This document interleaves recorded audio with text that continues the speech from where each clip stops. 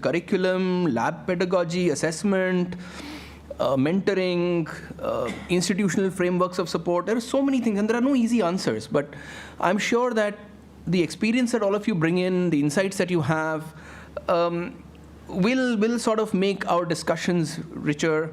And I'm sure we're not going to resolve everything in a day or two, but at least it's good to start discussions and take a few steps forward, etc. Now, I think this is a good point to sort of maybe remind you perhaps why you are all sitting here. And, the program may not reflect it, but the center, HBCSE, has been, I would say, at the forefront of some kind of intervention, some kind of research into undergraduate science education for a very long time. Our flagship NIUS program started in 2004. We are in year 22 right now with some of the batches.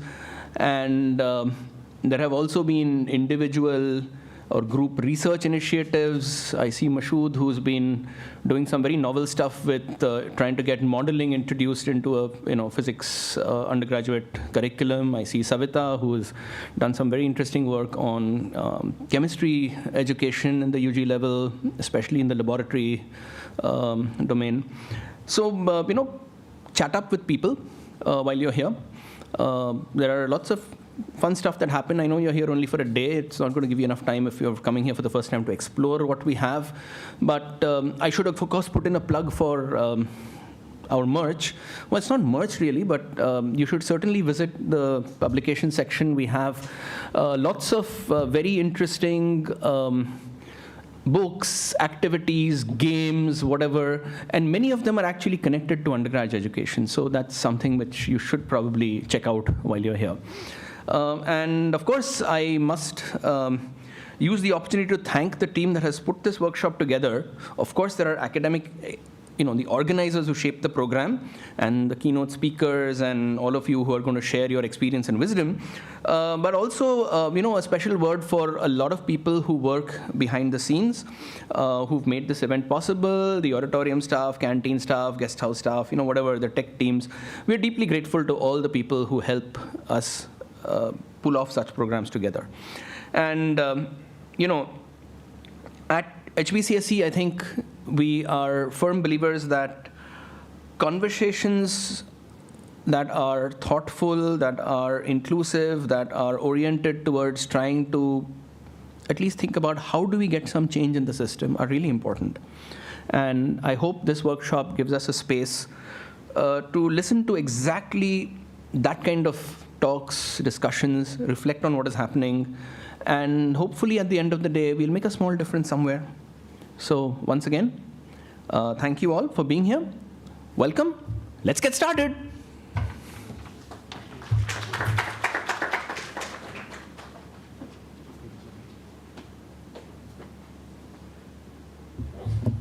Yeah. Thank you, Anna, for this nice introduction and formally inaugurating the workshop. So let me introduce myself. So I'm Darshan Joshi. I'm one of the co-organizers of this workshop. I'm a faculty member at TIFR Hyderabad, and I'm organizing this together with my co-organizer, Shadab Alam, who is a faculty member at TIFR Mumbai. So firstly, let me again welcome you to HBCSE and to this C 2025 workshop. And it's very thrilling and exciting to have many experts in the area of science education participating in this workshop, and also many younger population who is interested in discussing science education with us. So to be really honest with you, we both don't have any experience in science education as such, and we are here ourselves to learn more about science education. But we come here with a very strong desire to do something from our side, maybe 0.001% of our contribution that we could do to kind of enhance the science education ecosystem in our state and in the country as a whole. So with regards to that, let me say this at the outset, which also Arnab already pointed out, that science education is a very vast and complex topic. And science, if you talk about science education, there are various facets. It starts all the way from school level science education to undergraduate level science education, about research, science communication, women in science, and many, many, many such complex problems and directions. What we are going to do here, as Arnab also mentioned, is particularly focus on undergraduate science education. And this is only a very small part of the entire domain, which actually HBCSE as a center is an expert, and they have been facilitating many innovations in science education throughout the years. So just to give you an example, we are not setting a flagpole here, or we are not the first to do anything related to science education. Perhaps we are the least experienced and probably the last people you may want to talk about science education. And in fact, there have been pioneering efforts in when you talk about particularly undergraduate science education. And Arnab already mentioned one of the most important program, which is the NIUS program. And this has been running successfully for several years and has been nurturing undergraduate students and particularly identifying young talents and motivating them to do research particularly. Apart from that, there have been many more programs, like for example, Kishore Vigyan Protsahan Yojana, which was administered by IISc for a long time. That has also been very instrumental in actually nurturing young talents and motivating them towards research at a very young age, right after their 12th class when they enter their undergraduate education. And particularly with regards to encouraging women in science by providing them exposure to advanced science topics, training, and also research exposure, Vigyan Vidushi, which is again organized by HBCSE, has been very instrumental and actually doing pioneering work. In fact, I think in parallel, we already have this program running already, and it would be great if you would like to discuss with some of the participants and so on and so forth. And apart from that, there have been many institutional level efforts as well, particularly from IISER Pune. So they have been merging both scientific research as well as education, and that's kind of a hotspot to kind of engineer good students with the right amount of, or the right perspective of undergraduate science education. And through various activities like MSD and COSME, they have been doing strong contributions in this area. So also Ayuka, which is also located in Pune, they have been a cradle for nurturing many young talents in, and researchers and students through their Ayuka associateship programs, as well as various science outreach activities. And in fact, at the level of outreach activities like TIFR and HBCSE in particular has been at the forefront always through the National Science Day activities or any other science popularization, reaching out to schools, reaching out to colleges, and so on and so forth. So these have been at the various research institute levels, efforts that have been already going on and have been successful over many years in terms of undergraduate science education. In parallel, there are also many other efforts, like some innovative ideas coming out of Azim Premji University, where they are coming with interesting programs for science curriculum and education degrees, which integrate both basic sciences and also put emphasis on education rather than just learning the thematic topics of physics, chemistry, or other basic sciences. And there are probably many more efforts, and even in the past, which probably we are not even aware of, and Mr. Vivek Sawant also has some perspective, and he is an expert, and he knows what has been done for decades in the area of science education. So also Professor Ahluwalia, who has been instrumental through IAPT. So as I said, we are here really to learn from many such experts and know more about what efforts have already been done and what can be contributed to to. So then why did we step in, and why do we want to do this workshop? So as I said, like, we are focusing on undergraduate science education, and the reason for that is a proficient population in scientific training and complex problem solving is very essential for any society, and also directly reflects on the progress of any nation.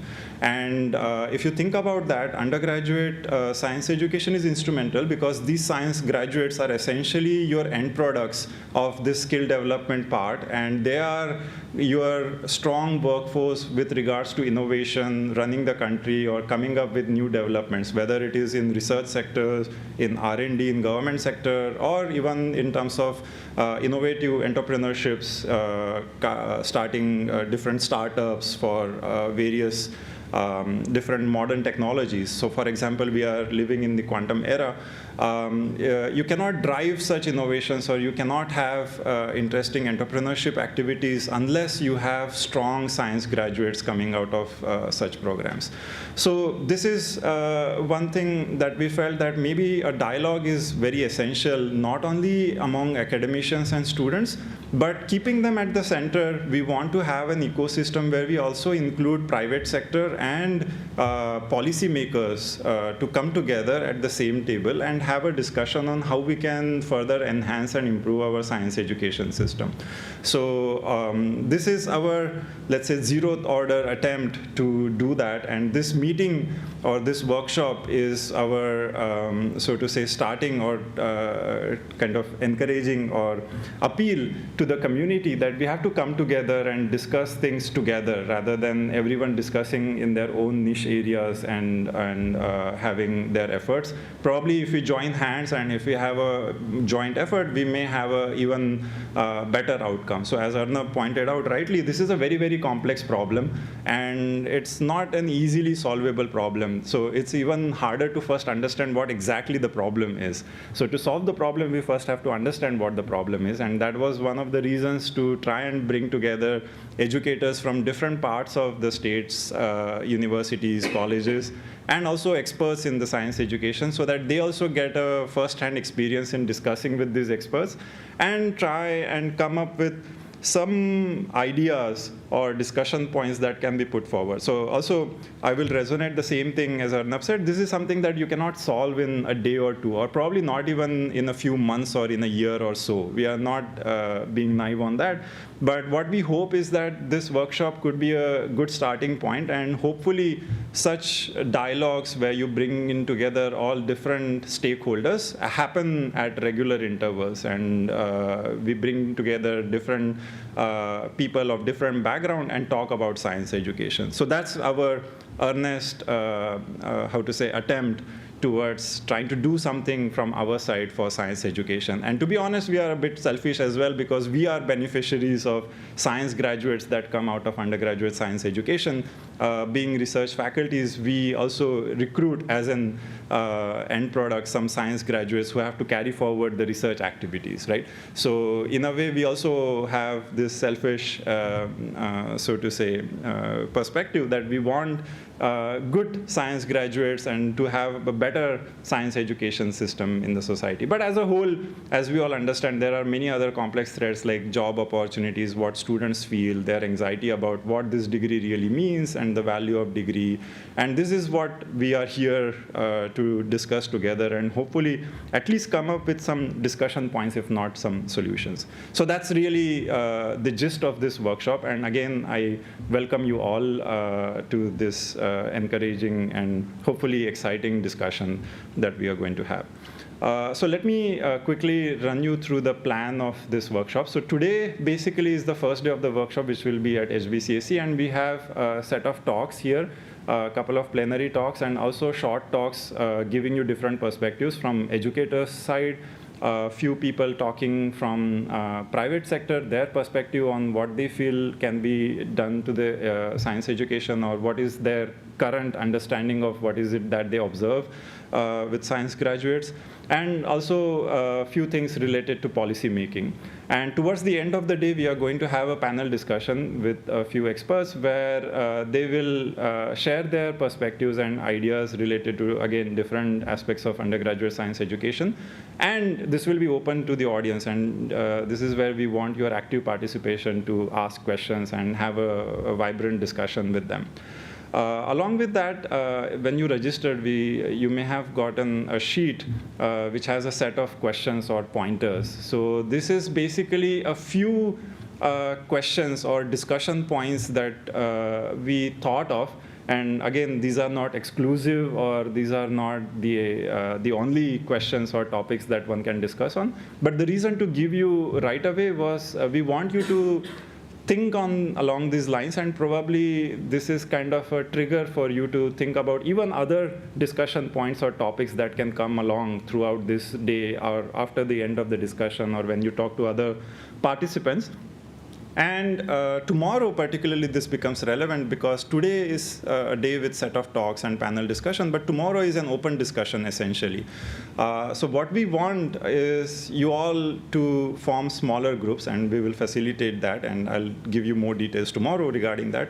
But forming small groups, we want you to discuss these points in smaller groups comprising of different people, educators, as well as private sector people and researchers, and come up with some discussion points or some actionable plan, hopefully, that can be accounted for. Or if nothing comes out, you can say nothing comes out, and it's a very, very complex problem, and it's just too hard for us to even think coherently what can be done. But at least what we want is to initiate this, again, dialogue with different stakeholders sitting together and discussing on the same common point, because even on simple things like how the science education or the curriculum should be made, there can be 100 different views. An educator will think differently. An educator sitting at a state university will think differently. An educator sitting in a place like TIFR will think differently. A private sector person will think differently. A policymaker will think differently. But unless you bring them all together, you will never reach a coherent or cohesive solution. So this is our attempt, and that's why the workshop format for tomorrow is very fluid. And we want you to spend time in discussing things, talking to different people. And the reason to give you this sheet is throughout today, you will hear different perspectives, and that might, again, trigger some or give you some more ideas of what could be discussion points and ideas that should be put forward. And so there's also space, and you also have a notebook, and you are more than welcome to, again, pitch in new points that we have not listed, and please feel free to discuss them in your groups tomorrow. So that's about tomorrow. And so that's roughly the plan of our workshop. And regarding logistics, let me just say a couple of words. So I hope you all had the breakfast in the canteen, and soon we will start the session. And after the session, we will have a tea break just outside this auditorium, and the lunch break will be in the same place where you had your breakfast. And I, again, take this opportunity to invite you all for the special dinner tonight, which will be at 7 p.m., again in the same NIUS canteen. And just to make sure that there's no confusion, today the workshop is in HBCSE campus, but tomorrow it will be in TIFR Colaba campus. So I request you all to please bear that in mind. And people staying in the guest house, we have arranged a bus for them to take you to TIFR Colaba campus. People from Mumbai, I request you to kindly keep this in mind, and please come to the TIFR Colaba campus. I think I have sent you the coordinates in the email already. Okay, so with this, few details of logistics, I stop here, and I hope this was a good enough orientation to give you a perspective of why we are doing this and what is going to happen for the next 2 days. So with this, again, I welcome you all, and we now look forward to all our speakers. Thank you.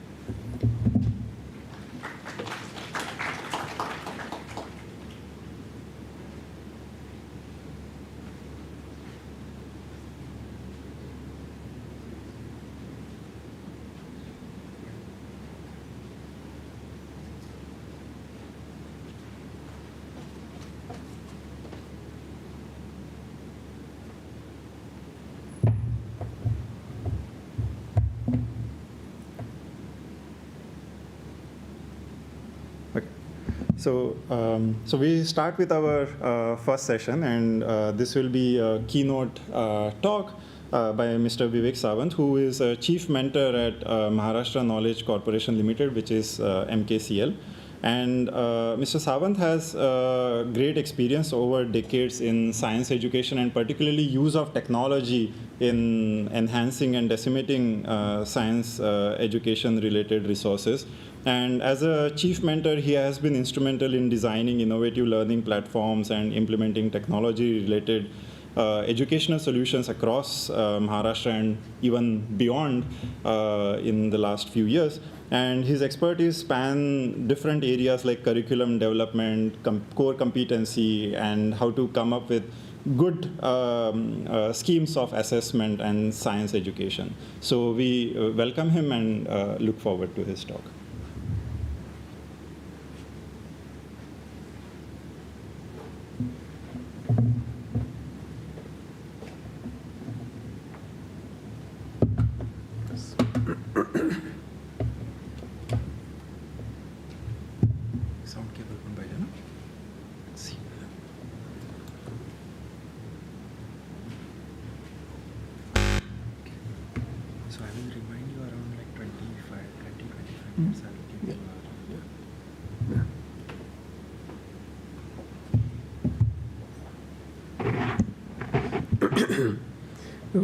First of all, I will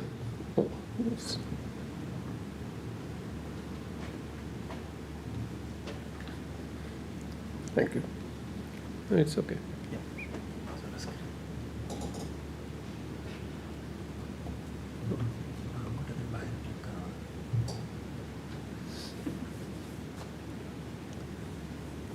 I first of all express my gratitude to have been invited by Dr. Darshan and Shatab for this Science Education Ecosystem 2025, or acronym is C 2025. So let's see. This word ecosystem, let's understand from the scientific perspective. Okay, there are certain distinctive features of what is called as an ecosystem. Though this is sounding very familiar to biologists, that is not my purpose. My purpose is that let's find out the corresponding elements in science education ecosystem. Okay, who are the biotic and abiotic elements, etc. What are the energy flows here? What are the nutrients here? And what are its defined boundaries and,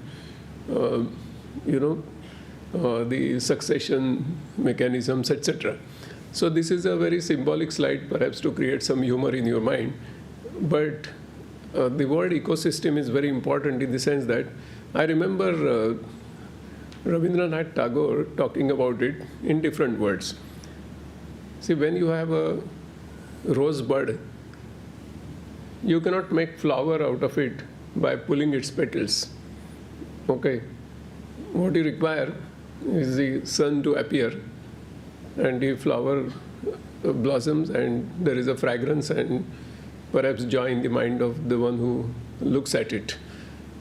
All these are outcomes of the arrival of sun that represents the ecosystem. So in education or science education also, we cannot get similar results just by pulling the petals, but by creating an ecosystem. So the importance that the organizers have given, especially Dr. Darshan, to the ecosystem building is of fundamental importance, because most of the places we see in education system or elsewhere, even in corporates, that too much of effort goes in bringing the business results without building or enriching the ecosystem. Our company also does a huge business in India and abroad, but our focus always has been that business is not something which is to be done. Business happens. What is to be done is enriching the ecosystem, and the results come effortlessly. So that's why the difference is between outputs and outcomes. Outputs are some things that you put out effortfully, and outcomes are something which come out effortlessly.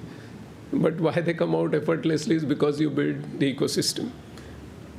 Today, the central problem before us is that in the colleges, the undergraduate institutions, there is a lot of rush towards engineering colleges, and very few people who are really interested in science, who have potential to do something great later, do not come to the science colleges.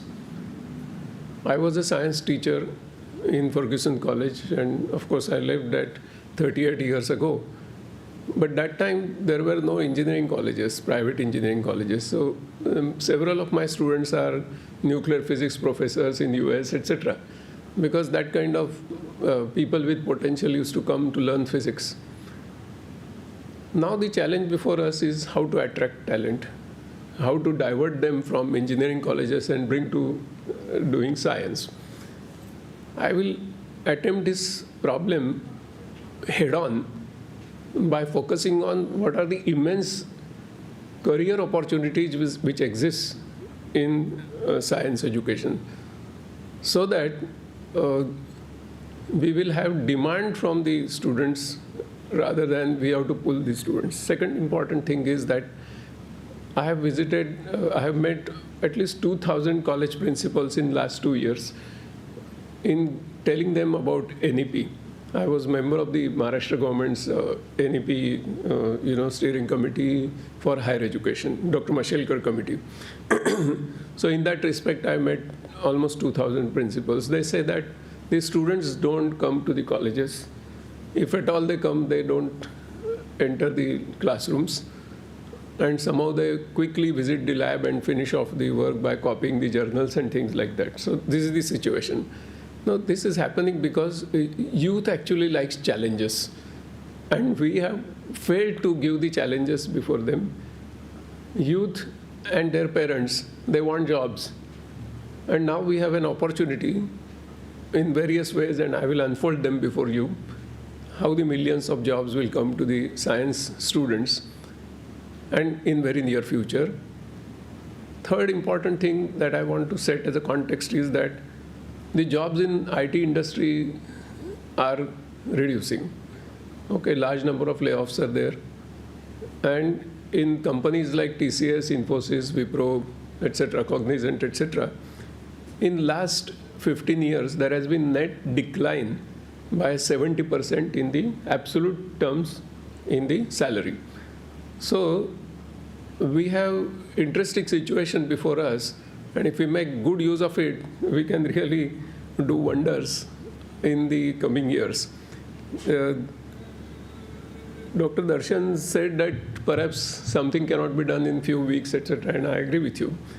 But one great success story, and all of us are beneficiaries of that, is Maria Montessori started the Montessori school in a very area of lumpen element, very dirty place in Rome, San Lorenzo.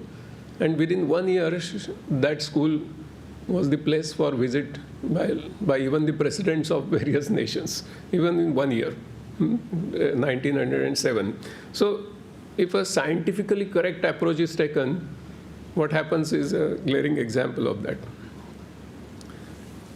Let us set a context for this great career opportunities that are coming before us. The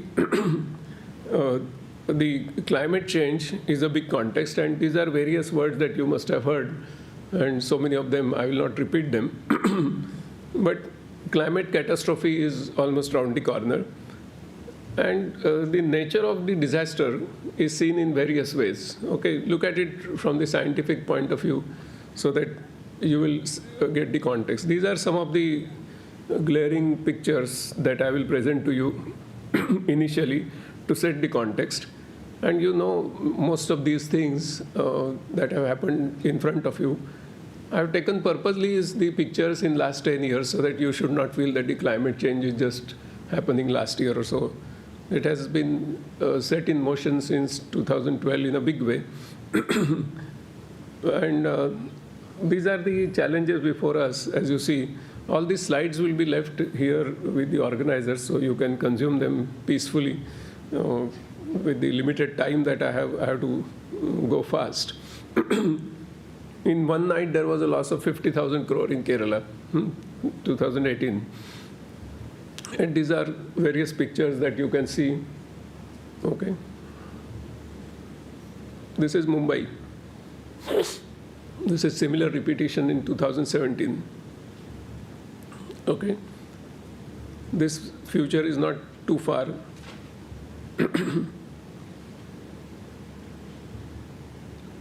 The CO2 emission fact sheet is in front of you, and there are policies. The references that I used are here. And what are the responses? The Green New Deal, from European Union.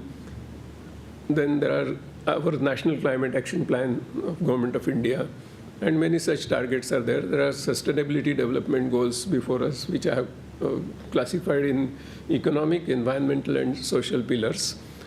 So the compulsion before us is sustainability, energy, economy, employment, etc.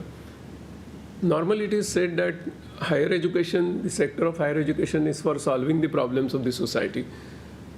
However, currently the situation is that society is solving the problems of higher education. Okay, we have to reverse that. The real glaring problems of society we have to confront directly. So there are certain compulsions, there are certain imperatives, and there are certain desirable directions. Now we'll discuss the imperatives. Imperatives are there in front of you. Okay, that is climate resilience is a policy that we'll have to do. And these are the kind of resilient measures that you can see here, how people are doing things. Okay, so how they respond to the imperatives. Now these are some of the new species which are being done, drought-resistant species of maize. Okay. This rice, which stands for almost 17 days of waterlogging in the. So there are people doing great things, and there are certain new directions before us. Okay, and this is that you can see from where you have to go, and we have to create a new world almost together. What is the difference between the application of financial capital and enrichment of natural capital? You will see this here. Okay. What happens? I hope you are able to read from the last time. Apurva, are you able to read it? No? Okay.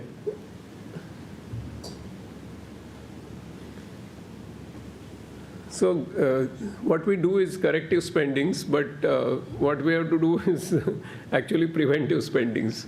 Okay, so this is where our policies have to shift in terms of enriching the natural capital. So the skill mandate before us is that of literacies, competencies, and character qualities. Okay, the literacies are known, the competencies are like everywhere they are said that, critical thinking, collaboration, creativity, communication. But now there is a green competencies which are necessary. And in terms of the character qualities, you normally mention the grit, okay, the passion and perseverance for a long-term, very long-term goals. But in addition to that, and initiative, etc. But more importantly is compassion and eco-sensitivity. So we have before us for science education these three pillars: the literacies, the competencies, and the character qualities. In next few slides, I will show you what are the opportunities for green collar careers. Okay, and I'll give you the clear estimates of how many number of jobs, how they will emerge by 2035, and how we have to drive the system towards it. They impact all the three: social, economic, and environmental developments. Okay, and we need better jobs for creating a better world. We have to go for, knowledgeization. That is, we have to cut down the material input, energy input, financial capital input, the dumb labor input, and replace it by the knowledge input. And thereby we have to create a planet which is having these less footprints. Okay, So from the sustainability to regeneration. And these are the various careers and various sectors before us. Okay, all these sectors largely are driven by basic science education, and later one can get into research and things like that, solving the real problems of society. Now the circular economy is coming up in a big way. You must have seen that FICCI and CII and everybody has now set up chapters on circular economy. The people from chemistry perhaps may be more interested to immediately look into this. Okay. And sustainability is now not just a CSR or something, it's a core function of business, and people are paid more, those who bring sustainability in their companies now. So that has started world over. So as this diagram shows, you have to go from sustainability to a regenerative future and regenerative cultures. Okay, it's a long path, but with right education and right policies, this is possible, and perhaps it's a compulsion also. You cannot escape this. So, and education system is the first one which should respond to it. Now, what are the subsectors in this? These are various subsectors, and let's see quickly what are the roles available in various subsectors. Okay. And you can see and go on and on and on, you know. These are all jobs which I showed you in circular economy. Now these are in renewable energy. Okay. So large number of jobs are being created.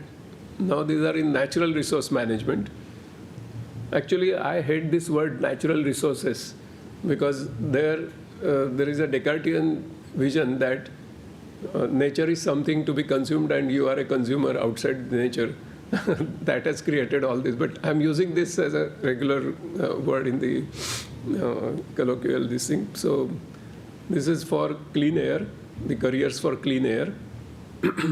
And when I say this, one context I would like to set before you, the National Green Tribunal of India, cumulatively up to last year, has levied the penalties for non-observance of these things on government organizations and others, on state governments, etc., which is to the tune of 79,000 crores. Okay, so it's a reality that I am presenting before you. Okay, and day by day those penalties and fines are increasing. There are court cases why we should not pay the fine, etc. But the reality is those penalties have been levied formally.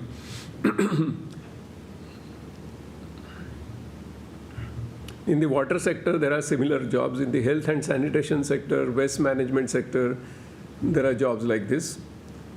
Okay, I know that you may not be able to grasp these slides quickly, but I want to just set the tone before you so that you think of a right science education ecosystem and set a correct agenda for science education.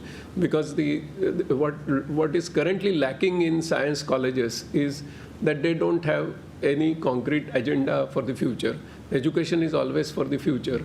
When a student enters in, he should feel that my future is being created here, which is absolutely not there currently in most of the science education colleges, because they are lacking any agenda for the future. We have to create that agenda, and that is what this lecture is all about. So in the textile and heritage sector also there are several jobs. In the farm to fork is a huge sector where large number of green collar jobs are there, So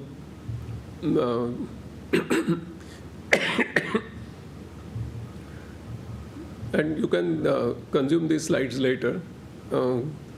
For example, if you see this soil microbiome, my wife is director of Bioinformatics Center in Pune University. You will be surprised to know that Norwegian university students come every year, and she takes them to the farms around Pune, and they are discussing only soil microbiome, and lots of research funding is there. More of my wife's students go to Norway every year, and they settle there, solving these kinds of problems. Okay. Now, biochar is another area where they are entering into. So, green collar is in. It's not a future or something to be done by somebody else and Western societies, etc.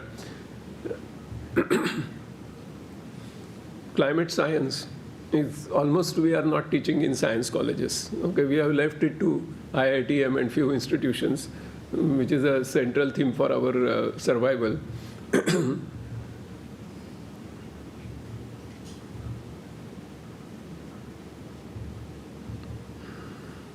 Transportation is a big sector. Green construction is another.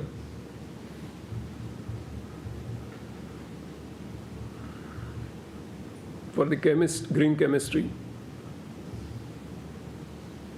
green advocacy. Not that all science students actually land up doing science. Some of them become journalists, advocacy experts, etc. So in science communication also there are lots of jobs like these, which are shown here. So basically, I have shown you hundreds and hundreds of job opportunities which are open before us today, and people are ready to pay for it. How many jobs are there? I'll show you a little later. So basically, these are some of the compulsions of regeneration of natural resources and rejuvenation of ecosystems, circular economies, and basically remaking the ways we make the things. Okay. For example, I've got one book which, even if I immerse in water, it doesn't happen. It's a recyclable and upcyclable material. When I hold it in hot water, then I can clean it and print it again. Okay, so the new ways of making things as we go ahead. Repairing the damaged planet is a big job, and controlling up to 1.5 degrees Celsius. Okay. We have another national priority before us. We are talking about what is called as Vikasit Bharat, in which we will have to set very high goals on these two types of indices. One is the developmental indices, and second is the competitiveness. For example, global talent competitiveness index, we are far behind. Perhaps we are also behind Indonesia, etc. So I have shown you several indices below. So we need to catch up on that. We have to also offer aspirational and yet sustainable lifestyle to millions of Indians. And we have to create a peaceful future, prosperous future for India. And normally these things are done by the thinkers and apex thinkers and scholars, and these things, they shape the future, they set the policies, they convince the politicians, So unless they are correctly educated in their college days, this doesn't happen automatically. The another thing is the issue of poverty and inequality. The solution for that is knowledgeizing the products and productizing knowledge. Okay, this is what we have to start in our science education courses. Some examples of this is when you go to the patent databases, we never expose our students to patent databases. Why I'm saying this is because when you buy a smartphone, there are at least 200,000 patents that are being purchased by you. You are giving the royalty on that. So thousands of rupees of smartphone that you spend doesn't go for that material. It goes for the royalties on the intellectual properties, and the money flows out. So if you see the motorcycle that the students use, okay, what are the patents that are, means the motorcycle or the scooter are so close to their heart, like the smartphone, that if you start science education through that, then it suddenly becomes very meaningful, And I've shown you the exact numbers of US patents also on this. And so knowledgeizing products and productizing knowledge has to be the central theme of curriculum in this. Now this is their popular device, the smartphone, and you can see out of 200,000 patents, I have picked up only 5 which are core physics patents, okay? They are not engineering patents, they are core physics patents. And this is the direction, therefore, is how to create knowledge-intensive products and how to help exports. Because without that, the wealth is not going to come. US economy, if you see today, the 35% of US GDP does not come from agriculture, industry, or service sector. 35% of US GDP, almost exceeding $8 trillion, comes only from royalties on intellectual property. Okay. So unless you build that kind of economy, you cannot become a Vikasit Bharat. Okay. So that starts from your education sector, especially science and technology. So the opportunities are there in IR4, IR5, okay? And the exponential technologies which are coming out of basic science, okay? So, for example, the sensor technologies which are coming, the sensor ecology is almost around us.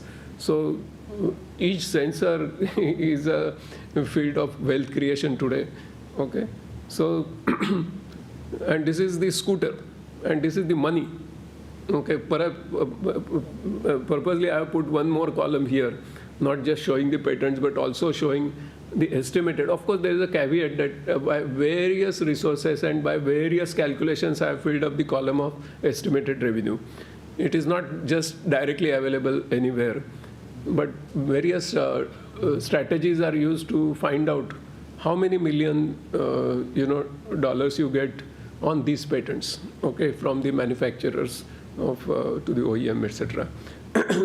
So basically, what I'm saying here is that physics education or chemistry education has directly to do with money and the national wealth and national progress. So the science teachers, researchers should be very demanding before the government as to this is the wealth we create, and therefore you must invest into this education. Okay, so and you can see that these are the kind of basic principles of physics that we teach in undergraduate science, which are used in this. And these are the key concepts which are used in the smartphone, including relativity. Okay, but we never teach relativity by using the examples of smartphone. Okay, that is unfortunate. We keep something very dull, drab, and just writing equations on the boards and inflicting boredom on the students, and that's why they run away from the back doors and they never appear for the second lecture onwards. Okay, this has to stop. Physics has to be very, very entertaining. Okay, and it's full of activities and interactivities. Nothing to be done more or less on the blackboard or something. If I don't say anything about drones in today's lectures, I will not be trendy. Okay, so here is a study on drones, and we can teach physics, a lot of physics, by bringing the real life example of drones, not necessarily only the advanced combat drones I would like to say. Okay, so basically, therefore, we have to move away from mere foundational mastery to the future readiness. Okay, that is the message. And foundational mastery is also not being accomplished, unfortunately so. So, and the green collar jobs typically refer to, these are the various sectors in which you go. Okay, now the estimated jobs. Okay, total number of jobs by 2035 with OECD, G7, EU, etc. means only developed economies is close to 700 million. Now look at the green collar percentage. I have taken these 4 resources for my studies. And by studying their reports, after I got the call from Dr. Darshan, these are the numbers. Okay, these are the numbers which are the jobs for your students. If you correctly align your curriculum, science curriculum, and mention that here is a job for you, and I will give only admissions based on merit. Okay, so like there is a demand. Okay, we are not done enough marketing also. Our curricula are also old. They are not integrated. So now look at this. Okay, the percentages are shown here in terms of the total number of jobs to green collar jobs. Okay, and when I say green collar, that includes physics, chemistry, mathematics, statistics, life sciences, data sciences, computational science, etc. Okay. So let's take only the moderate transformation which may happen in the world by 2035. With the moderate transformation, these are the numbers. Okay, So summarily, what you see is something like 100 million jobs under the moderate green transformation, which will be created afresh, new. These also include the jobs on disaster management, okay? And the breakdown of this is something like this, okay? From the renewable energy to the data analytics. There are various drivers for that. There are various policy drivers for that, which I have enlisted here. So we have to study those drivers and align our curricula based on those drivers. And this is the typical, estimate of domestic jobs and jobs abroad, okay, in the green sector. My actually expertise is in the new collar jobs, okay, because we teach digital technologies. But from the science education perspective, now the imperative of time and the compulsions of time and the opportunities are here in the green collar sector. So basically, we have to have these four, focal points before us. Okay, multidisciplinarity, which is mentioned as a central theme in the NEP. Okay, and up to the job readiness. This is just as Dr. Darshan rightly said, that everybody will have some solution, multiplicity of solution. Don't go by this as a singular proposal made by me.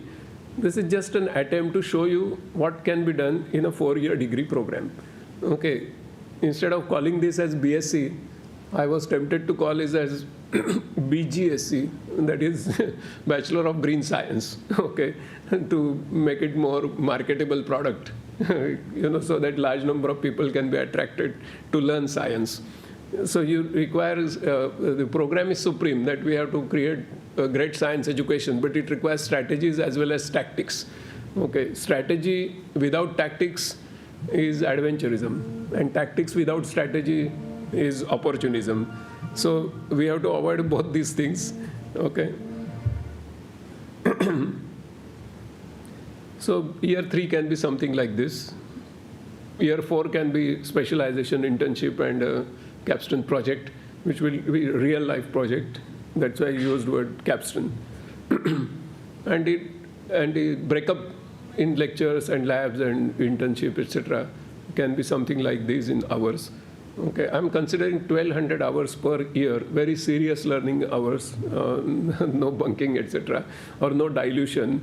Okay, day by day in our national credit framework, the definition of credit in terms of the number of hours is diluting. You must have seen they came from 30 hours to 15 hours, now from 15 to 13 hours. I don't know the recent figure. Okay, recently what I have heard is 13 hours. Let's concentrate it. Okay, students want to learn. They don't want to get out of the classes. I have personally seen in several colleges I visit continuously, there is an enormous enthusiasm and attentional intelligence, and if you have something to give them, there is a neural lock-in for 2 hours, 3 hours. It's not that the neural lock-in is only for 5 minutes. Okay, let's not get into wrong conceptions about the youth. And these are the features, special features of the curriculum. Okay, so there will be international skill certifications, parity with international skill certification as a part of the BSc program. Okay, and communication, cross-cultural diversities, because many of them will have to go abroad. Okay, because green-collar jobs are to be necessarily first performed abroad because the emissions and footprints are largely from the developed economies. So we have to repair those economies first before we do anything in India. Okay, so, and there is a current attraction in the minds of the parents that their child must go abroad. Okay, so now he should not go abroad for the IT jobs, but for the green-collar jobs by studying fundamental science. Okay, and these are the kinds of career pathways which are there. Just 10 I have enlisted. I have shown you large number of them earlier. Okay, and these are the kind of estimated jobs in each of those pathways. Okay, these 2 slides mention that. Okay. So basically, these are the employers kind of categories in which perhaps government may jump in eventually, because government jobs are shrinking, but government may have to enter into this in a big way. So mastery of concepts and mathematical foundations have to be good. Integration with emerging technologies is necessary. promotion of research and inquiry-based learning. Okay, and I have mentioned NIUS also here. Okay, social relevance and interdisciplinarity, skill development and diverse careers. Then scientific temper, very important. Many places, even the scientific method is not taught in the science colleges. Okay, just a small experiment I will tell you. Charles II was fond of doing so many experiments.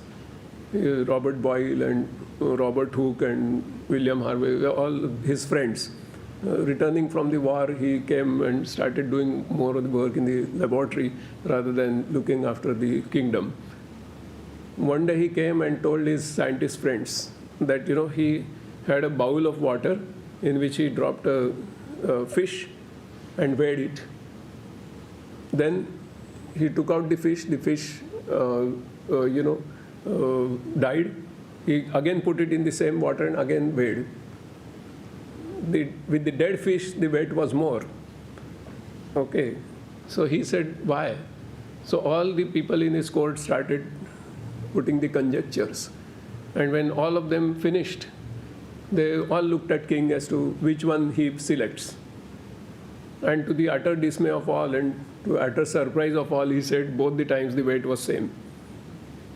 Okay, and then when I ask this to science students, they start giving conjectures. Okay, so before thinking why does something happen, you have to first ensure that the thing does happen. Okay, then only start thinking why it happens. But basic scientific method is not being taught currently. Then alignment of NEP and global standards. Now just look at this picture. With the kind of technologies that we build in MKCL, we generally do like this. Okay, so in the same classroom, different credits can be learned. I brought a bouquet of 275 credits. When I went to the colleges, they said, no, we want only 3 out of it. I said, the multidisciplinarity, choice centricity, why it is there for the students, So look at those 10 words which I have written below. These are the foundations of, NEP.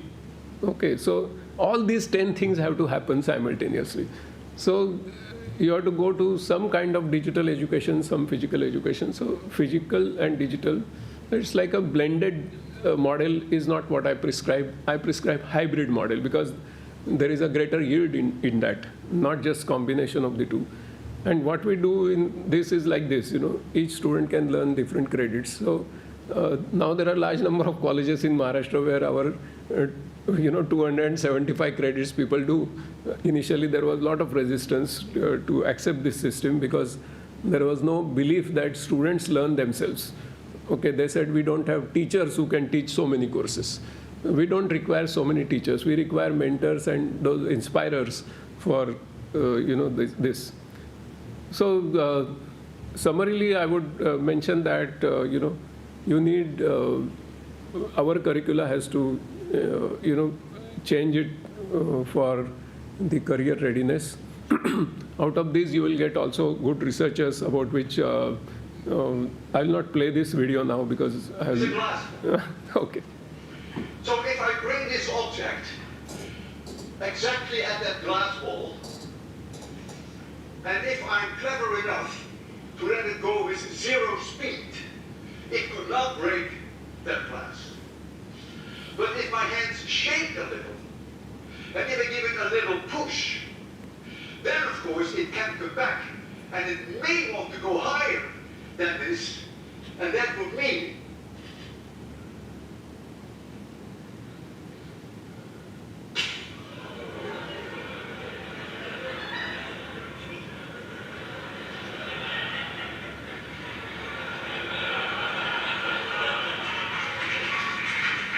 I know you guys. Students love it when the glass breaks. That's why they pay such a high tuition at MIT.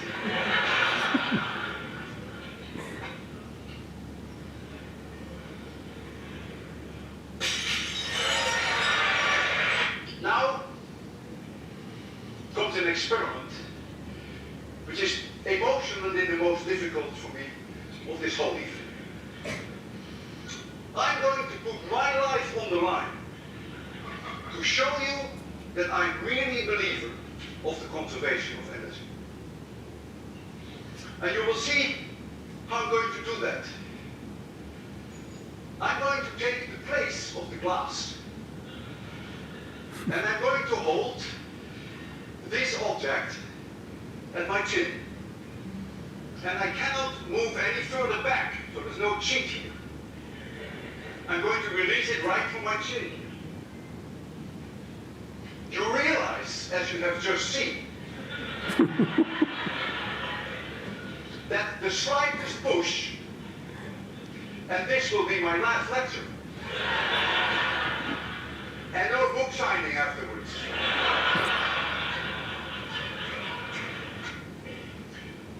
And I have to tell you something. I couldn't sleep all night. I'm going to close my eyes. I don't want to see it. And I'm going to count down from 3 to 0.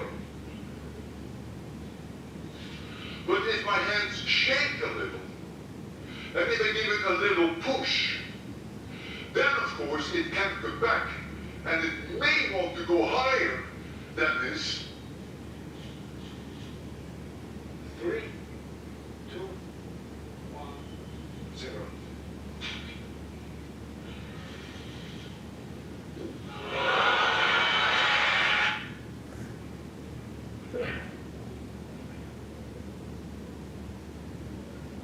Okay, I think I'll stop here.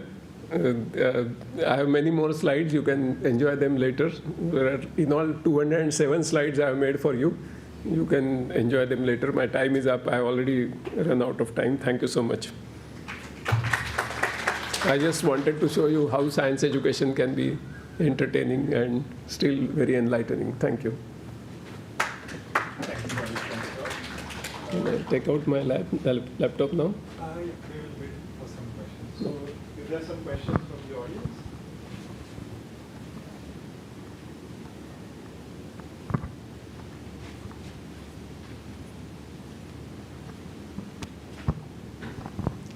It's more of a comment or an observation. Thank you so much for outlining so many sectors in which jobs can be available in the near future or even currently. I think one of the main blocks here is also orientation of the parents. Because I mean, from my observations in the field as well as at a more personal, in the personal circles, basic sciences is something that is very highly discouraged. And I'm not talking about the elite institutions, so to speak, where, IITs or ICERs or such like.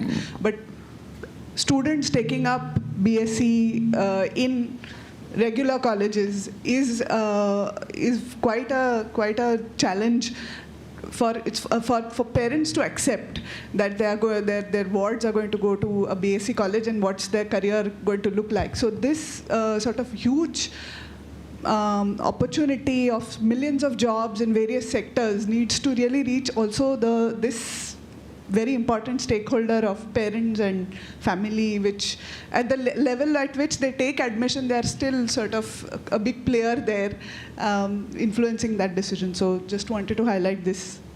Yeah, first we have to create the body of the teachers who are committed to this. So all physics teachers have to learn a little bit of chemistry, biology, and statistics. All chemistry teachers have to learn a little bit of physics, etc. Unless they become multidisciplinary, they cannot pretend to teach multidisciplinary courses.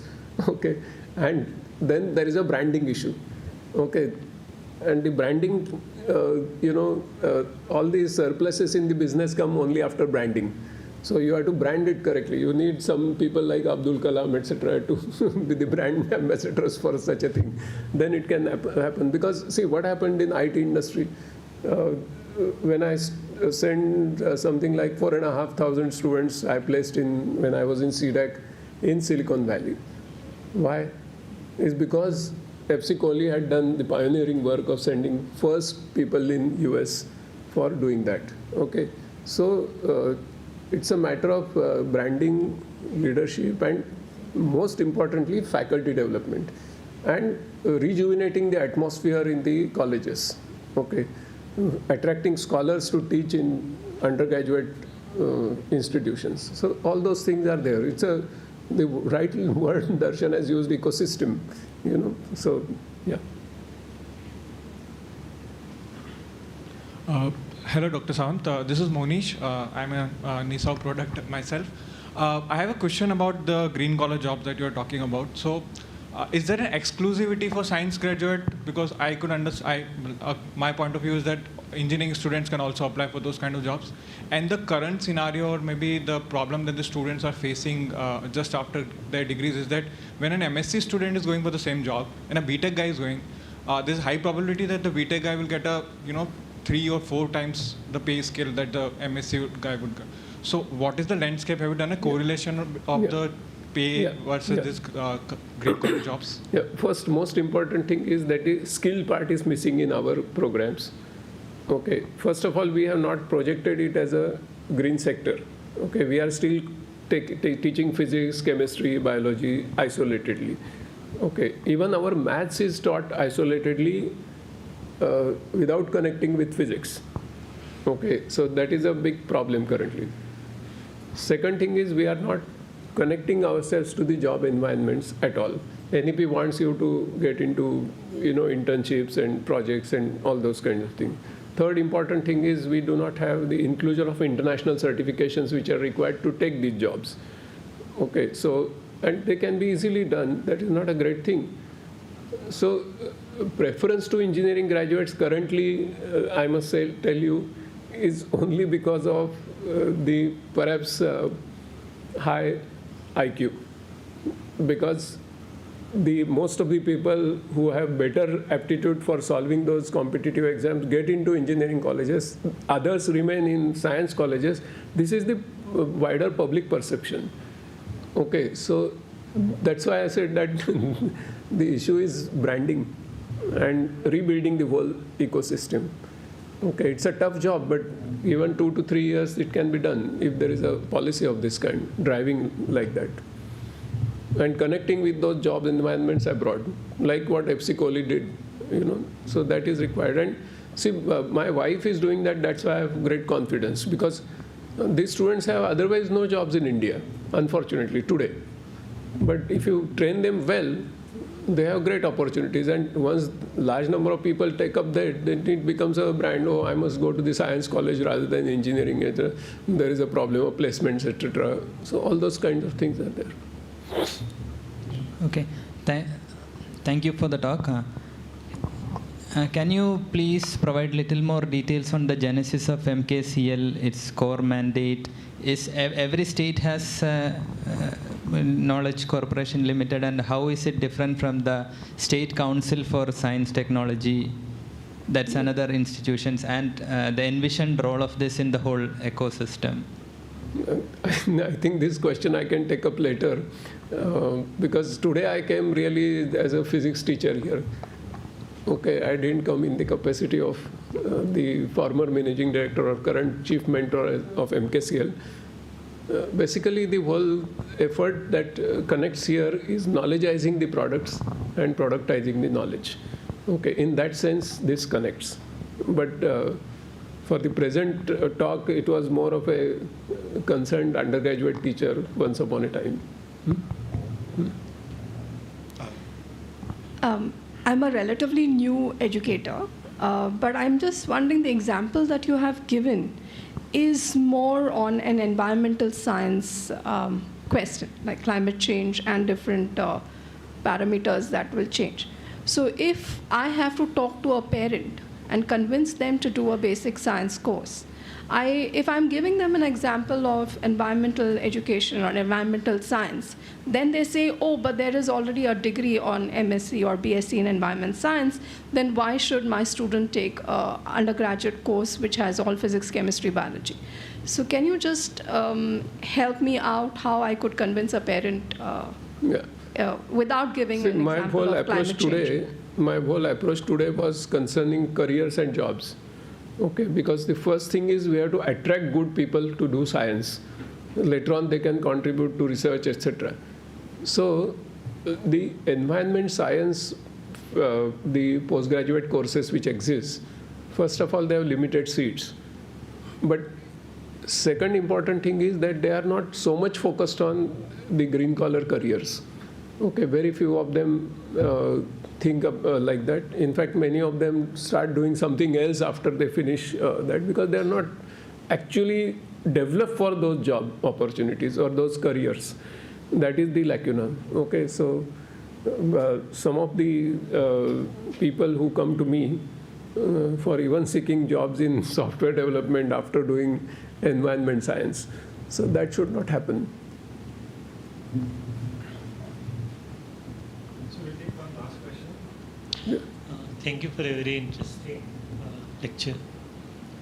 You know, when we talk to the faculty about all these things, one very simple question which they ask is, sir, are we going to convert science courses into technology courses? Because they are being done better in technology institutes.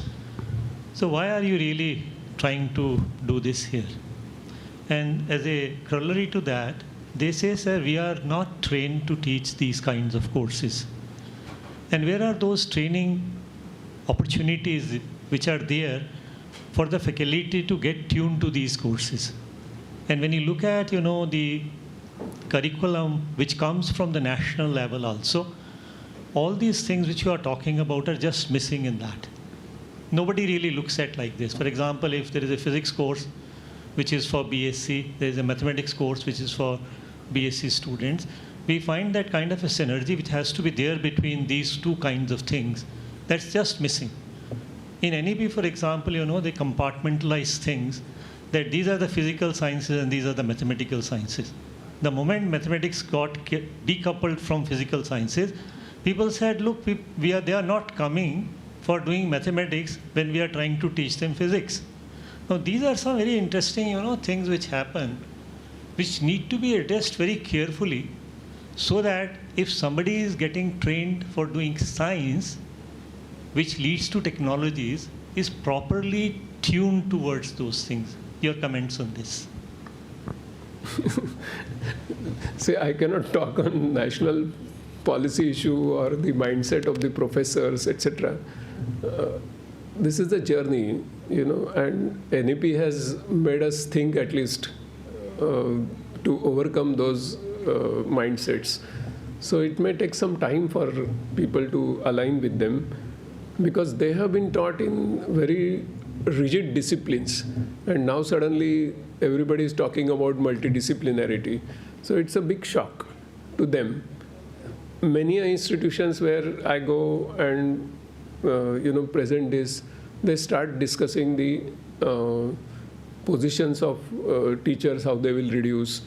Okay, because if nobody does 3 years of full physics, then who will come, then what will happen to my job, etc., those kinds of things. So there are so many issues concerning this, but most important is that these are the compulsions of the planet. If we don't do it, somebody else will do it, and then we will follow. You know, that is the simplest thing. For example, long time ago, in 70s, people recognized that India needs engineers. Karnataka took the lead and started engineering colleges, and Maharashtra became a follower much later. So that happens, you know. So if we are in a leadership position in a institution like TIFR, then we must tell something which is not easily digestible today, but it is the future.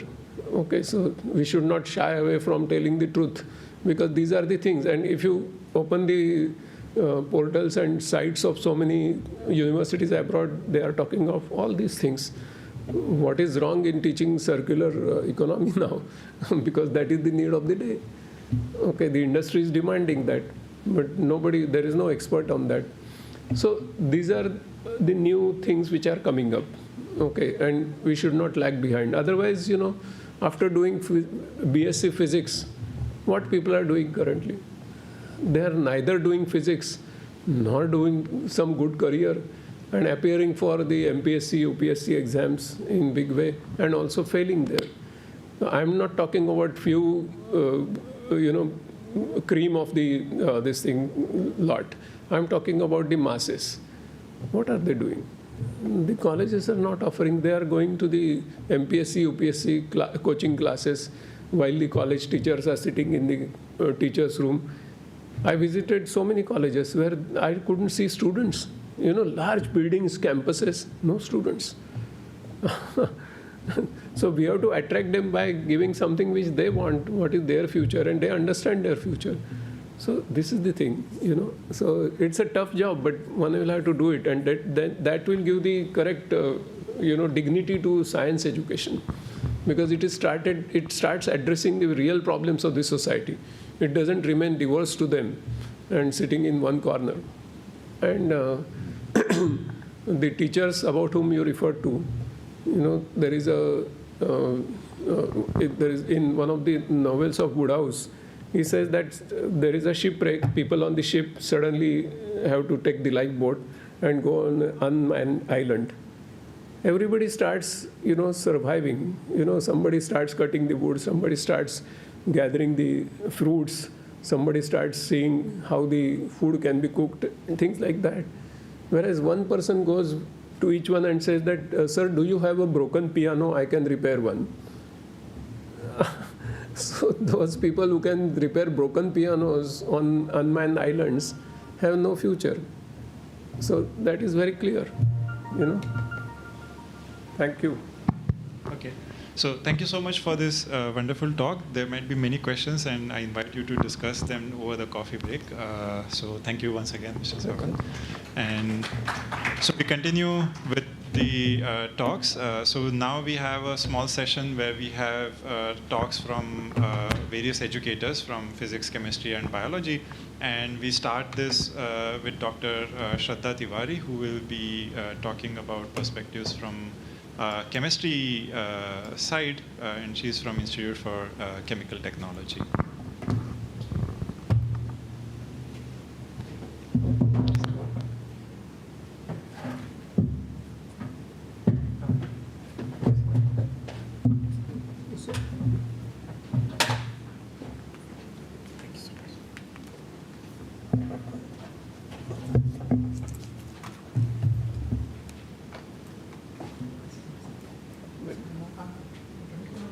That's okay. But do you need a I have slide? speakers. No, we have a computer, so you can attach. If you have, otherwise I'm fine with it. No, we have it. So if you have a USB connect to some computer, But mine was after this thing. do you have a If it's- computer where you can connect the? No problem, no problem. I'm just No, but we have. So I also have. Mine.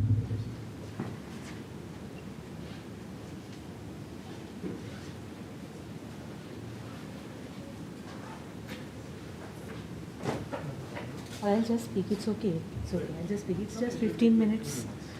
It's just 15 minutes. And Start speaking. yes, I'll speak. No problem. A very good morning to one and all. At the very outset, please don't bother. I'm fine with this.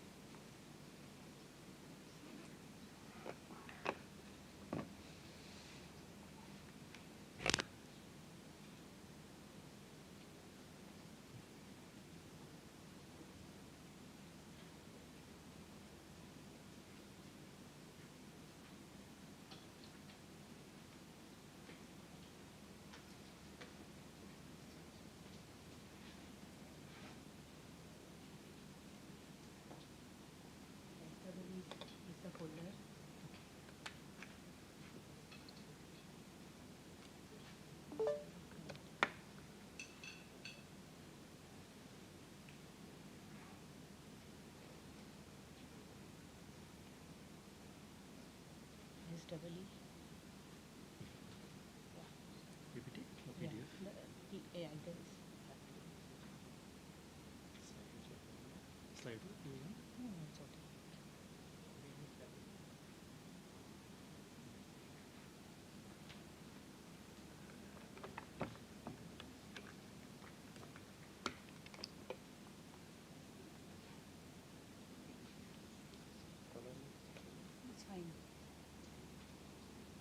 Yes, a very good morning to one and all. And thank you for being patient for the brief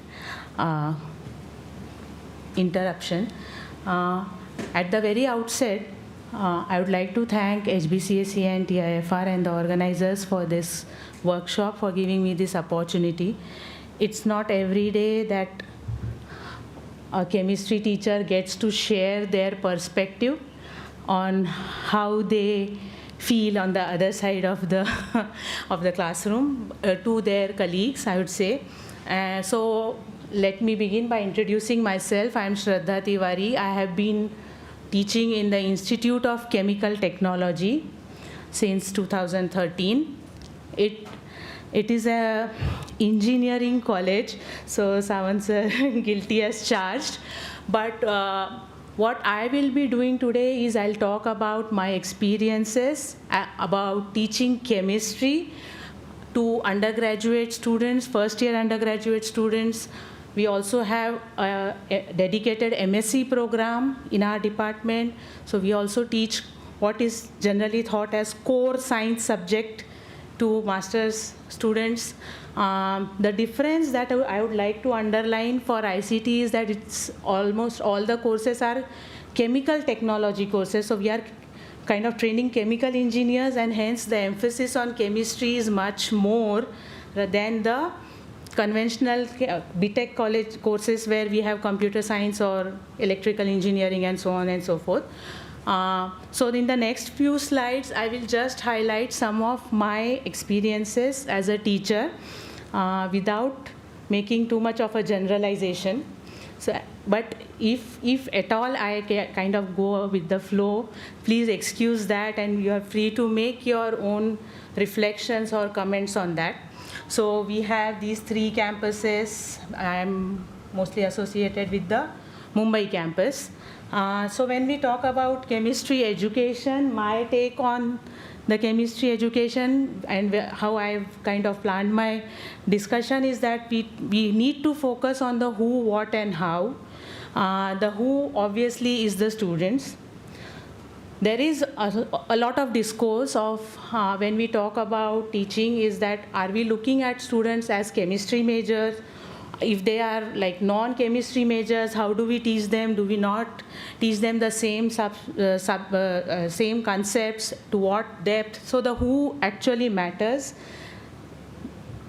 And then based on the audience, it is the curriculum which should be designed. So then comes the what, and finally the how, which kind of makes or breaks the entire system, is how we deliver those concepts in the class.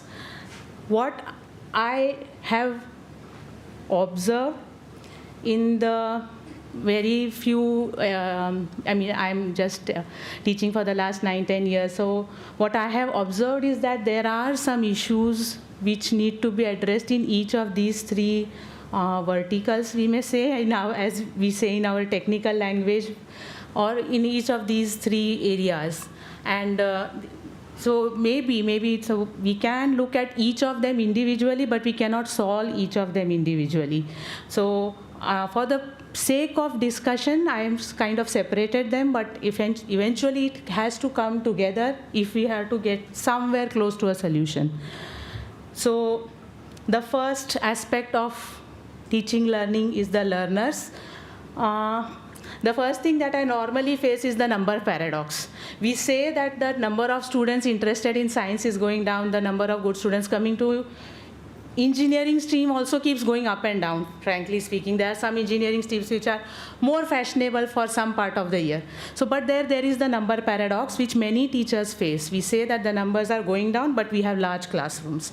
I, for example, have a UG classroom where I kind of interact with 150 students.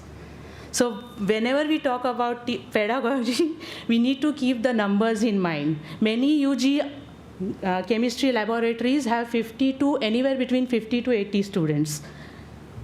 The second problem the second aspect, rather I should say, is the diversity of students, which is not so obvious like how we have abroad. But the diversity is implicit. There is differences in languages, there are differences in their economic backgrounds, their social backgrounds. which sometimes may or may not affect how they receive the content that we are delivering. Then we have the competitive environment, especially if you are in an engineering college. The students are really good, they are extremely competitive. But that means that the entire focus is only on tangible targets. We need to deliver, deliver, and deliver. And that becomes difficult if you have to do it for every lecture.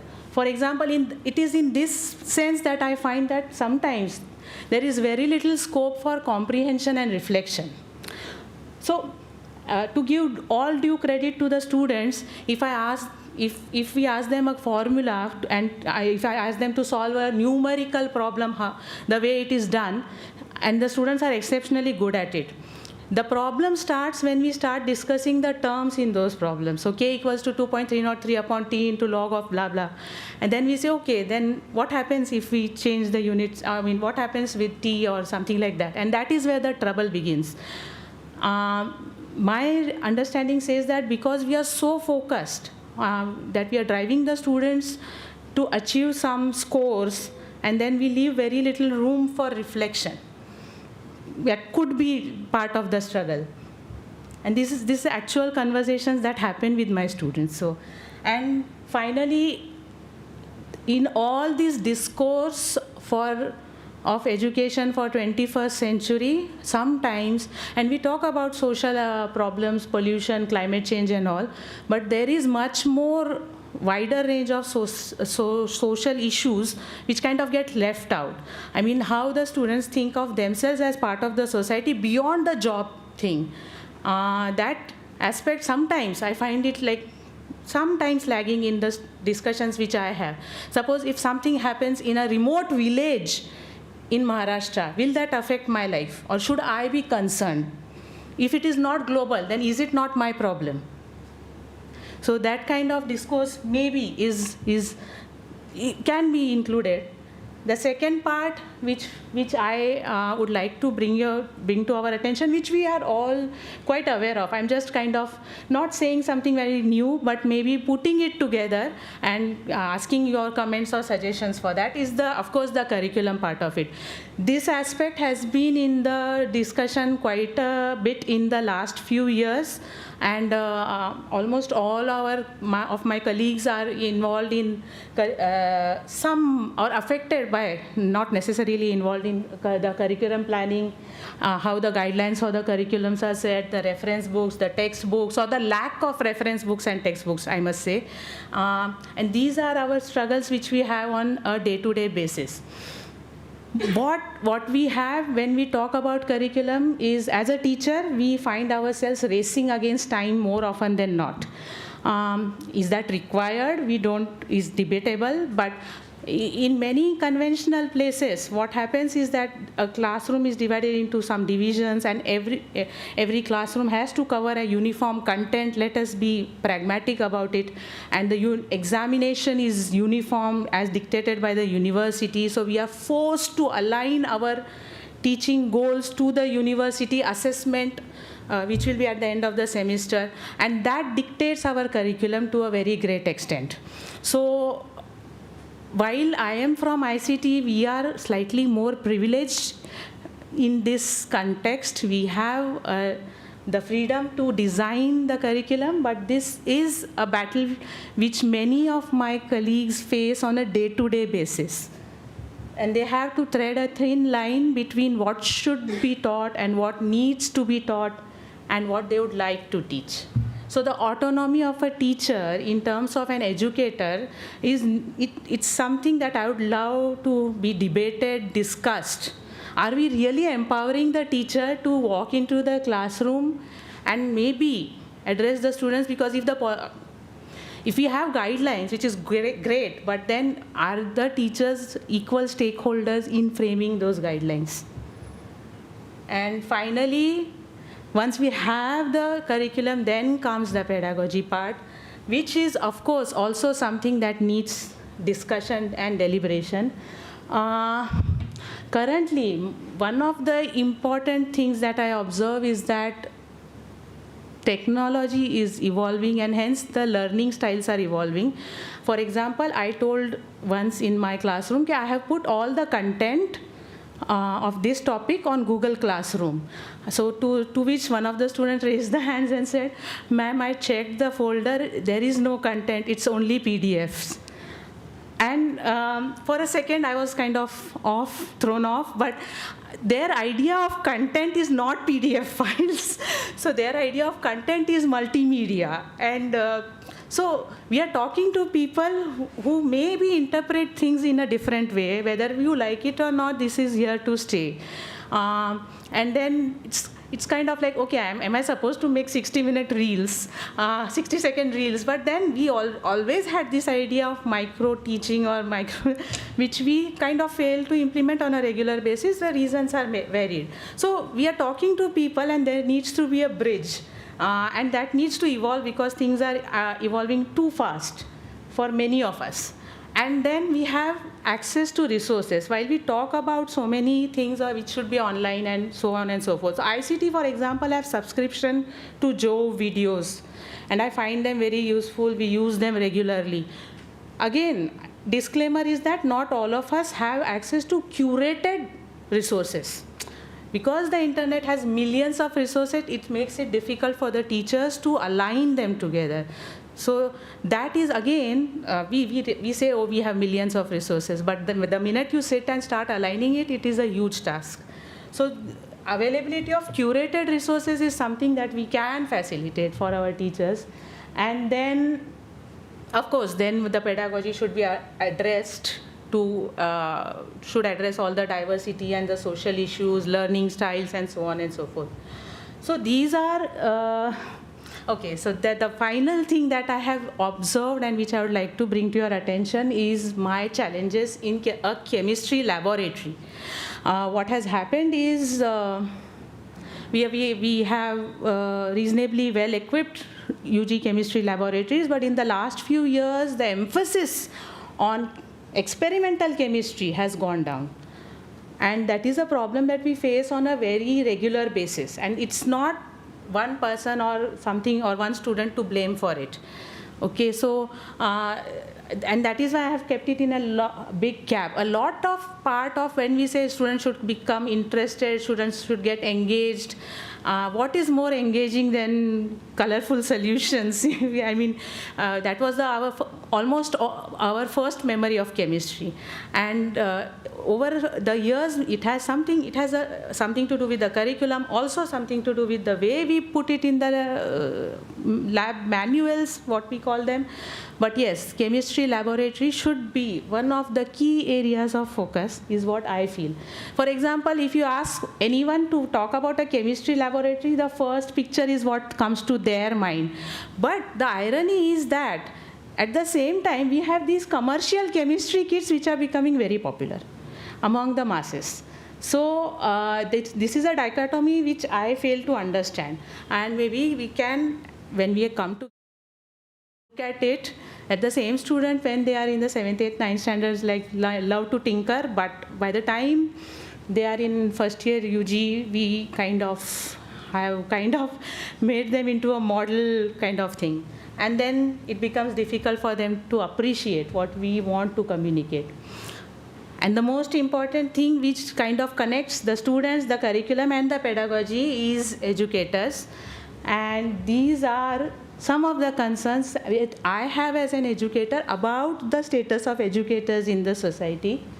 Okay, my key, my key concern would be, are we empowering the teachers? Empowering in terms of the resources, empowering in terms of the academic freedom, and of course policy matters, but that is a completely different topic. Are we giving them due recognition beyond certain institutes? There are institutes where academic excellence is acknowledged, but those are few and far in between. And what I would request is that should be the norm rather than the exception. And perception of chemistry teachers or teachers in general. So these would be some of the ideas that we can take away, we can kind of look at it. And the only thing which I have, so mostly I have spoken to about all of these, the only thing which I have not added was the science popularization. We talk about students, but in general, we should have a science popularization emphasis, which can hold the key for the future. We are talking about students who will come to us 10 years later, not today. So that kind of goal we can keep in our mind. It's not all dark, it's not all gloomy, but we should try to make the most of the situation. We are part of this syllabus implementation committee and all. So we meet every Thursday, and to be as a matter of fact, it's still in its infancy, it's still in its teething stage, and we have a lot of challenges. And it is difficult to sustain interest even in syllabus implementation because of different commitments. So we kind of joke that it's a Thursday tea club. But jokes apart, what happens is that out of the 15 members, over a period of time, there are 5 or 7 of us who are consistent. And those 7 members are the like-minded members who really have some long-term commitment. And maybe that is the community that we can kind of go ahead with. So it's not always that everyone agrees with everyone right at the beginning. But we should kind of keep talking, and maybe we'll find someone who not necessarily agrees, but we will find someone who is equally enthusiastic. So that is the takeaway kind of thing. And finally, if that happens, then the way we interpret crystal ball should be changing. I mean, this is a chemist's crystal ball. It is crystalline, it is ball shape, and it is much more useful. So thank you for your patience. And please feel free to comment or add to any of the points which I had discussed. I mean, it's just a very narrow perspective, I must say. Thanks again. Thank you for this very nice perspective. We have time for a few questions. Hello. Hi, I'm Saurabh Sananke. So I have already worked as I've taught physics courses for BSc students. And so as for 1 year of experience as a professor, I realized that for physics laboratory works, from the discussion of chemistry lab, I realized that the students actually lose interest in laboratories is because sometimes it's not challenging enough for them. So it's basically that there's a book which already guidelines the procedure. And then let's say if from physics perspective, let's say if we are designing some optics experiment, it should be up to the students. So the basics is already taught, right? But what happens is that everything is taught to them, how the lens system should be adjusted, and everything is taught to them. And basically, they only take the readings. Instead of that, if they are allowed to design the experiments and the teachers give them hints, I think that might put some interest in the students. Yes. I have to come. So I have to completely agree with you. I mean, it goes the same for physics labs and chemistry labs. I had physics in my undergraduate days, so I remember my physics lab very well. But what I would say is that it is easier said than done. But it is a good thing that we start discussing about it and kind of get more and more involved. Maybe start. So as a teacher, I'm kind of now getting more interested in how to redesign the experiments and orient the experiments rather than a lab manual, as I mentioned. So I have to completely agree with you.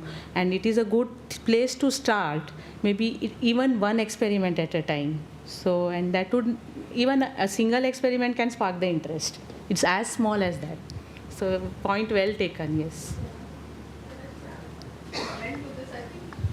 I mean, what you said, Saurabh, is fantastic. With respect, Saurabh, right? Your name is? Saurabh, yeah. I really like the idea. I mean, the concept is the best way to teach science. But as an educator, I think What comes down is the time that we can give to perform the practical. And now what has happened is even worse. Let's say in my time of education, we had at least a good 3 hours or 4 hours of practical time.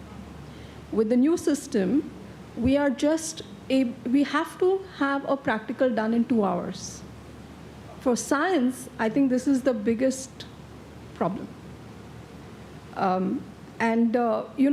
Okay, we try our best to give our students, you cannot give them a manual or protocol. See, we also have a mixed bunch of students coming. Some of them are creative, they just want to do it. Some of them have to be told to do it. And some with the attitude ki, kaise to pass karwa do. I mean, I've seen this. So we have to cater to all of them. And we have, as an educator, a restriction of time.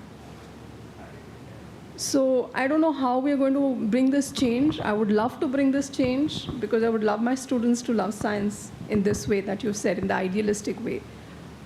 If we could manage to do it together, I'll be the happiest person. And I'm all for it. Okay, ma'am. Actually, I also wanted to say the same thing. Now, I'm Manojendra Chaudhary from St. Xavier's College. So what we have tried to implement in physics lab is we have lots of projects. Okay. And so I absolutely agree with the time constraint. And that is why we cannot have creative experiments, because creativity requires time.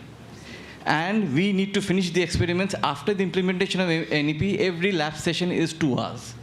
So you cannot do away with the journals. You have to provide them all the steps so that they finish it in time. But at the same time, we try to do with projects where students can have extra time in their own time and then do it. And my experience is that there's a certain class of students who do very well in projects, and there's a certain class who actually lag behind. And we cannot have a uniform system to address all the students.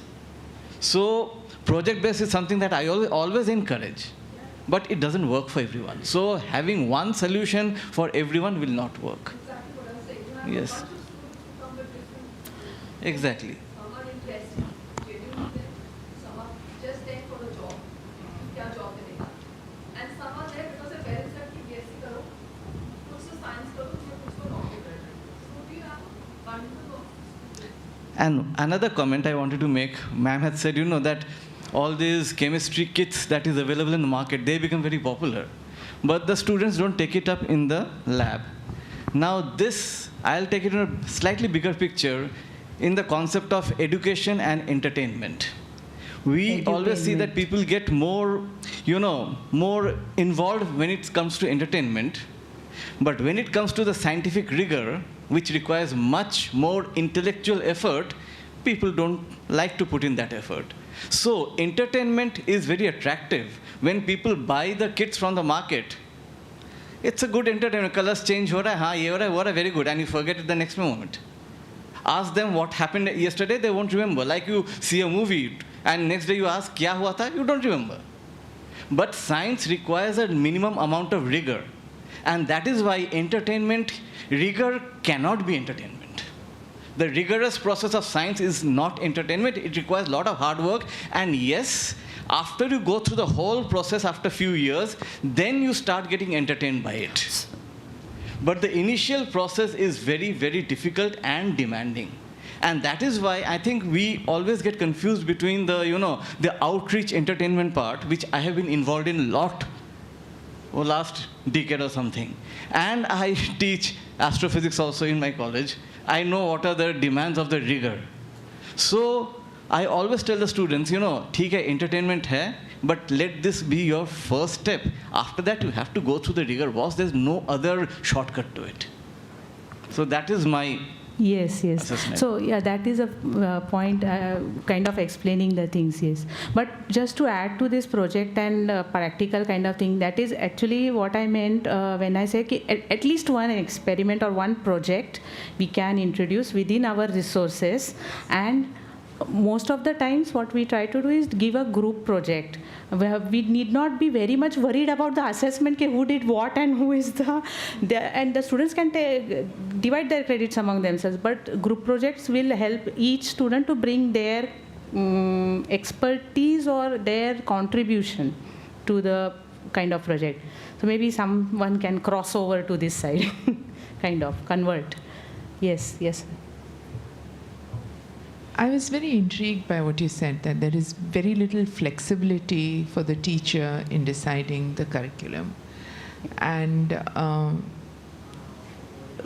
what, if anything, so I would also like to address this to the first speaker, what, if anything, can we do to change that? That's my first question. And the second thing is, how much of the actual information that you teach, that's why I said it's addressed to you, but also to the first speaker, is actually relevant in a job setting?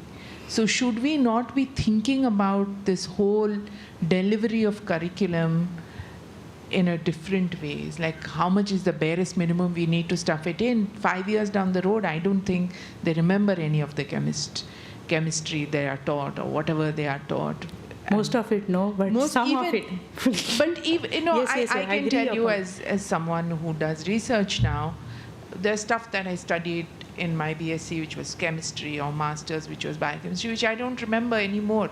And I can go back and figure it out. So it's much more important to know how to figure things out than to get that information. Precisely. So I'm really curious about this aspect from both the speakers. If you have anything to add, that might actually help.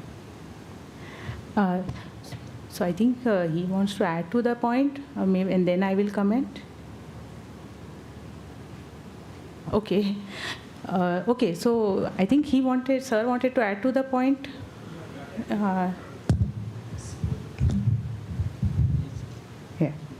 May I say?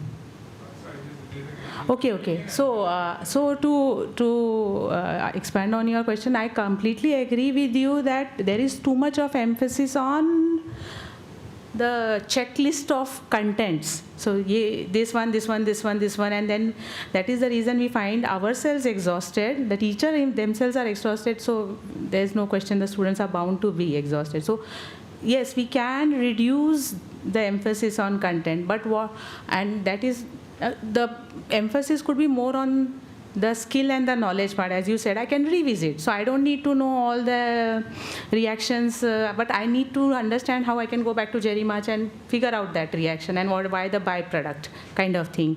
And it is completely a more logical way of teaching any subject, not just the sciences. But what happens in when my understanding of the UG setup is that the syllabus is not set by the college teacher, which is okay, but the syllabus could be just a broad guideline in that case, and the teachers should have the freedom to kind of expand upon those topics depending on their judgment and experience, which is a utopian idea and doesn't materialize in colleges.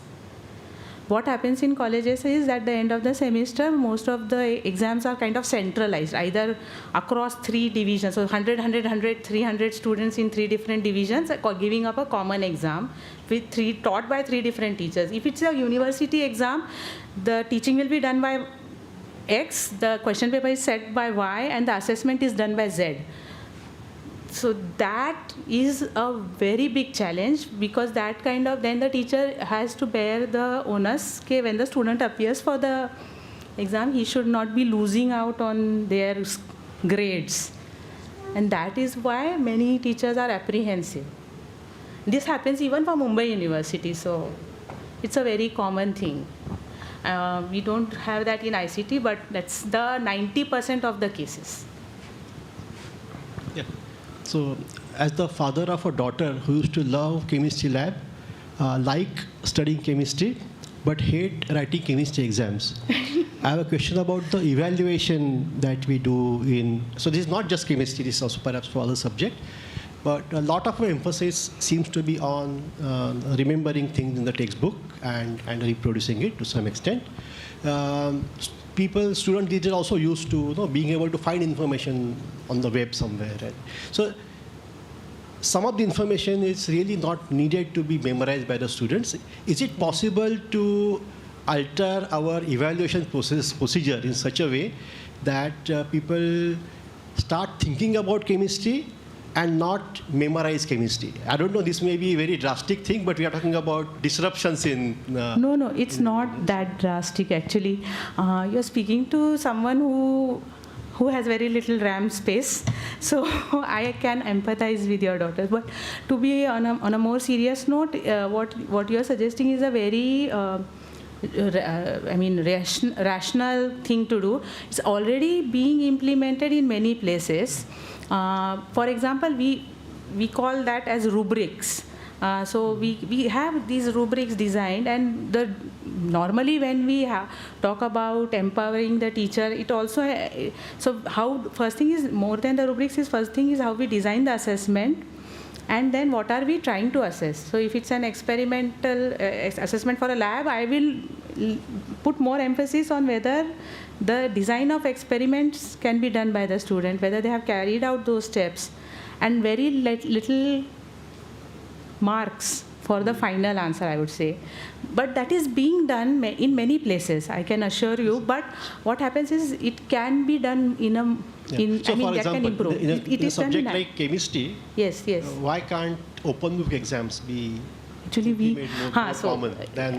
do have open book exams in ICT, but again, so the assessment part, can be something that can be expanded upon. Some colleges give a lot of freedom to the teachers to design their assessments. So we have open book exams, we have take-home exams, and we have a lot of other things. ICT, but so the freedom and so I empathize with my colleagues, and what the idea is that in this next 1 or 2 days is like, how can we expand the same system which will help the students to not fear the subject. And there are people in UG colleges who have done exceptional work when it comes to assessment. So there are two things. There are some very few people who work on that, and the other thing is that is not really publicized well. So kind of not in public knowledge kind of thing. I know some of my senior colleagues who have done excellent things, but I'll share with you later. Hello. I am getting back the attention to the young professor who has brought the issue that in the practicals, if the student has some, some applied questions can be given. Now, I just want to ask everyone over here that when we were in the school, we had a homework, right? So why can't give such type of the homeworks during the practical also to the student, and include the student-teacher interaction marks in their internals, so that students take it seriously. At the same time, they will try to think upon it. Because let them do the regular experiment in their laboratory as per the lab manual. Let them understand the principles behind it, and give a small problem to them which they can go home, work upon it, and come back to the next practical and discuss with the teacher.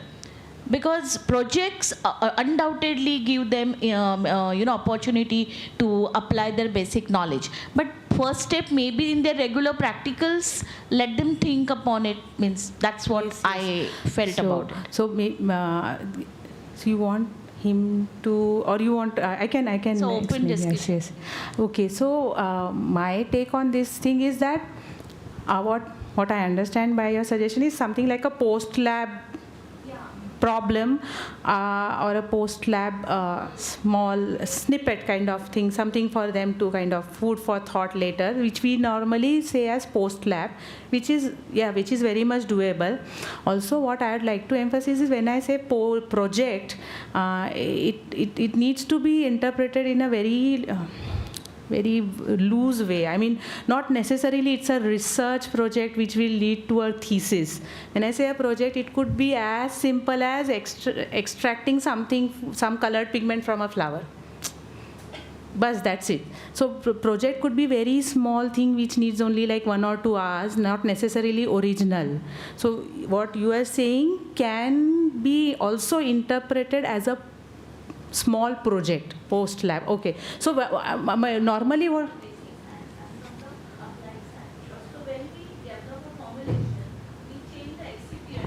What can be the effect of it, and can you try it in the laboratory? So same way the basic science can also think, means... Yes, precisely. So pharma, yes. Yeah. So even that would qualify as a project. I mean, we are talking the same idea, but we are labeling it as a different because he thing. raised the query that we give the lab manual, they perform the experiment, but sometimes why not to give the student opportunity to think upon and develop the methodology on that and come out with a good solution. So that can be the homework for him, and that may be the, you know, he's really interested, because another concern was that everybody is not interested, right? So those who are interested will surely think upon it, and So the students, but others when they see that some students are solving it, that is also the another, you know, motivation, that if they think upon it, maybe they will also able to solve, jump in, yeah, and get some score. So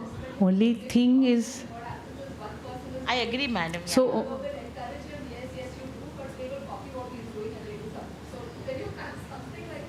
yeah, but then for those maybe 50% or 70% student, those 30% students. So on a lighter note, a student in the first year BSc would like to label it as a project rather than homework. It gives them more self-importance. But yeah, we're talking kind of the same thing. Thank you, ma'am, for a very interesting lecture. Thank you. My simple question is, you know, less is more or more is less? That is a very important point. A teacher goes to the principal and principal asks, have you covered the course? And the teacher says, sir, I am trying to uncover. Please don't ask me that I will cover the course or not. Yes, These are very important questions. And the debate which you have really started in this session is affiliating system versus autonomous system. Yes. I think that's the crux of the problem if you want to get rid of anything which is happening in the education system. Otherwise, in affiliating system, university says colleges don't do, college says university doesn't let us do. And the situation has come to pass that university is not able to manage the date sheet of their exams with so many courses getting introduced. Yes.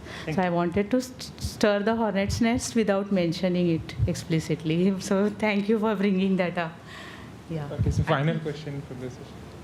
One problem with having autonomous kind of courses is that there are other exams. Like when I was head of department, teaching department, I came to syllabus to cover all the NET, SET, GATE syllabus, because students should pass it.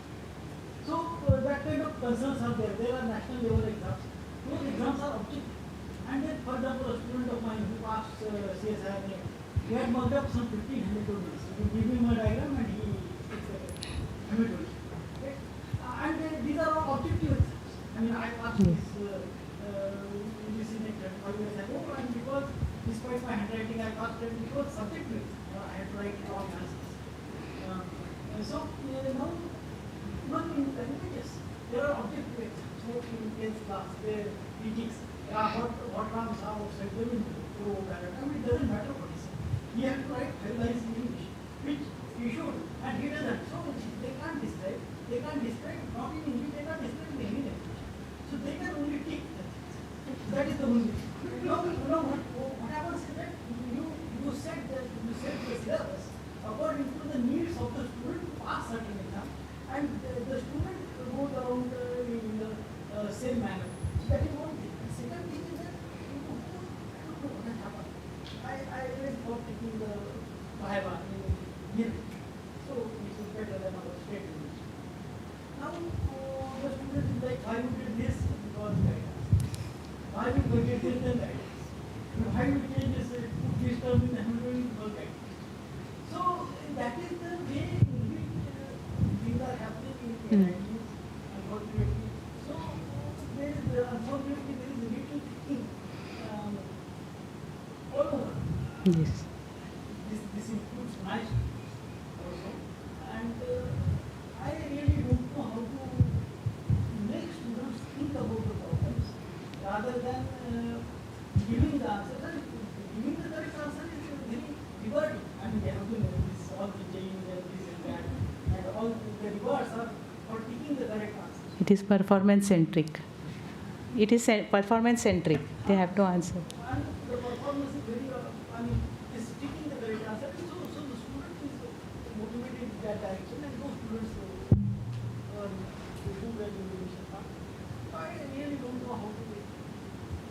Yes, yes. No, no, that is not only your problem. So it's faced by all of us actually, and it links to the previous comment that is less is more or more is less. So somewhere we have to strike the balance, and I think even I am struggling. So many of us are struggling with that. So we should kind of discuss that in great detail. Okay, thank you. There has to be some balance. So yeah, let's just stop here. Thank you. Thank you. Thanks a lot for all this Yeah, sorry for exceeding No, the no, time. engaging this question. We want discussion, but we are running a bit late, so we'll have next 2 talks after the break, and we'll unfortunately have in place of 45-minute only 15-minute break. so we'll come back here at 12. Thank you. Thank you. So tea and coffee is served outside auditorium.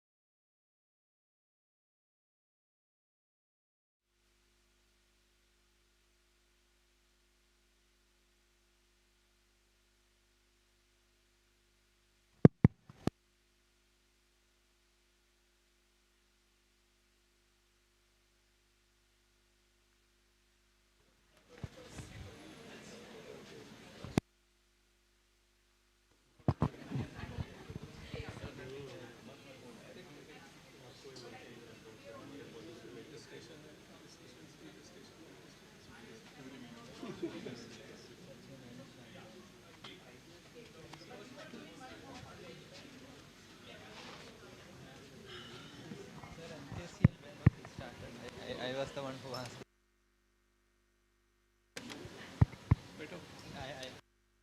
Speak now.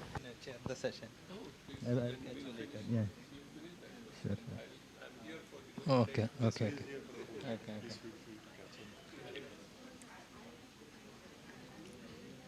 You can just say that. Let's settle down. Okay, welcome back. Let's start the next session. So we will continue with the talk. We have Sachin Rajagopalan from St. Xavier's, Mumbai, talking to us on breathing life into learning biology. Welcome, Sachin.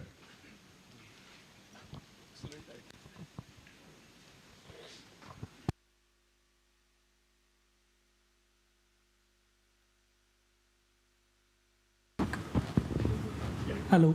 Yeah. A very good afternoon to all of you. Let me first thank the organizers for this opportunity that they have provided to us as educators to come and share our experience with you. I am Sachin Rajgopalan. I am currently working as a faculty in the Department of Life Science and Biochemistry at St. Xavier's College. But the majority of the experiences that I'm going to share is from my previous institution, where I worked for past 8.5 years in the Department of Microbiology at Ramnarain Ruia Autonomous College, Mumbai.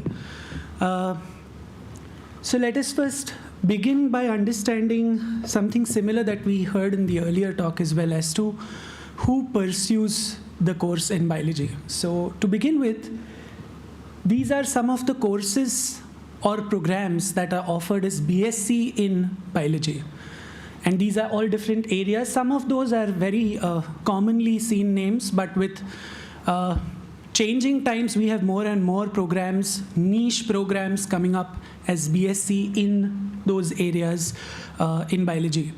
So I will come to this as to why I have put up this slide first. So I'll come to that as we go ahead in the talk. Let us first understand who pursues biology. So of course, we would think that it is someone who wishes to pursue research as a career, or probably is looking at an industry-oriented job in R&D sector again, or maybe involved in science communication, or wants to take up allied professions like getting into intellectual property rights, or being an entrepreneur himself in the area of biology, or even doing MBA in biology-related sectors like hospital management or pharmaceutical. This is what we would think, but the ground reality is that 70% of our biology BSc students are those who are medicine and pharmacy aspirers. This is a fact. So around 30% of the students surely come with an aim that they want to pursue a BSc course, but 70% of our students are actually the ones who could not get into medicine or pharmacy, and they take up a BSc course. Moving ahead, how do they select this program? First and foremost, we would think that they have an interest in the subject, which is very true. Several of our students say that they visited an exhibition, or they probably got interested in the course because of a teacher who introduced a very interesting concept to them in biology, or they saw a video online which instigated their interest in the subject. So interest in the subject, of course, yes. Latest proceedings. So I think with pandemic, this has become even more common, that students say, you know what, I learned about that disease and I want to really do some research in that area. So latest proceedings is again something that invokes interest. Real life experiences. A lot of them, especially biology students who have some medical history in the family, do think that, taking up biology as a career is a better option because they would want to look after for solutions to those problems. And of course, career thing in biology ahead, and they take BSc program as their first step. But this is again for those 20 to 30% students. For majority of them, BSc is a last minute option. It is a stopgap option, wherein they think that let me repeat NEET once again, let me repeat CET again, and they come into our BSc program looking at BSc as a stopgap transition option. It's a backup, plan B. These are all terminologies that are used normally by students. And what are the consequences? we can't blame them. There is lack of commitment because they are busy preparing for their entrances all over again. There is loss of interest, and there is a lot of stress because BSc is equally a demanding program. So what am I trying to tell over here? The challenges begin at this point for a biology educator. Because in the classroom of 100 students, 70 are such who really don't know why they took this subject up. So creating an interest in them at that point becomes the first challenge for a biology educator. So it starts there. Instigating that curiosity in them that this course can also help you fulfill your dreams.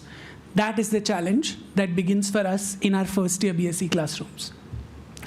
I'm going to touch upon some of the core challenges. We'll try to avoid those points which are already discussed. When it comes to curriculum, I feel that it was discussed very much in detail that designing a curriculum is a very big challenge. And I feel that it is in both ways. Number one, that it is rigid. Number two, being overambitious. We want to teach everything. And that is not possible. That's not feasible. Rather, the focus has to be on strengthening the fundamentals. If the fundamentals are in place, they will be able to take up any other applied concept and try to understand it on their own. So that is one of the biggest issues. Resource availability is another problem over here, because biology, or rather any science for that matter, is very dynamic. Things are constantly changing. Most of the references in such a scenario turn out to be research papers, review articles, which surely should be incorporated, but to a certain extent, because if all references become research papers, the students in no time lose their interest. So it becomes very difficult to generate resources in order to keep adept to the contemporary proceedings in the subject. So that's a challenge as to how these resources can actually be generated for education. Second, which is very commonly discussed, is the infrastructure, especially when it comes to biology, because we think that biology labs need to have a lot of equipment, very fancy consumables, very expensive consumables for that matter, and especially when it comes to the domain of molecular biology, we know that it is advancing very fast, and we think that it is practically impossible to do those experiments in the lab. Hands-on exposure, skill development is a very important component, but unfortunately, because of lack of infrastructure, the second thing that is normally quoted is lack of expertise or lack of resources. Very important, funding. So I come from a college. I do not come from a research institute. There are very few funding opportunities that are available. Yes, there are grants. Colleges apply for those grants. They do get those grants. But let me tell you that these grants come with a lot of clauses in them. There is no provision for AMC as well. So once the equipment is bought, maintaining that equipment also becomes a very tedious task. Though I understand that we need to take up more consultancy projects, we need to find out ways to generate revenue out of it, but this is one of the core issues with the grants that are actually available for academic institutions. So of course, a lot of burden as per the accreditation body comes on the institution, because the institution is expected to give seed money grants for research. Now that is a big financial burden on academic institutions. Surely, several academic institutions are tapping into alumni to look into more seed money grants so that they can give in some money for the process. But this may be possible for institutions which are quite old, well-established, prestigious, have been there for years together. But there are institutions which are comparatively new, may not have well-established alumni. In such scenarios, this is a big problem. Industry-academia linkage is the shortage of that is now being sensed in NEP, when we have to place close to 600 students for OJTs and internships. So of course, again, alumni is a very important component over here which can be tapped, so that more and more industry-academia collaborations can also be done. This is a well-known problem, faculty. So here, first and foremost, is recruitment process. recruitments are not happening since a very long period of time. There are departments in Mumbai University colleges itself wherein the department is being run with a 1 full-time faculty and 12 CHBs. So in such a scenario, giving genuine or doing justice to the course becomes comparatively very, very difficult. There is lack of training, no doubt, because there is lack of expertise. Training needs to be done of faculty members. And especially in higher education, we realize that there is no training of teachers before they actually take up the jobs, like be it for school education or for junior college education. There's nothing of that sort in senior college. So when a fresher who has just completed post-graduation enters into a classroom, it's a different ball game wherein the role gets reversed. And if there is some prior training of pedagogy and assessment, it would surely help the person to deliver the discourse better.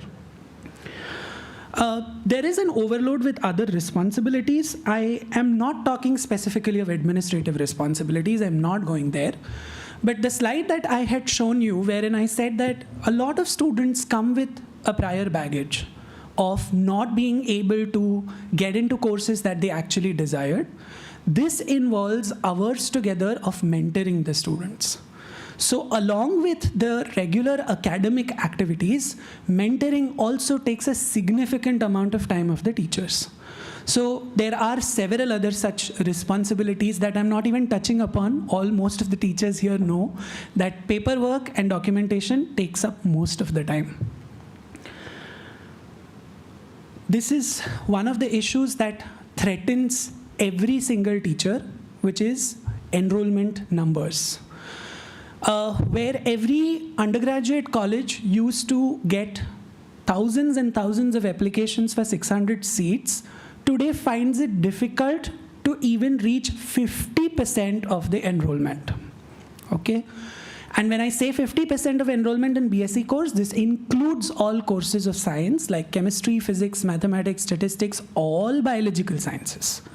So when that number drops down to directly half, close to 250 or 300 students, the division of numbers also becomes difficult. Now, this is about cities like Mumbai. But there are several educational institutions where teachers actually go into houses and get the students enrolled into the course. So that's even more tougher a task. Of course, there are several reasons for this. I don't say that the students are at fault. Even we are at fault. I have written there lack of awareness versus awareness. So lack of awareness is basically about what Sir mentioned today in his talk, that there are so many job opportunities that even as educators we are not aware of, because of which we are not able to pass it on to the students. But similarly, there is an awareness that this path of career involves BSc, MSc, PhD, postdoc, and a struggle to get a job. So then the thing is that what is a better opportunity where I can get employed faster?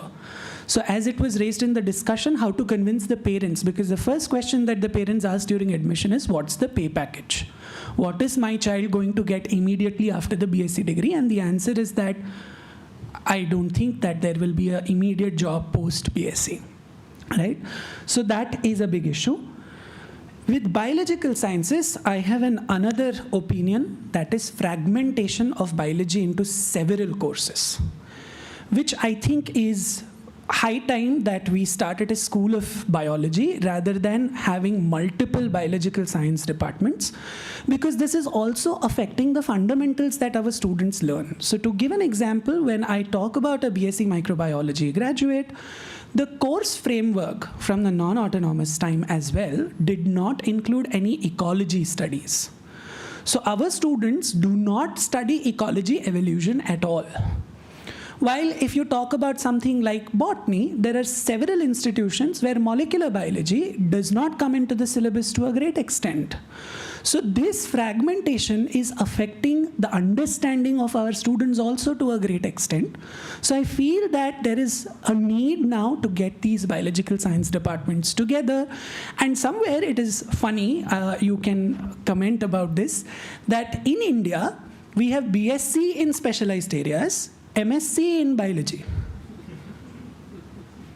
So whenever they go to TIFR or they go to ICER, they go to any research institutions, they are doing MSc in biology, but the student has done a BSc in microbiology or a BSc in botany or a BSc in zoology. So I think specialization can come a little later and let them learn the fundamentals first, is what my personal opinion is. You can, of course, disagree to that, but that's my personal opinion. Employment opportunities, this is something that I think is also a part of our discussion panel, where we need to discuss about this as to how we can generate more employment opportunities or make people aware about the opportunities that are already available. So that is something that is very crucial. Now, whenever I interact with teachers across through teacher training programs, thanks to Asim sir and Manwa ma'am and Nirja ma'am, who give me this opportunity of interacting with several teachers, I realized that one of the core issues that everyone says, which was even brought up in the discussion, is retaining interest in the class. And it is said that, oh, it's era of Instagram reels, we need to have a 60 seconds reel for them to gain interest into it, or they have shorter attention span, how to engage the students with such limited resources, we have to cater to each and every student in the classroom. All this feels overwhelming. But let me tell you, I'm going to share a few of my experiences, which I implemented after undergoing few training programs as a teacher, because I also had a similar opinion years ago. So this is my 10th year, probably 10th year in higher education. Probably 4 years ago, I was having similar opinion. But then I started implementing few things in the class. So I'm going to share that. Few of these things are also from my colleagues who have implemented things in the classroom, and I want to share that with you all. So first and foremost is tingling the imagination kida in the students.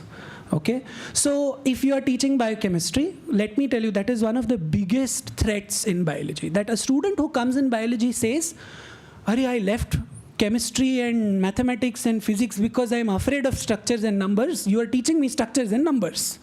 So they come with this understanding that biology means, oh, I don't have to study chemical structures, I don't have to do any calculations, please keep me away from that. This is the fact, okay? So it is very important that when they are afraid of such subjects, we need to find ways to make them more comfortable with that particular subject.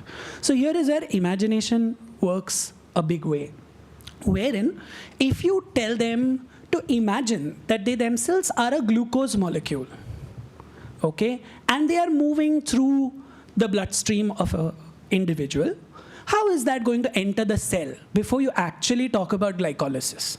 And make them imagine moving through bloodstream, passing different organs. It at least relaxes them before the structures come in front of them. Okay, so this is something that I find interesting to start the class with. Now comes the structures, because I got an opportunity to teach biochemistry for a long period of time, and they used to come with a lot of fear of these structures and terminologies as well. So talking about enantiomers, they used to be like, why are you wanting us to know about enantiomers in biology class? What is the purpose of this? So setting up a context with an application or with a story becomes very important. Like talking about a biologist actually ended up discovering it, Louis Pasteur. Okay, and that too on a bottle of wine where he found tartaric acid crystals. That mesmerizes them. Oh, a biologist did it. A self-confidence that they can also do it. Okay, post which, setting up context using stories like thalidomide, because that gives them the biological significance that what isomers can actually do to an individual if they are not administered correctly. Or talking about activities like telling them about chirality, so making them do activities of superimposing their hands or taking images, selfie images, and superimposing this stuff to make them understand superimposable, non-superimposable. Normally, we do that by putting two structures and telling them, see, OH is here, in that OH is there. So that makes it pretty much boring for them. But if these kind of activities are first put in, it eases out the process of understanding, and they don't feel it complex anymore. again, thanks to Neeraja for this. Sorry, I referred to as ma'am, and you gave me a look, so thanks, Neeraja, for this.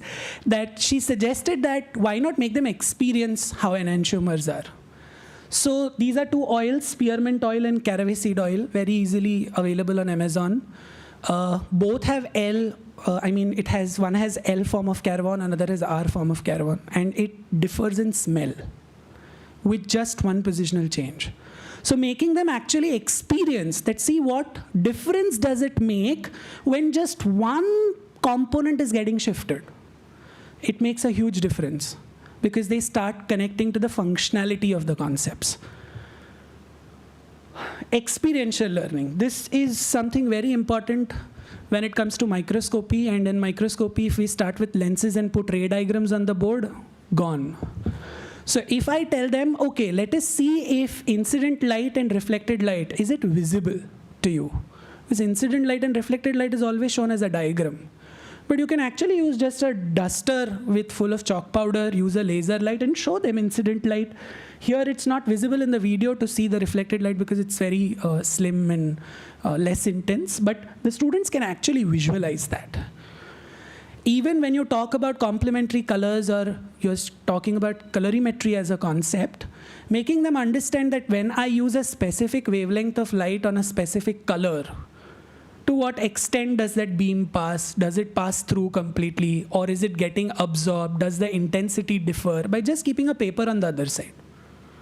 So that also makes a difference, because they see the instrument, but they can't visualize what's happening inside the instrument. So this surely does make a difference, and there are also lenses available with laser lights that you can play with to teach them the concepts like myopia or even teaching them microscopy. Okay. So people spoke about designing an experiment. I have tried this out, and I have tried this with the non-NEP batches because I totally understand NEP batches, 2 hours practicals, very, very difficult. I am myself trying to understand how to implement these things in 2 hours. But in the non-NEP batch, what we used to do was the first 2 weeks of practical sessions used to be lab common sense workshops, where right from basics of laboratory to designing an experiment, how to design an experiment. Give them the freedom of designing an experiment. So for example, again, MSD Dicer introduced me to coin experiment. So I started with the coin experiment first and then took it to my subject. So I used to tell them that this is a 5 rupee coin. Tell me how much solution can this 5 rupee coin hold on it? What is the volume? So now they have the freedom to design what they want to use, water, oil, or any other solution. Viscosity-wise, the things will change. So they are able to design their own experiment depending on the variables and what kind of precautions they need to take for avoiding errors, discussing the concept of repeatability and reproducibility. All that can be done in this one experiment, which is simple. You don't need high-end infrastructure, and you can still do the experiment by making them realize what are the things that they need to keep in mind when they're designing an experiment. So same thing was done with designing a microbial medium for growth. So they got different foodstuffs from their home and designed a media.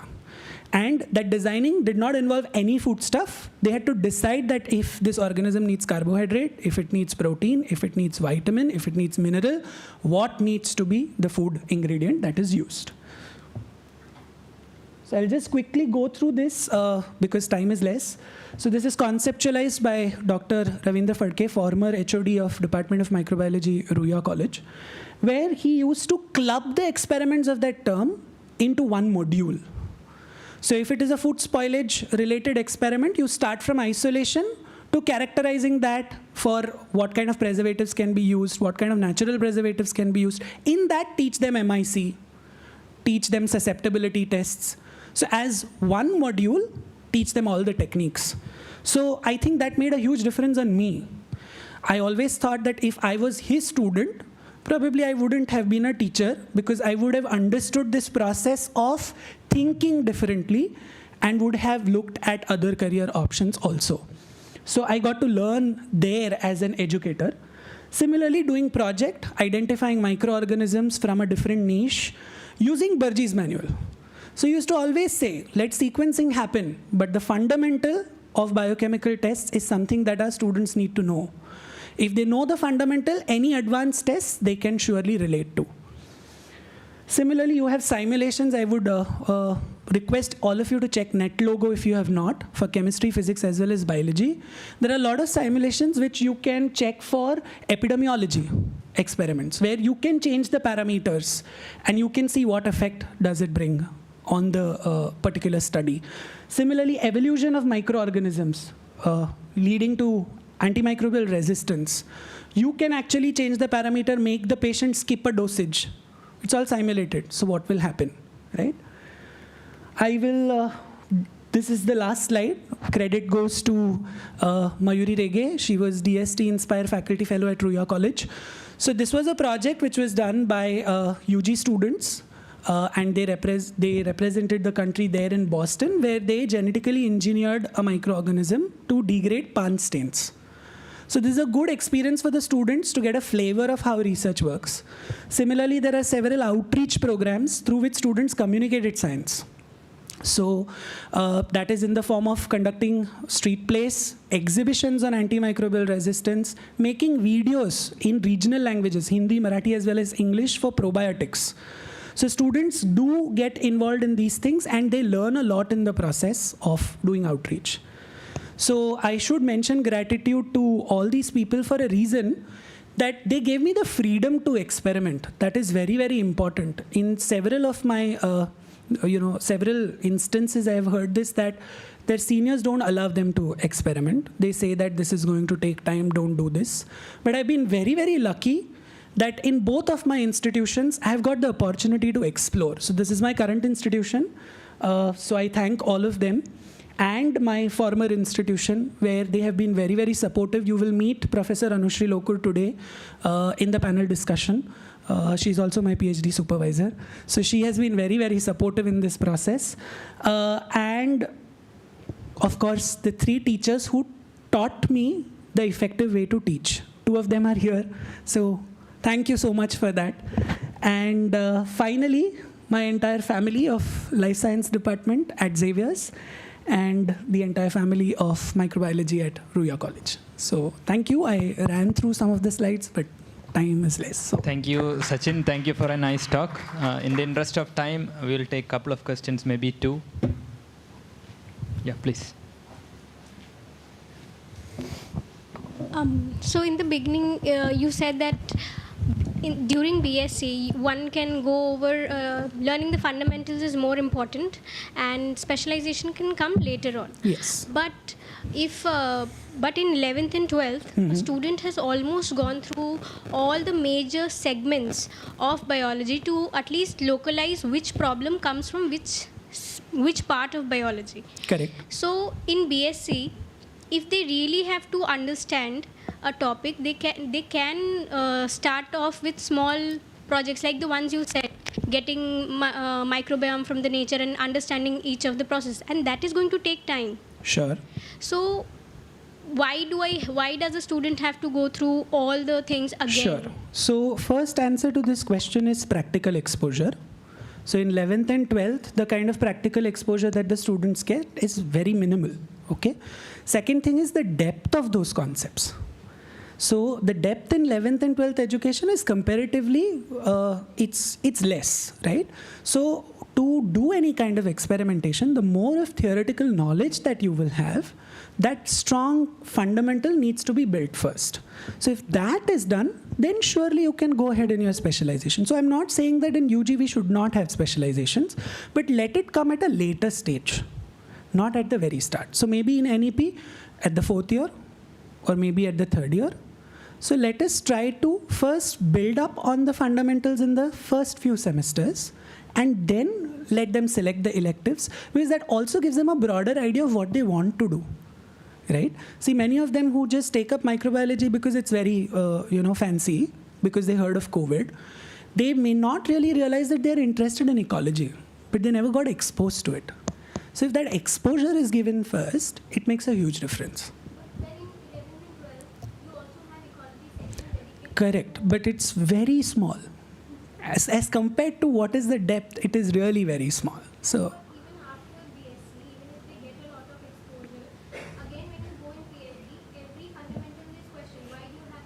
sure, sure. So that's the process of science, right? Yeah. So at least, see, even in 12th standard, it happens so that they're so focused towards the entrance exam that many a times, a lot of things are just given weightage. And then you're not focusing on the rest. So these few semesters in undergraduate studies giving you that opportunity to focus on it first and then make an informed choice is what I would suggest. There are no more questions. Let's thank the speaker once again. Thank you. Now we have the next talk from Dr. Shanabau Bagul. He will be talking to us on perspective on physics education. Shanabau, please.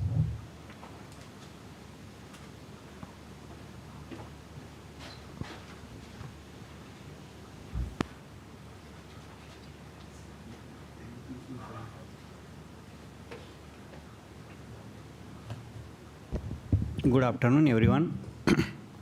I am Mr. H.D. Bagul from Pratap College, Amalner, District Jalgaon, which is affiliated to KBC NMU Jalgaon University. My college is located in rural area. So, first of all, I clear that I am not I do not come here to deliver the talk, but I have few doubts or problems which are related to the undergraduate science students and teachers. First of all, every year number of students admitted in the first year course of undergraduate is decreasing continuously. Why this number of enrollment decreasing every year? This is my first question. I guess that may be the wrong, but maybe due to the job they feel like student will get the jobs after completing engineering or pharmaceutical, which is the technical degrees they feel like.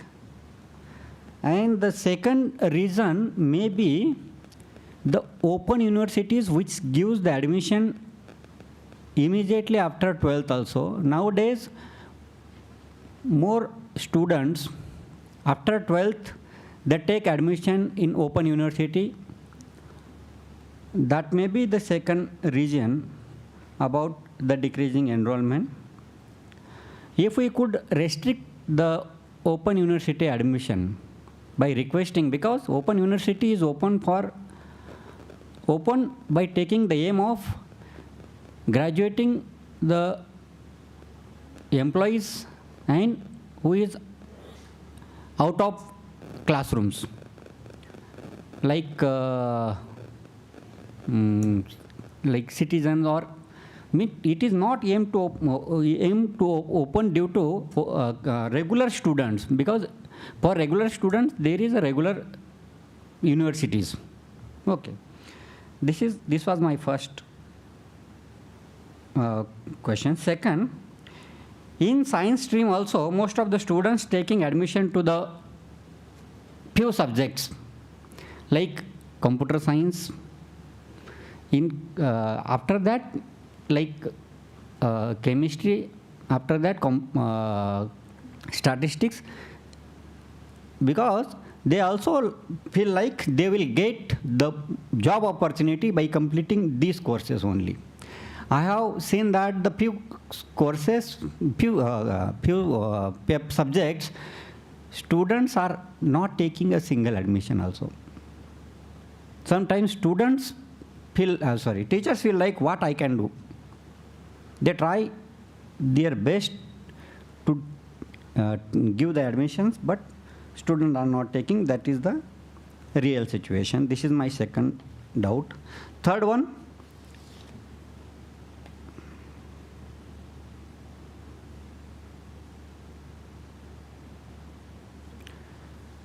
the enrollment also may decreases due to the students are not feeling like that they will get the teaching jobs as a teacher. Because in last 1 or 1.5 decade, the teacher recruitment is very less as compared to before 1.5 decade. This may be the reason of decreasing enrollment, but nowadays it is good thing happening like TET, TA, IT, TET, which is taking place in Maharashtra. I don't know about other states. But due to this, the students may interested to move toward the basic science educations. And the last one, students' basic knowledge also affected by decreasing their reading habits. This may be due to the social media and who told Sachin sir or earlier madam, in internet or explorer, all things are available, but they are in scattered way. By searching the particular thing, they get scattered somewhere and they waste their important times. This may be the reason behind decreasing their basic knowledge. And last point, 5th point, few students take the admissions but not fill the exam forms. These cases also increases day by day. Why this is happening, I don't know, but it is happening and we are seeing in colleges. So these are the 5 points I want to raise here to discuss. If you discuss, that will be helpful for us and students also. Thank you. Thank you, Dr. Shanubhav. Just a clarification, they enroll for the course and don't appear for the exam. That's the last one. They enroll for the course but don't apply for the examination form. Okay. Yeah. So after second year, in second year also? First semester. Yes. Every year it is. And they stop coming to class also? Some came to the class but even not filling to the exam form. No, in second year onwards and all? Oh. It means it is happening in every year also. Okay. Yes. Principals allot the students to the professors, tell them that please call them. Yes. Okay. Contact them somehow and establish the contact. And please request them to fill up the exam form to be sent to the university. Okay, we can take a couple of questions, yeah.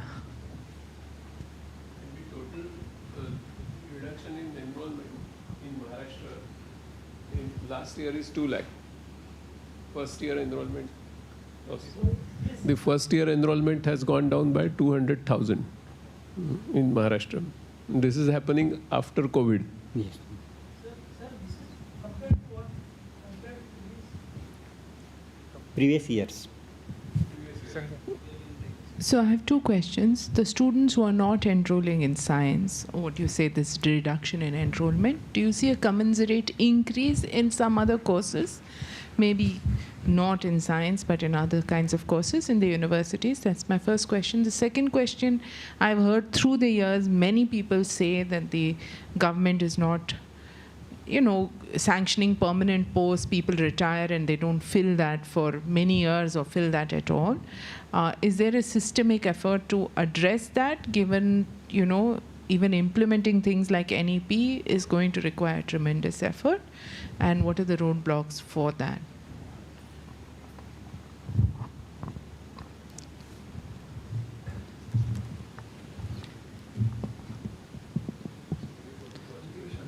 Yes.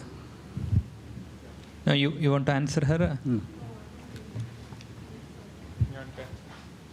You want to comment on that? Yeah. One thing I wanted to tell you with the data at my disposal, yes, that the open university enrollments are also decreasing. Okay. So if you are under a misconception that your admissions are going to open university, that is also not there. Okay. I have a question. Himanshu here. I'm actually working with B.Ed and DLED students in Chhattisgarh, and as you have rightly mentioned, there's this problem with Open University where many students are enrolling in the courses, and this number is going up. What I could see, it's an observation that I have in the classrooms, they are pursuing DLED and B.Ed degrees, but parallelly they are pursuing science degrees. Now, it's a question, right? They are not learning concepts that are there in their own like core degrees, which is DLED or B.Ed, and also they are sacrificing a lot in science because it relies a lot on practical knowledge. So I somewhere agree, but I also believe the way science is taught in many universities is not that hands-on. It's more theoretical, and it could be one of the reasons where the popularity of those courses is going down. Okay. You want to comment on that? I don't know if it is always going to be the way science is taught. I think it's the parents who come to take admission and ask you what is the job perspective. What is their job going to be like? What is it? They are all interested in applied courses which is going to give them a job. So if you're talking to a parent and you tell them that they need to know these fundamentals, this, that, and all that, some of them ask, package kya milega madam inko BSc ke baad? So it's the mindset. It's the mindset that they are studying to get a job.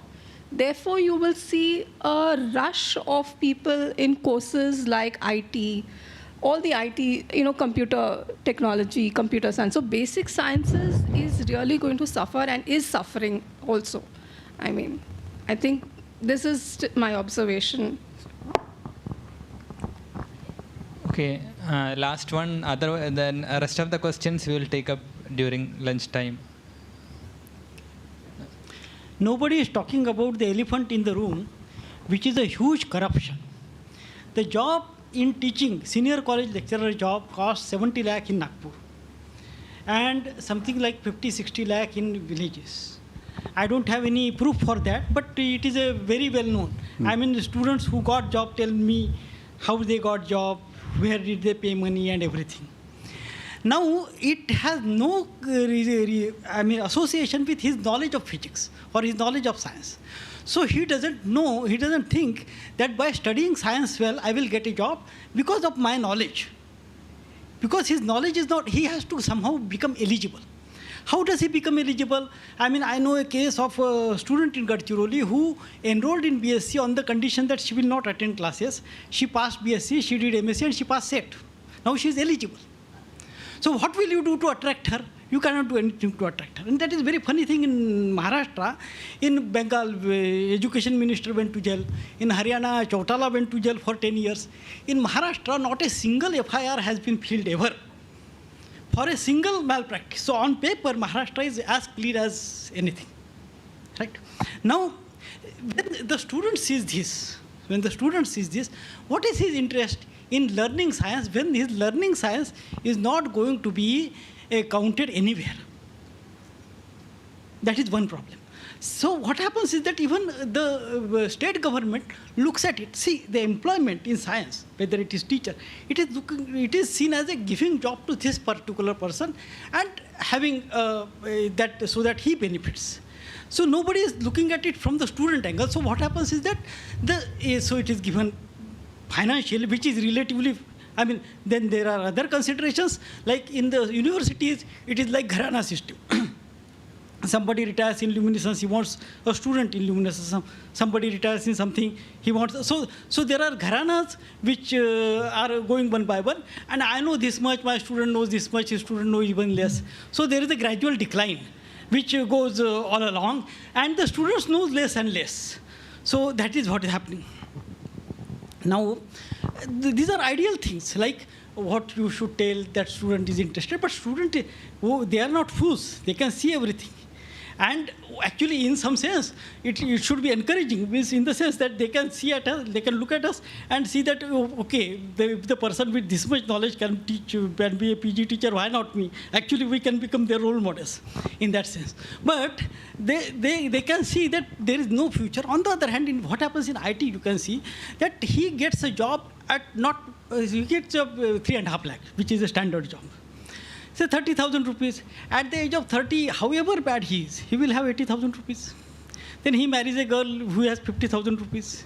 With 1,30,000 rupees, he can start a family. Can you make it short? That particular situation, there is no such future. People with 35 years, 40 years, PhDs are just rolling around, and some of them from better institutes have a worldwide thing. So this situation students are seeing, and I think this is something we have no control on. This particular, the people who are sitting here have no control on these things. So I really don't know what we have control on. Okay, we'll continue it later. Let's thank Dr. Shanabau for his talk. Thank you, sir. And I think many of these larger systemic questions which Professor Sandhya raised and many others have, I think the next speaker would be in a much more better position to comment on it considering his experience. So we have Professor P.K. Ahluwalia, President of Indian Association of Physics Teachers. He was formerly at Himachal Pradesh University, a renowned physicist and educator known for championing innovative approaches to physics education. With a long-standing career at Himachal Pradesh University, he has played a pivotal role in curriculum design, teacher training, and making undergraduate physics more accessible. Under his leadership, IAPT has strengthened the connection between theoretical concepts and classroom practice, inspiring students and educators across India. I should also add that he was the one who started a physics education research group in a physics department. Was it the first one in the country? Yes. So, and he guided students in physics education research in the physics department, which is a common practice in US, Europe and all, but in India, this dichotomy that education and the subject, it still remains. So it goes to his credit that he started at Himachal Pradesh University. So let's hear from him. Thank you very much. Very good afternoon. I first of all thank the organizers, particularly Professor Joshi and Alam, for giving me an opportunity to come here and share with you not my views in a sense, but what IAPT is doing and how it is trying to really bring some kind of a debate about all these issues which were being talked here in the earlier sessions also. Let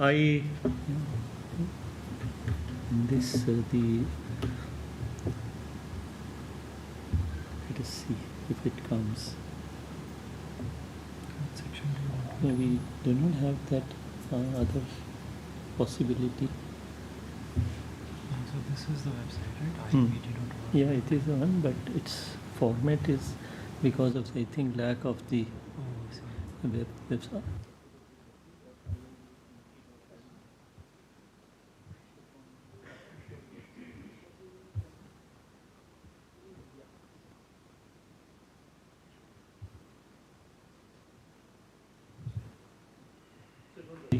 We will come to that and see. So as I was telling you that this is a very interesting opportunity for me, and I belong to a community right now which has about 10,000 members in the country. And they are having a very interesting vertical. They come from schools, they come from undergraduate colleges, they come from the universities. And our organization, which is Indian Association of Physics Teachers, is 40 plus years old. And there were a set of interesting people, our founders, who thought that we need to do something for physics education. That happened in Kanpur. One of the first conventions was held in IIT Kanpur itself. And the three people whom I will specially mention as founders were Professor D.P. Khandelwal.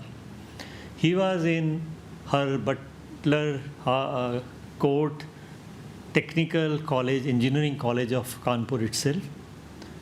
The second person was Professor Babulal Saraf, who was in the University of Rajasthan, who started Center for Developing Physics Education in the country in the early 80s. And I think that's a very interesting case study, that how a teacher who thinks something for changing the scenario works. Then the third person was Professor H.S. Hans from Punjab University, Chandigarh, who actually, brought one of the first cyclotrons in the country, which was donated to him by Stanford University. And that's a very interesting case study, which you can find in a very interesting film made by Janvi Falke called Cyclotron.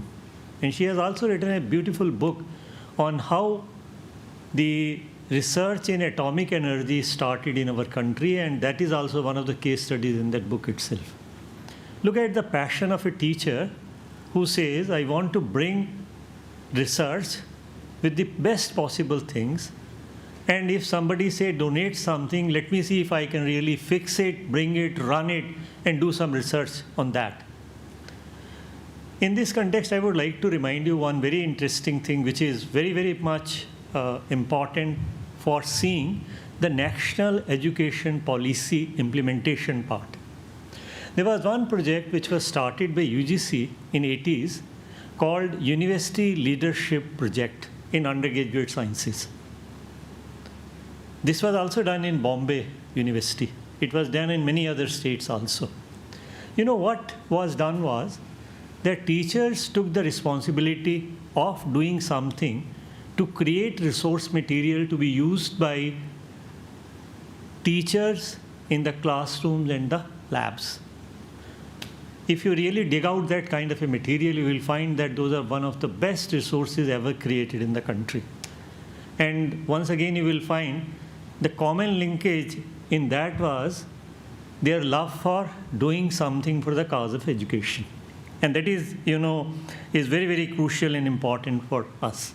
So when I say that I come from an IAPT organization, that is the kind of ecosystem in which we operated. And before me, there were two people who were the presidents of my organization, which belonged to HBCSE, Professor H.C. Pradhan and Professor Vijay Singh. And I think this was an era before COVID came on the scene. COVID completely changed what we are thinking about education today. I must really underline and emphasize that. And that is where we require attitudinal change. It's not that we cannot do much, but it is the right kind of attitude which needs to be brought into the system. Now, let me just tell you how IAPT operates. If you ask me where is my office, I have no office. I am in the cloud. Come to our website, you will find very many things happening there as if this is the best thing which can happen to an organization. I have one superintendent sitting in Kanpur, where IAPT was born, who manages our day-to-day things. Everything else happens at different parts of the country. For example, our bulletin is published by a group of people sitting in Chandigarh. Our collaboration with Homi Bhabha Center for Science Education happens sometimes here, sometimes in Bengaluru, sometimes in Dehradun. This is how we operate. That's a very interesting way of, operating and creating a ecosystem. Now, earlier we used to have just one convention in a year, which we call it as the annual IAPT convention, and we used to talk about, and meet people face to face in that. It looked as if that is a kind of a meeting place, and there was otherwise no other way to meet people. Imagine D.P. Khandelwal ji writing in longhand letters to people to become life members, publishing bulletin using cyclostyling machine and sending it, writing all the addresses with longhand. That is the kind of dedication which really has nurtured us. And that is a very interesting way to do this. For the last 40 years, without break, IAPT bulletin has been published. Its full repository is available on our website. Anybody can go there and download it. So that is our legacy. This is how we are actually operating. I think when COVID came, we will agree, each one of you will agree, it changed us, particularly teachers, a lot. We were forced to learn new things even when we were not mentally ready. First, we started WhatsApp messages to our students. Then we said, okay, classroom में जाना है, कुछ ऐसा है, जरा Google Classroom की try कर लेते हैं. So we started learning those things there. Now, once they came, we saw the new possibilities emerging to interact with the students. But I would like to underline one thing more, and that was that student wants an interface with the teacher. Howsoever big the technology may become, howsoever good AI may become, you will always find we as human beings will always connect emotionally with our teachers. You cannot really stay, we will not like teachers or would like to have teachers in future. The real tragedy today is this, that people are not recognizing that. That is why you are hearing these kinds of things. No recruitment of teachers is happening. Because somewhere Babu sitting is thinking, there are 500 teachers in a college, and he divides by a number that for so many students one teacher is needed. He just forgets how many subjects are there to be taught, and even if one student takes that subject, one teacher is needed. I think this is something very, very strange which is happening, which we must really look at more carefully and should try to see that how this can be addressed. I come from Himachal Pradesh. We have a lot of remoteness there. What has started happening is population has started falling. Lately, what has started happening is government decided that schools need to be closed. In the last 1 year, about 900 schools have been closed. Now, these are some realities I am trying to share with you, which impact a lot on how we decide or plan our future education for our students. I mean, these are some realities. Now, let me come back to IAPT itself. So once we saw and had the taste of how IT can help us, after the COVID, we thought that IAPT should actually expand its activities in a more meaningful manner, particularly in those areas in which we never really want to talk about. One area which Dr. Mashood also talked about was physics education research. Rather, I would like to remove physics from it and say subject education research. If we want to know how our students are learning, I think this is the area on which we should really have our focus. There is a very interesting, tragedy behind when we start talking about physics education research. We are always thinking of physics education in terms of not physics departments, but in terms of education departments. We say, education में research करनी है ना आपको, education department वाले करेंगे, आपका role क्या है उसमें? Whereas they forget that to do research in physics education, you require a physics expert, and then and only then you can proceed further. We had a very interesting series of lectures in the last 1.5 years. We thought that IAPT should really go ahead and talk about physics education research more. So we started a series of monthly lectures. For 1.5 years, that is for 18 months, we ran that series. One of the speakers was Carl Wieman, who is a Nobel laureate.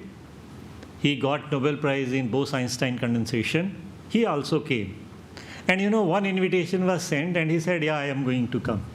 There was at the end of that lecture one question which was asked. He said that you have created a wonderful online simulation lab for physics in Colorado University. How did it come up? He was a Nobel laureate. He should have given all his money to the research, core research which he was doing. He said, all my money donated to that particular cause. Imagine when we were finding that where are the virtual labs which we can give to our students during COVID, that Colorado lab was coming to our help. And not only that, please don't forget one thing. We may be talking about national education policy now, but there were many things which were happening before that also in our country. One was creation of virtual labs in our system also. That was one of the very interesting steps which was taken by the earlier governments. Can you imagine 1100 crore rupees was given by Government of India for doing that kind of a project? National Digital Library, that was also conceived before 2014. And when again we needed virtual labs for approaching our students during COVID, Amrita simulation labs were, virtual labs were there at our help. Now these are huge resources. And when we are talking of national education policy, we are talking of choice-based credit system. Please don't forget, this was also started much earlier in 2009 when University Grants Commission started sending letters to universities with a small threat. If you will not implement choice-based credit system, your funding, plan funding will be stopped. I am saying this because at that point of time, I was Dean Planning and Teachers Matters of my own university also. So very reluctantly, you know, we started talking about this choice-based credit system. Now, when you talk about choice-based credit system, it is like, you know, a menu which you give to the student. But that menu always have restrictions when it gets implemented. If I have to implement in Bombay University, my choice will be very wide. But when I have to implement in a college in a remote area of Himachal Pradesh, my choice gets restricted. And it's very interesting in the same fashion as we talk about a menu when a non-vegetarian looks at it and a vegetarian looks at it. Vegetarian's choice gets restricted, whereas non-vegetarian says, I have that choice also available to me. It's a very strange kind of a situation which is there. So we decided that we have to introduce it. Choice-based credit system in Himachal Pradesh. I think I must mention that in this audience so that you know what are the problems which may come. So when we were to draft syllabi, again we were very much convinced about one thing, that there are certain tasks which must be taken over by the university, and there are certain tasks which must be done right within the college itself. So that time frame which is there for implementing the course curriculum in a semester doesn't get lost in the conduct of examinations itself, in the conduct of checking the papers itself. Imagine paper being conducted, after that they come to a center where they are to be checked, and that is all central. And that is the biggest, problem with choice-based credit system. You cannot implement it successfully unless you give autonomy to the colleges. You saw the last presentation. The beauty of that presentation was what? The beauty of that presentation was that the speaker was able to do that in an autonomous environment, whereas in a typically affiliating system, he would have not been able to do that. और हमको ना एक suggestion देना पड़ा colleges को कि भाई देखो ऐसा आपने एडमिशन करवानी है ना, तो आपने सबसे पहले टाइम टेबल बनाना है and make it public so that people may know that इस दुकान पे जब आओगे तो ये मेनू है, ये आपको खाने के लिए मिलेगा। अगर आप बोलोगे कि हमको आप ये चॉइस दे दो, वो चॉइस हमारे पास नहीं मिलेगी। And that is a very practical situation also. But look at this now when virtual scenario comes into picture. We say, don't worry, even if you are sitting in Lahore CPT, we will provide you those additional choices through online courses. So within 10 years, we are finding that we have moved over to a stage where those kinds of online courses can help us to proceed further. Even, I think the most important thing which is in implementation of national education policy is forget affiliation system. Just remove it, get rid of it, become autonomous. You will find lots of good things happening in the country. If you want both affiliating system as well as autonomous system, then this autonomy will remain in elite institutions of the country. It will never percolate down. This is a very important observation which I am making from my own personal experience itself. Then it comes to designing syllabi. I think in number of earlier presentations we heard, syllabus is given by the university and we have to stick to it. Principal always says cover it. I want to uncover it. How do I uncover it? Because I have no freedom to teach, because university says आप ये पढ़ाओ. No freedom to set the examination papers, because वो university set करवाएगी, मेरे पे विश्वास नहीं करती है. Not allowing me to check the papers also, because आप गड़बड़ कर दोगे. I think we need to come out of this. ये सबसे बड़ा मैसेज देने की ज़रूरत है इस देश में. और हमें ना लोगों को, the moment we say autonomy, people get scared because they say government will just take away their hand from giving grants to us. Autonomy will mean you manage your own financial resources also, which is actually not the right way of looking at the things in this particular thing. But you know, in our own experiment which we were trying to do, and I was ready to do experiments even if I had failed, मेरे दिमाग में एक बात थी, 1% chance जो success का है ना, उसको ज़रा लेने की कोशिश करो. फेल हो जाओगे कोई बात नहीं. So we said our faculty should become part of designing the syllabi. Otherwise, let me also make some sweeping statement about how syllabi are designed. Chairperson of a university department is the chairman of that board of studies committee. He creates something in the department, invites the members of the board of studies who looks at it and say, okay. We said no. We want to have 3-tier system. 3-tier system is a group of 10 teachers, say of physics, will come, draft the syllabus. That syllabus will be put before the teachers in a workshop. Have a look at it of not less than 40 teachers. After that, recommendations which come, incorporate those and then take it to the board of studies. Board of studies, outside experts are there. If they have to make certain comments, changes, let them do that and do it. You know what happened as a result of this? They had an ownership on the whole exercise. We had 40 departments, 400 people got involved into it. In each department, 40 people came, 600 more people looked at it. There were 2,000 people who had scrutinized it. And then 10 people from Board of Studies came who again looked at it, and that is how the course was unrolled. This was in 2013. We were searching on the University Grants Commission's website if there is a model syllabus or not. There was no model syllabus.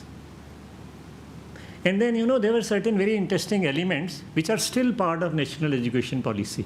Skilling, for example, we were talking about.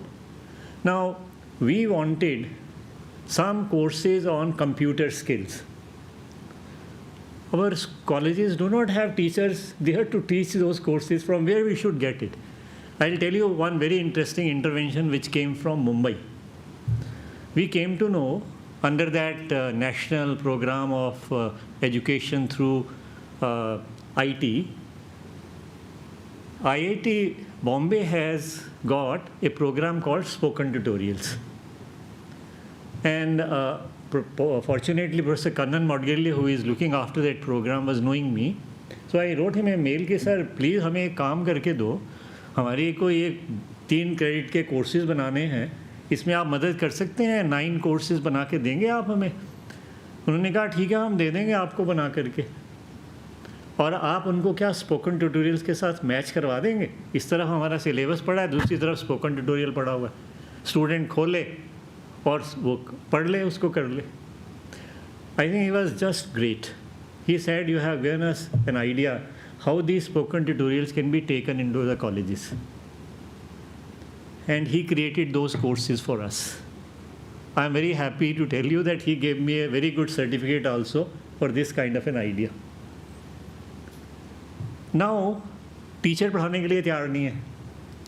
We were telling teachers, look, this is the system where we have given an onus on the student itself to work for a course. आप सिर्फ एक काम करो, class में चले जाओ और आप ना स्टूडेंट के पीछे खड़े हो जाना, सिर्फ देखना स्टूडेंट क्या कर रहा है. And then we will ask you after 1 semester, did you like the course being done by you, not by the student? Because learning happens like that, you know, we as teachers learn how? I think teachers learn because students are sitting in the classroom as a catalyst to learn. That is how we learn. Now, this is again very interesting thing. आज की date में when national education policy came, there is a complete program, IT software available called Smarth, I think, under which all those things which need to be done for handling the choice-based credit system is built in. उस वक्त 2013 में हमारे पास कुछ नहीं था. Annual system, semester exam आ गया, we told chief minister sir हमारी मदद करो, ये हम तो फंस जाएंगे, हमसे तो एक भी कोर्स जो है वो सेमेस्टर रन नहीं होगा. He was very good.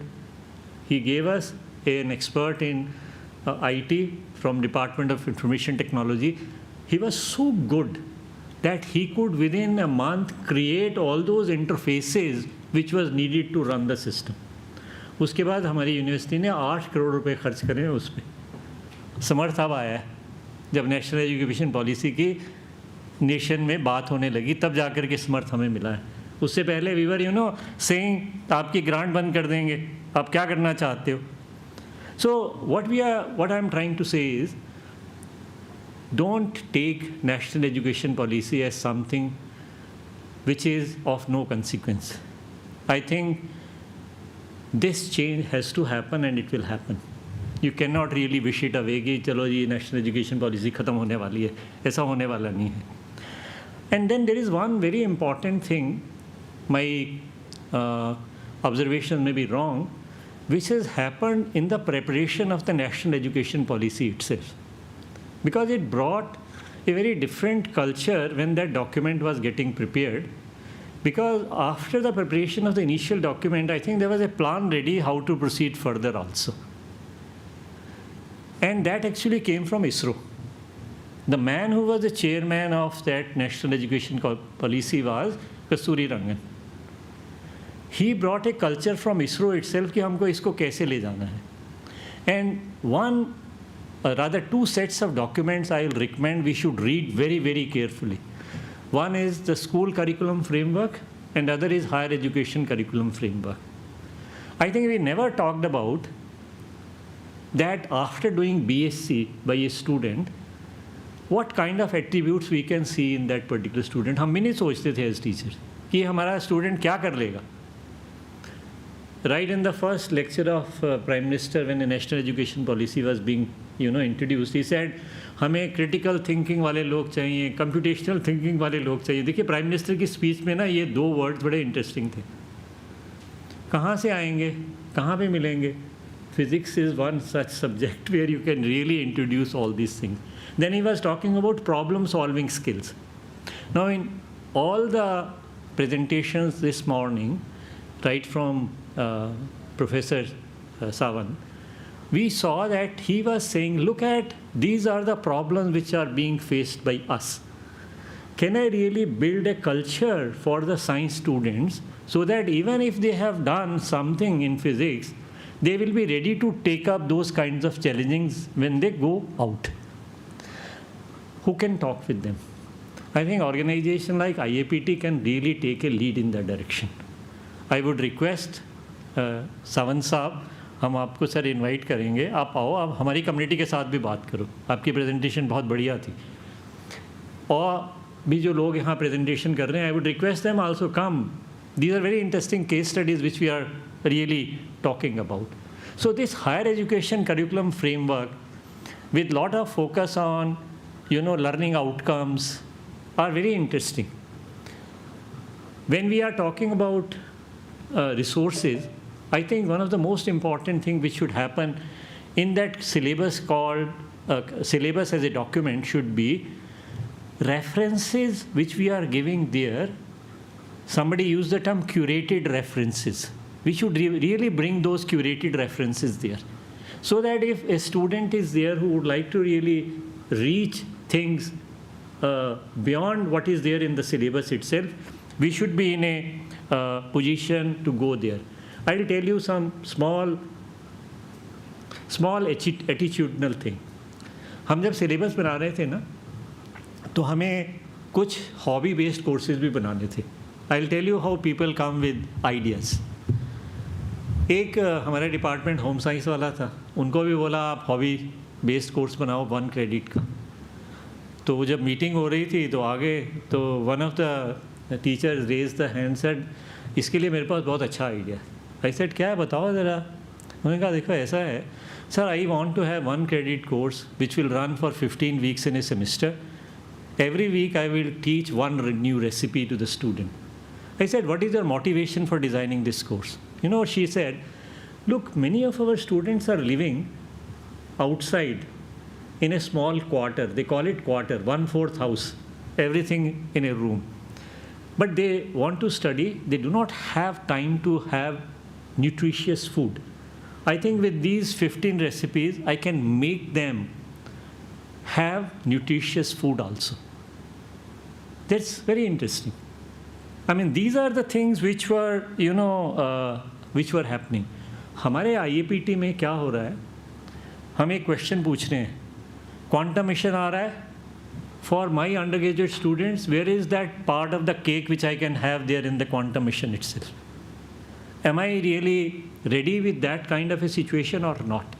If I am not ready, तो मुझे सोचने की ज़रूरत है. अब लोग बैठ रहे हैं, यूनिवर्सिटी सिस्टम में नहीं काम कर रहे हैं, outside. They are designing a course on quantum computing. It's almost ready. They are so ambitious now. They are saying quantum computing for undergraduate students, quantum computing for school students, quantum mechanics for school students, so that they start getting into the things in a more systematic fashion itself. मैं आपको I think यहाँ पे मेरी पूरी website नज़र नहीं आ रही थी. Maybe I'll give you its what you call address, www.indapt.org.in. आप इस पे जाइए और देखिए. हमने क्राउड फंडिंग का एक पोर्टल खोला हुआ है. हमको कुछ काम करने हैं, गवर्नमेंट तो हमको फंड देती नहीं है.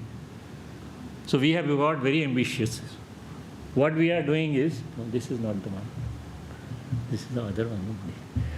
We are getting ambitious. हमने अभी एक 2 करोड़ का क्राउड फंडिंग का एम्बिशन स्टार्ट करा है. ये 1 महीना हुआ हमारे स्टार्ट हुए, और उसमें हमने 10 लाख रुपए आज की डेट में इकट्ठे करे हैं.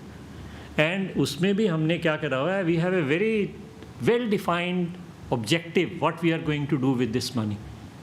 We are saying we have conventions, we bring teachers there, we will support teachers from rural areas to come there and become part of our system itself. Again, I'll tell you how we are starting to reaching out to international community. And that international community we are reaching out, after about 20 years, once again we tried that international conference on physics education should be held in the country. This is a program of IAPT, International Union of Pure and Applied Physics. They are coming. Look at the themes there. What kind of things we are talking about. All those things which we were talking about, they are appearing there itself. That's a physics education conference itself. And also, you know, this year is the International Year of Quantum Mechanics. हम क्या करें? हम कोई education institution में तो बैठे नहीं हैं.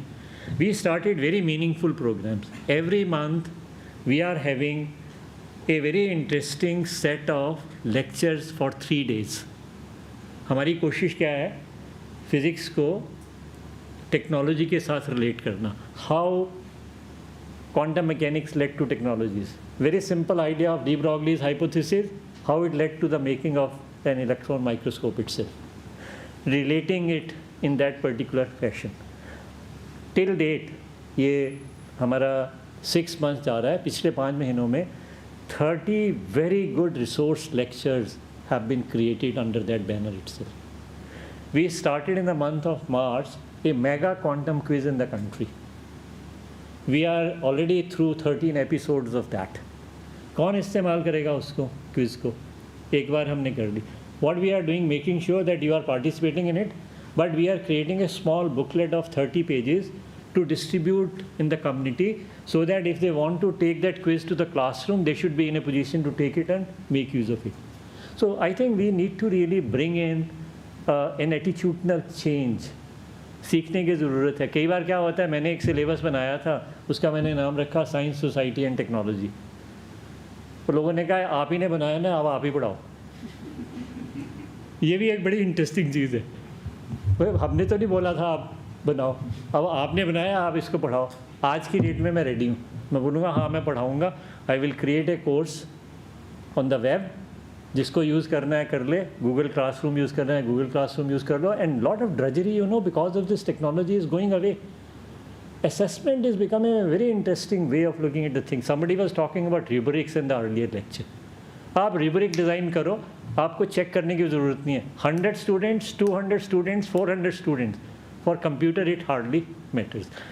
I thank you for listening for a talk without PowerPoint presentation, but I hope you enjoyed it. Thank you very much. Thank you, Professor Ahluwalia, for a nice talk. We'll take 2 questions because we are running short of time. We have 2 more talks before lunch, so we have to finish that. So 2 questions. Yeah.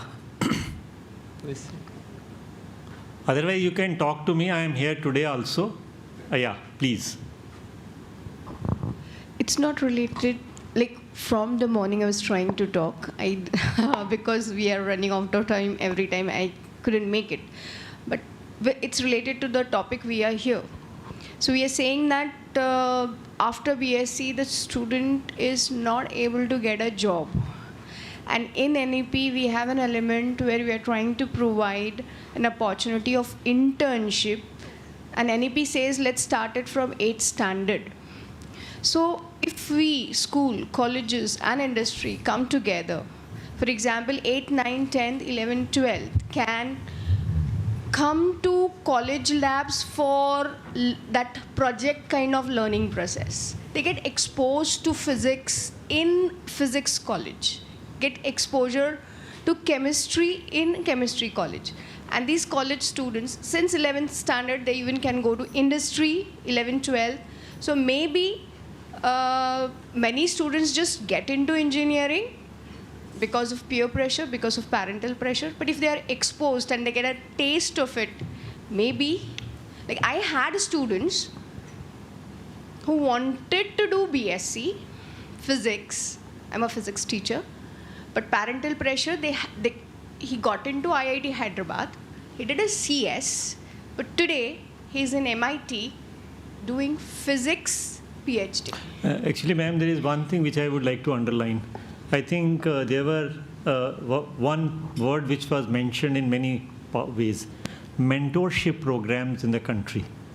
On our IAPT, we have a forum where you can come and register yourself as a mentor also. We are trying to, reach out to industry, to higher education institutions of national importance.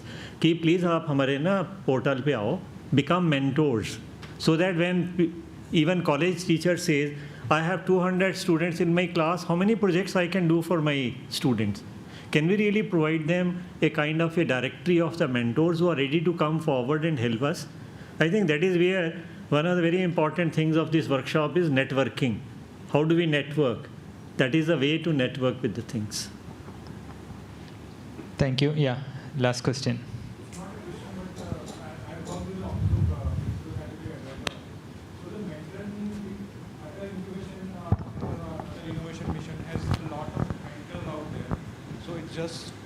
So the Utter Innovation Mission has a lot of mentors already posted out there, and they really want to work with students and entrepreneurs and those kind of things. So maybe that would be a good connect for even IAPT to reach out to Niti and talk to them that whether you could have an access to those mentor lists, so that what ma'am has suggested, so that that link can contribute to the school system, and Yes. Ministry of Education can come into picture. So just a suggestion on what.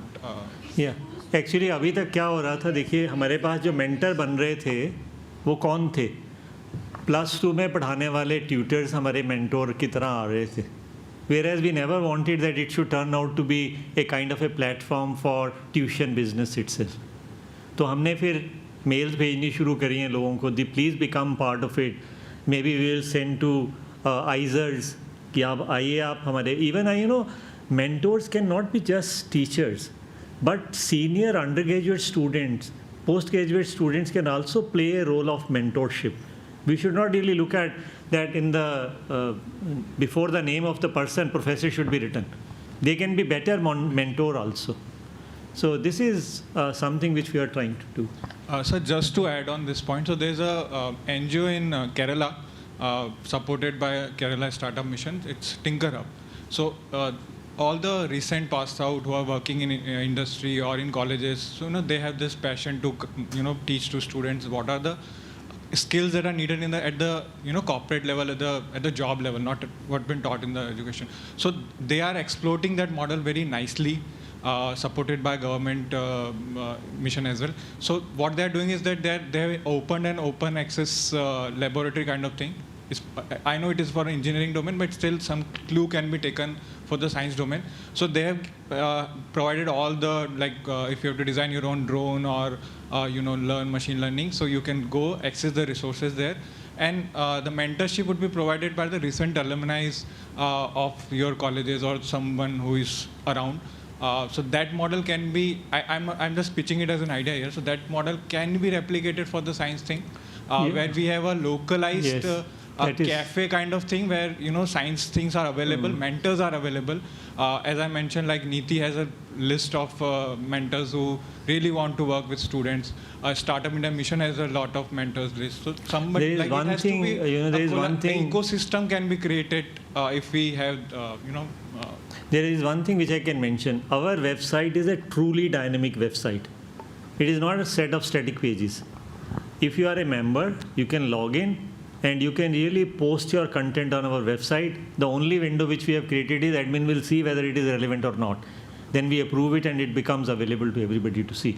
So we want, Professors, now we will take a different perspective, the employer perspective, and we have Mustafa Motiwala, Tech Resource from Tech Resource Biodye India Private Limited. He will be talking us on perspective on professional biology.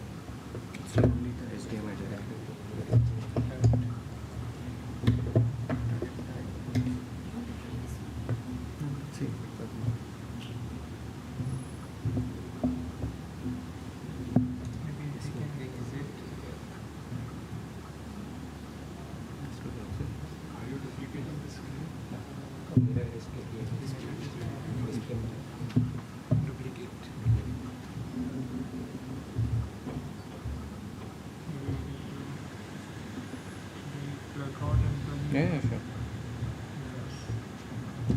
You can try that.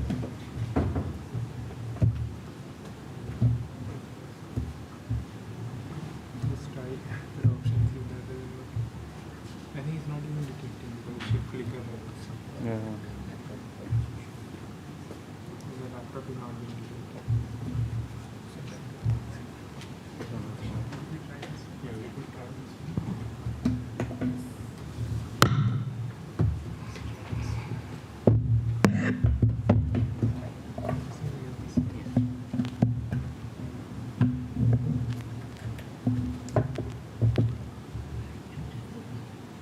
That's okay.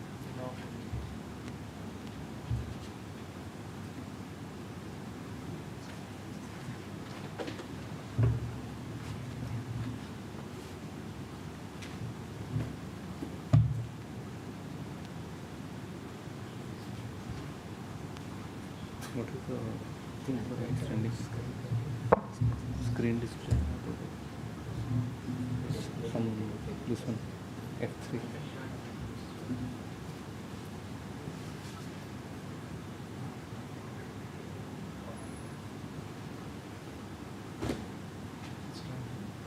But not on the pen drive. Okay.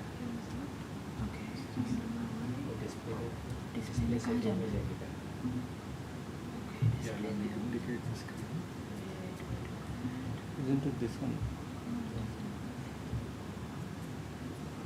No,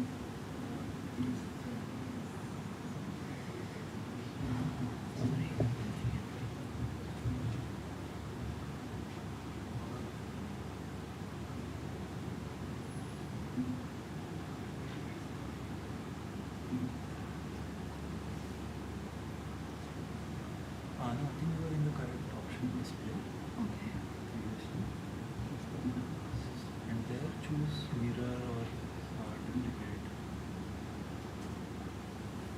So your Mac is better.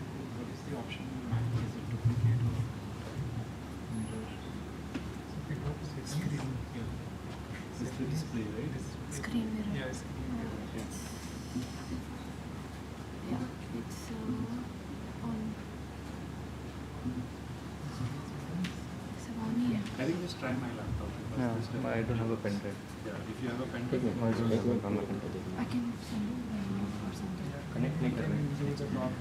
Display में जाकर we can figure this out. एक minute.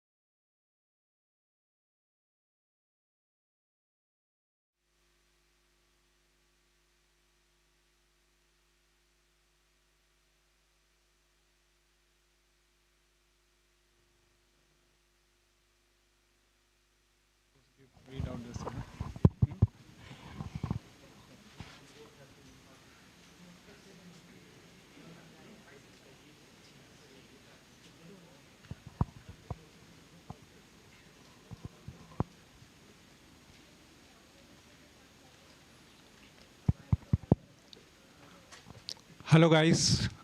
Welcome back after a wonderful lunch. We have Mustafa Motiwala with us, who is going to present on perspective on professional biology. This session would be majorly on employer perspective. So here's over to Mustafa.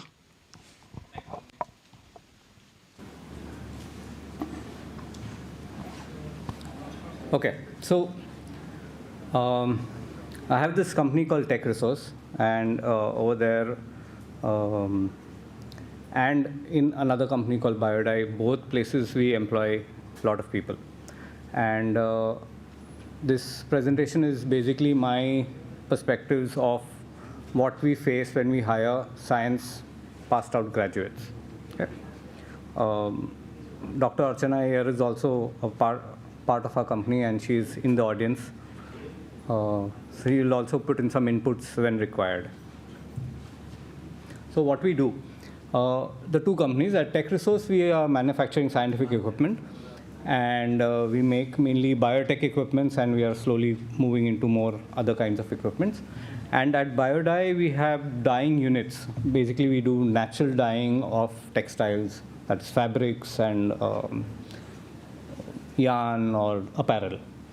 I think somebody, I think Dr. Sawant, when he talked about, he had mentioned textile and sustainable as one of the green collar jobs. So I'm probably one of them over here. So whom do we hire? So in Tech Resource, we hire a lot of science graduates, either BSc or MScs, mainly biologists, but we have also employed some people from mathematics or physics, and some also from chemistry. We hire them for lab work, that is for research and for QC. But they are few. The majority of people whom we hire are from the sales and marketing or scientific content creators. They are biologists who are now doing marketing or sales. And why we need that is because our equipment has a lot of technical details which need to be educated to the client. And so we need somebody who already has used that equipment or is familiar with the process. In Biodye, we do not have any particular educational qualification that we need from our people who are working in the R&D section or the process or the QC. In fact, our so-called head of R&D is a person who has not even finished his HSC. The way he describes a supernatant and pellet would be मिट्टी नीचे आ गया ऊपर पानी रह गया वो मिट्टी से मैंने आगे काम किया. Okay, so that is the kind of words he uses, but he does amazing research.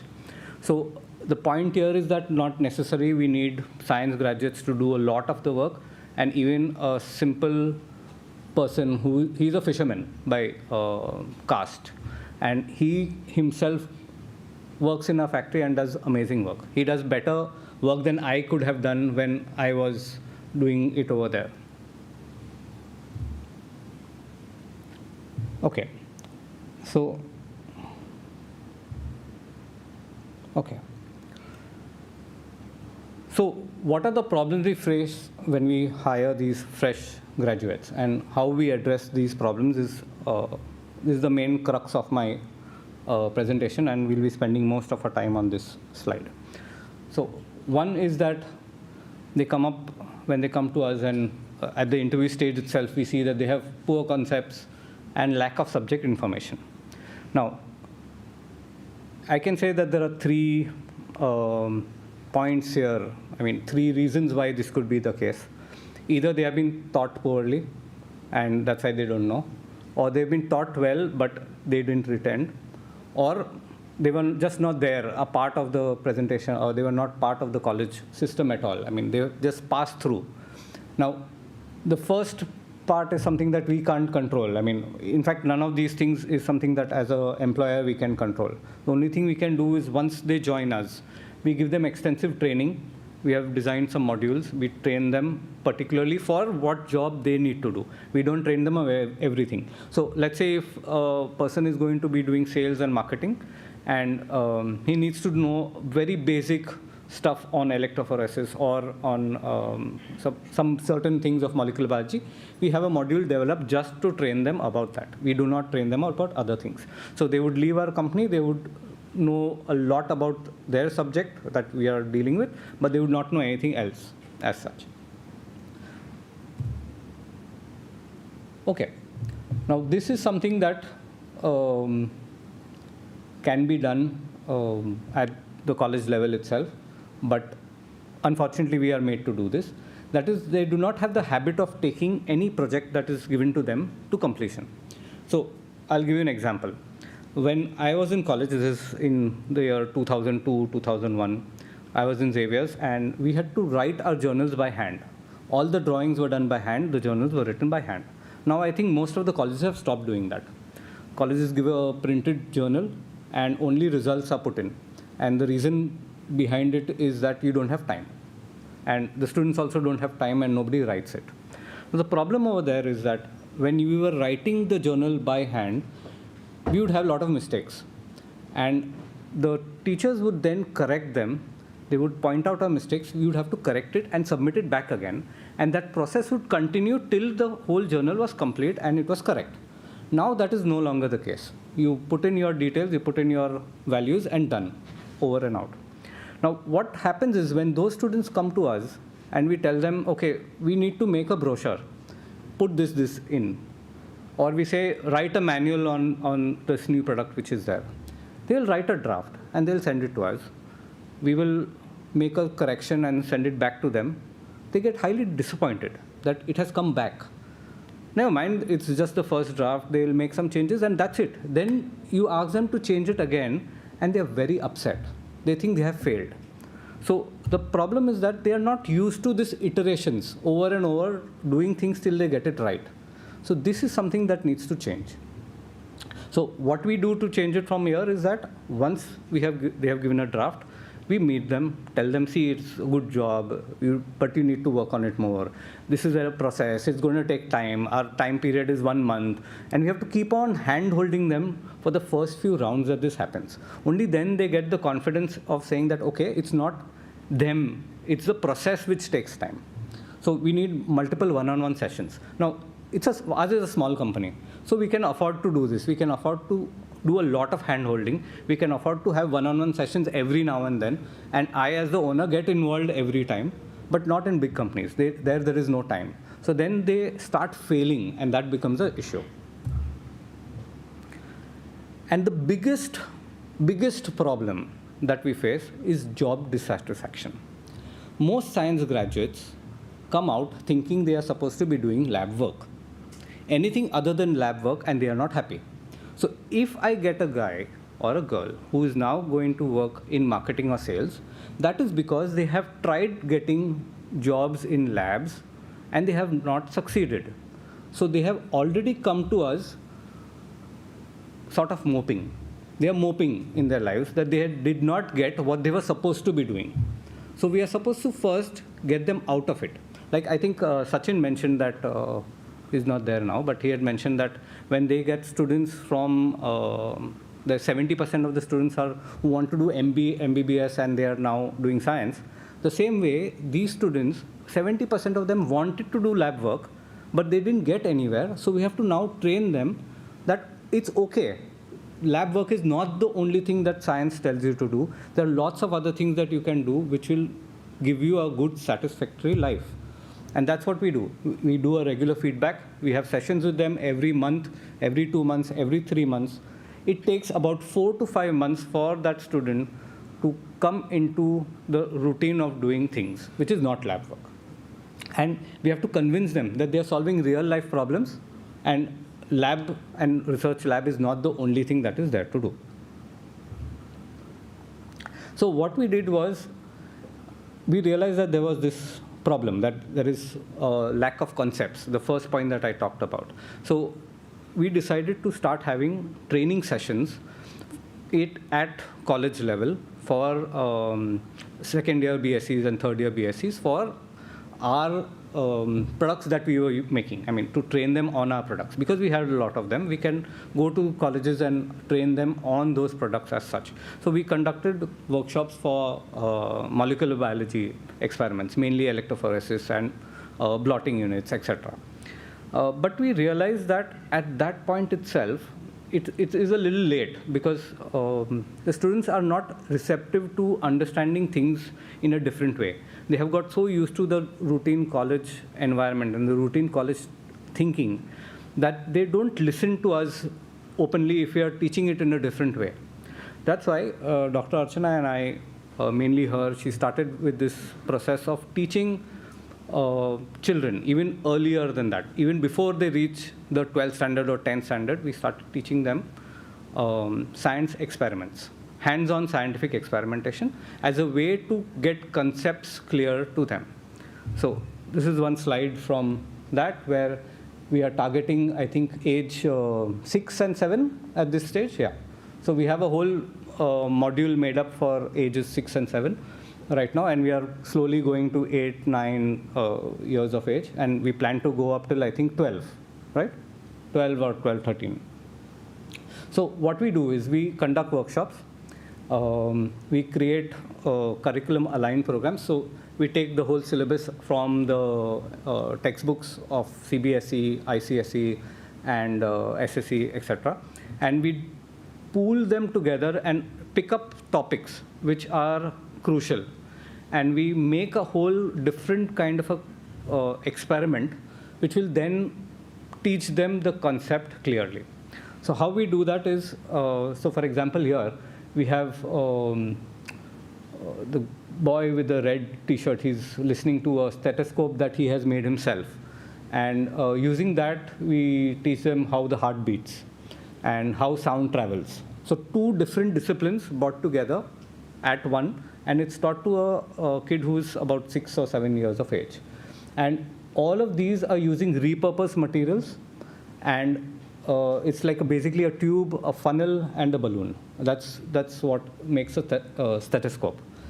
And all of those experiments that you see the kids are doing, everything is with repurposed and recycled material, so that they can do the same thing at their home without us providing things. Now, we can also make kits and give it to people if they desire. We have designed those kits as well. Now, what happens is, if you look at any of the commercially available kits, they have a lot of show, but they're not teaching you too much. I mean, that's most people whom we talk to. They have bought those kits, but they're not happy, because it has those fancy experiments, one of them being the volcano. That's the most common experiment. I mean, anybody who has kids will know that you get those kits, and volcano is one of the most common thing that. So we don't do any of those experiments which are jazzy, but they don't explain any concepts.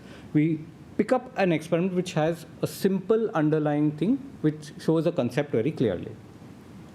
And now currently what we are trying to do is to manufacture those kits and keep them together so that we can give it as a resource to schools and other institutes which require it. So we are not targeting the colleges yet, we are targeting school children.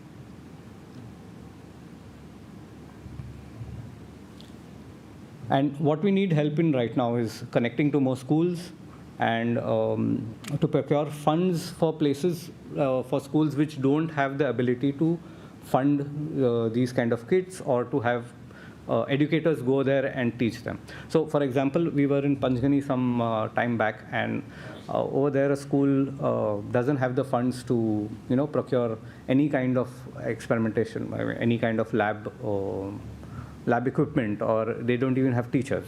So there are a couple of people who go from Mumbai over there to teach them everything. I mean, they start from computer science to simple science experiments to other things. I mean, they are teaching everything over there. Also because the reason being that the teachers are not present in class every day. So that also becomes one additional problem. And we are trying to collaborate with science promoting entities. We try to ask them for space where we can conduct events, or to also have some kind of expositions where at the end of the whole year, different schools can come together. And here we would have a different kind of a curriculum. See, right now also there are lots of projects that kids do. They build a project from home and they get it to the school. And there the cost disparity, the purchasing power makes a difference. People who have a higher purchasing power make very fancy kits and very fancy experiments, fancy projects, whereas the people from poor schools can't afford to do that. So our idea is to not have that and have us provide the whole experimental kit and they make it on campus itself. So I think I have summarized all the things that we expect to do. And this is the last slide. If you all have any questions, I can take them now.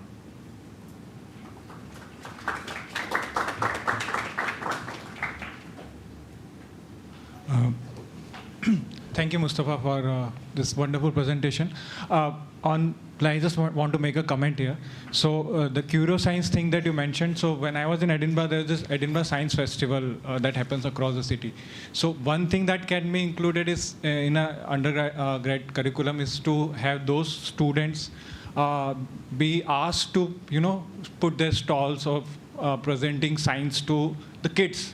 Because when you are doing something something for kids to explain the concept and all, first of all, it leads to your own skills of project management, how to deliver that thing, and also you inculcate interest in science as well. So something just I wanted to add as a sub note. We are open for questions. So any questions for Mustafa? Dr. Archana is there as well. So particularly, I would like your opinion on what my points was about. How to get students to accept non-laboratory roles as a good career option. So there is some implicit bias that is there in the teachers when they're teaching their science, doing the classes, at the project's time, that the lab work is the only thing that is meant to be. Even in today's presentations, if you see, most of the people have put research as the first thing. Everything else comes later. So why is that? Why not have it on an equal footing? Because if you see how many people after BSc go into research, the proportion is minuscule. It's most of the others who are doing other things. But the idea and the mentality of the students when they come out is that research is the main thing to do, everything else is secondary. If I don't get research, I'll do something else. Thank you, Mustafa. So this idea to have the Curioscience part, was it there right from the beginning of the conception, or like? No, that is Dr. Archana Iyer's idea, later, which came in much later. Okay. And what was the motivation, or like, can you? I think she would be the correct person to answer that.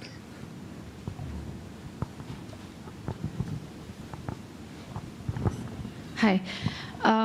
So TechResource existed at least 13 years before Curioscience started. Curioscience started just this year.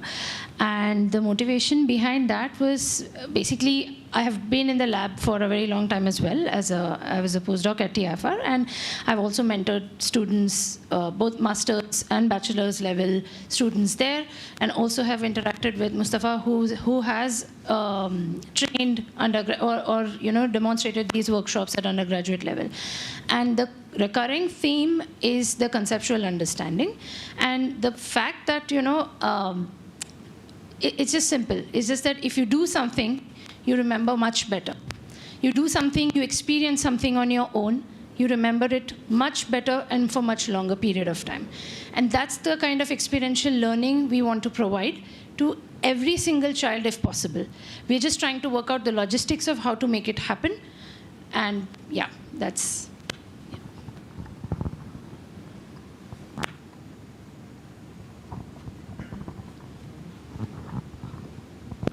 I think, Mustafa, you are very right. I have seen you going to the colleges for workshops and other things.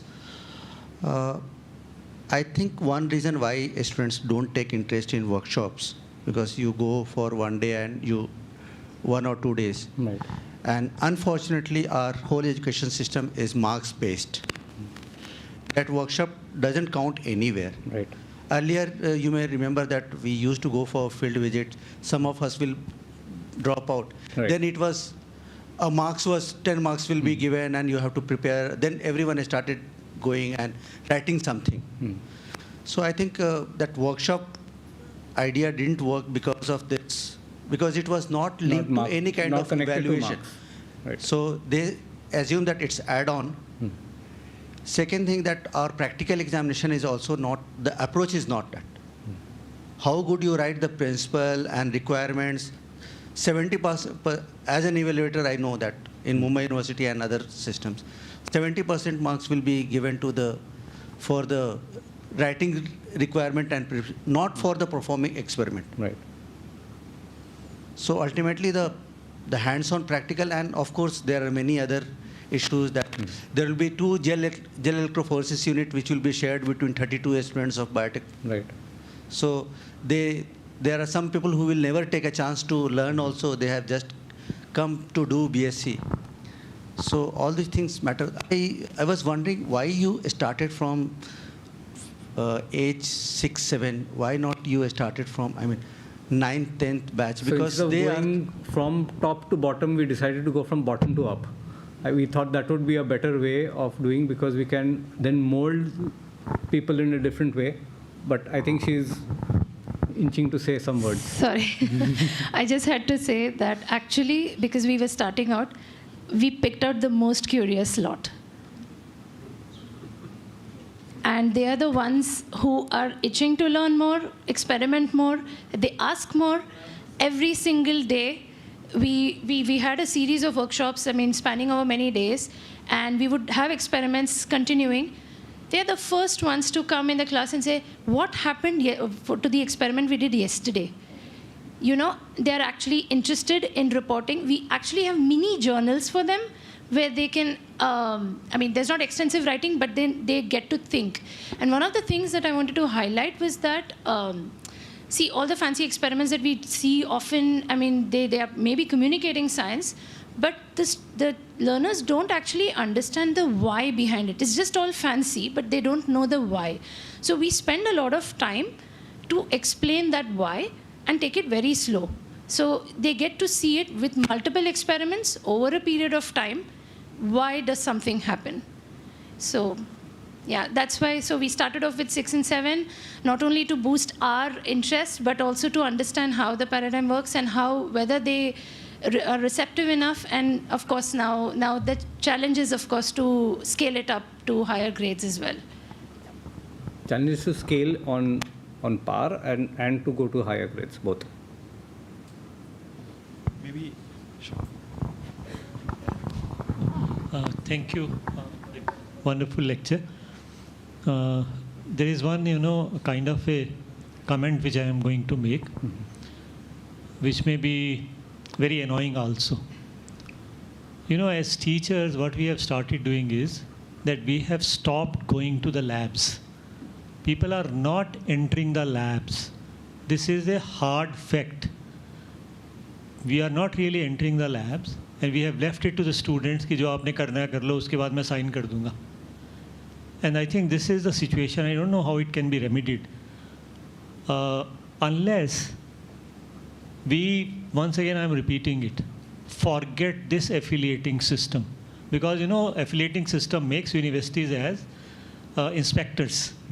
And what we are doing is we are trying to fulfill the needs of inspectors, and we are not actually trying to deliver the kinds of things which must be delivered in the lab and engaging with students. That engagement is just missing. And that is why I think that's the most worrisome thing which happens. Even when we actually try to go for these, what you call orientation and selection camps, there we realize that the students who come from +2 or students who come from even matric, they have no interface with the lab till that time. It's a very, very sad state of affairs. We have to really learn to engage as teacher with the students. And the moment teacher engages, you saw in one of the presentations there, what difference does that make? Say they win gold medals. And this is how that is going to happen. And we need to talk loudly about it कि आपको अपनी responsibility करने की ज़रूरत है. आप हमेशा ये नहीं कह सकते कि system में कमी है. They give you 3 hours or 2 hours to be in the lab. They don't go there. Sorry for making this statement, but this is a fact.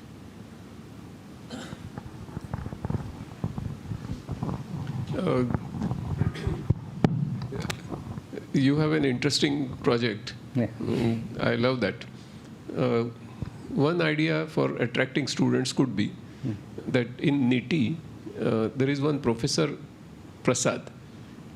Okay, MBA, this thing. He calls himself as Mandi Prasad. Mandi means market. His name, he has renamed himself. The first day what he does is when the MBA entrants come, he has already purchased the scientific toys worth 10 or 15 lakh rupees from the slum in Kanjurmarg, very close to NITI. There is a shop who makes scientific toys, very low cost. He keeps the boxes ready. When the students come, the orientation takes place for 1 hour or so. The buses are waiting. Every student has to pick up a box. They are given the orientation, what is inside the box, and how to sell it. And they are left at a particular point in Mumbai. And then, unless they finish selling all the toys in the box, they are not supposed to return to the college. Okay, so this is the first day of the college. The name of the project is Becho, Socho, Sikho. Okay. So you may meet him and find out some of the ideas, how people decide to go for careers in selling and, like that. Second important thing is now that the colleges have credit system, and also the internship has 2 credits. So you can engage some students in internship and give them the similar task and give them the certificate for that. We have tried that, sir. The moment they hear sales and marketing, nobody comes. No, this is fine, but some students want to do that, provided some might. How you market it, like Mandi Prasad does it. He first compels it, and that's why many people discover, oh my God, I can sell it. Okay, and that makes their career also eventually. So the first thing is give the exposure.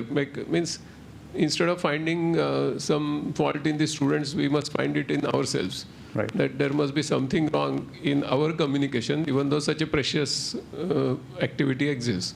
Maybe, who knows?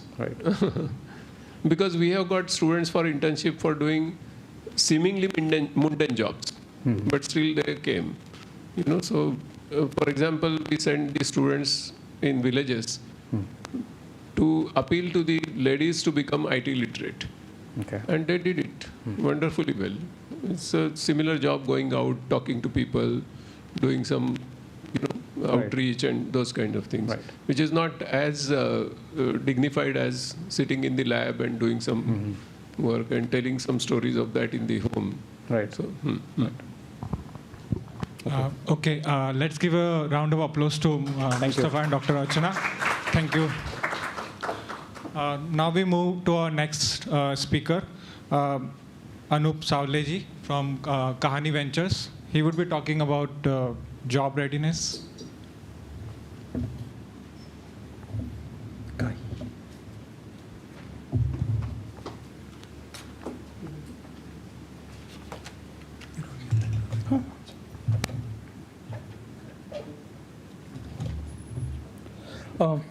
Hello, everyone. Just a bit of correction. It's Kahi Ventures. So I had planned about sharing 10-15 minutes on soft skills or future readiness or job ready skills. But after listening to all of you, I thought I'll share a bit of my journey first, my experience from running an edtech venture, where I kind of experienced both sides, students and teachers, and also parents and the ecosystem in general. And there are certain anecdotes in it. So we started a venture called as Padhyo in 2021. The idea was very simple, and I would be guilty of too many things which are mentioned here. We have done that. We reduced and simplified education to 60-second reels. So we used to call ourselves 60-second Edu Revolution. It was for K-12.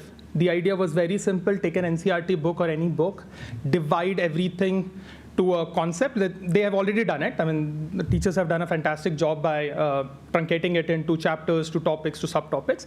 We divided it even further to micro concepts. Every micro concept can be taught inside 60 seconds. The idea then was from our end to stitch it together. In such a way, based upon ML algorithms, we plan to stitch the entire strip of content in such a way that each learner can go through their own journey of understanding those concepts. It's basically stemmed from our own education, my personal experience. We studied from the best faculties, but like during the exam time, it was always that friends would barge into our rooms and say, "Bhai, 2 minutes mein bata dena yaar, kaise karne ka hai?"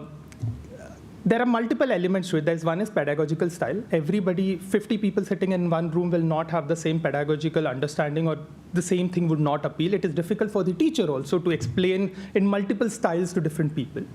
Also, if the goal is same, we still have different paths. Like we all, when we were preparing for JEE, in physics specifically, there were 3 books, and all 3 had a different pedagogical style. One was Resnick and Halliday, a thick book, very nicely flowing content, a lot of pictures, lot of explanations. Then there was H.C. Verma, just to the point, great basic level explanation, and then it allowed you to think slightly on top of it. And then the third one was Erodov, which was like Olympiad level questions. And no explanation, nothing, just questions, and then you have to give your answers on top of it. Now, the people who were interested in physics wanted to get into IIT, were inclined to one or the other book. It's not that they were they fantasized or like loving each of that book. There's only one. They got dedicated to one side of that book. So that's the inclination towards a pedagogy. So when we implemented it, our idea was that let's democratize and decentralize education. That means we don't control it. What we did was a platform, we just facilitated you to have micro concepts. Anybody can upload a 1-minute video, choose the topic, choose the micro concept, add to it, and submit it on the portal. It goes through an evaluation. There is a manual check, and then only it gets uploaded. On the other side, the students get to see the view, basically the content in form of a reel. And from that, they can learn. Couple of interesting observations, what we got out of it were, number one, apprehension of parents. Towards science school, क्या करेंगे, कैसे पैसे मिलेंगे, etc., etc. The reason for that, we felt after understanding that was, it's the education for a majority of the people is seen as a gateway to a stable life. How are you providing me that? For that, a parent is looking at an education or whatever we are providing in terms of only 3 lenses or 3 outcomes. Can you give me a job out? Can you get my kid a job after this? So are you making me job ready? Second, can you provide me some sort of boost ego, like social recognition, some format of it, like what White Hat Juniors or other people started doing, showcasing it largely and explaining it that, hey, this kid has learned these skills, auxiliary skills, which will help them eventually. And the third one is more marks, because that's still understanding in a majority of tier 1 and tier 2 cities, that more marks equals to excellence equals to job. And that's why the more marks is needed in the first place. Now, that is my segue. And again, I'll take an example from my alma mater, it's ISER. And somebody had mentioned, right? So there are only 20% of the people who are getting into the educational institute or the science institute thinking they want to become scientists or want to pursue into core sciences. I belong to the remaining 80%. We really didn't know. When we came in, we had inclination towards science, but we really didn't know what a career would look like.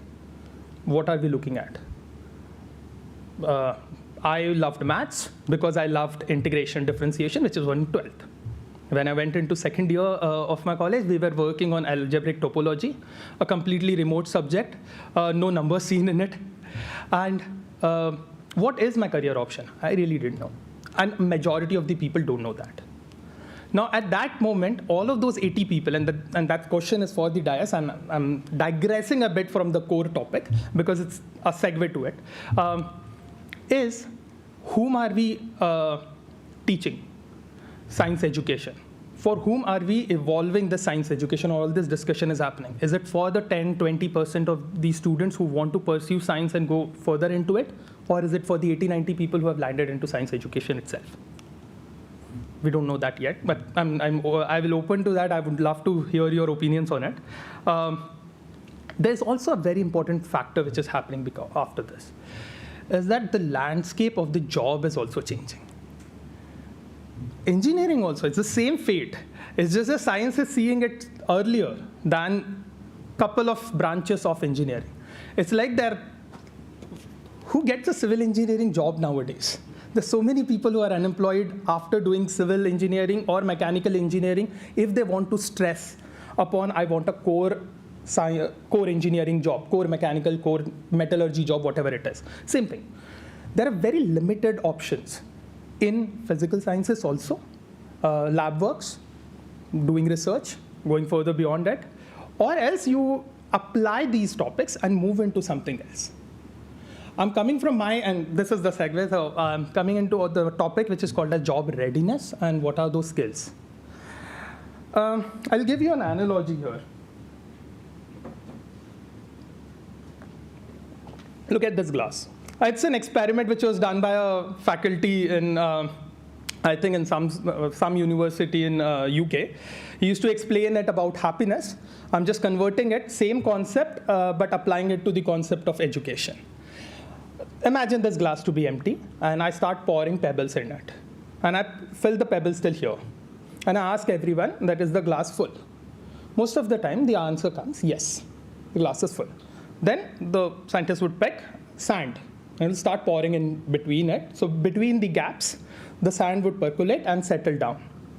Again, the question comes, is the glass full? Again, the answer is yes. And then he brings water and pours it in, and it fills it to the brim. So it's capacity for all the three things. Now, my interpretation of that experiment in the science is this.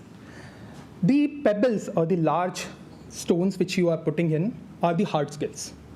The skills which we are teaching, the theoretical concepts in the basic sciences courses.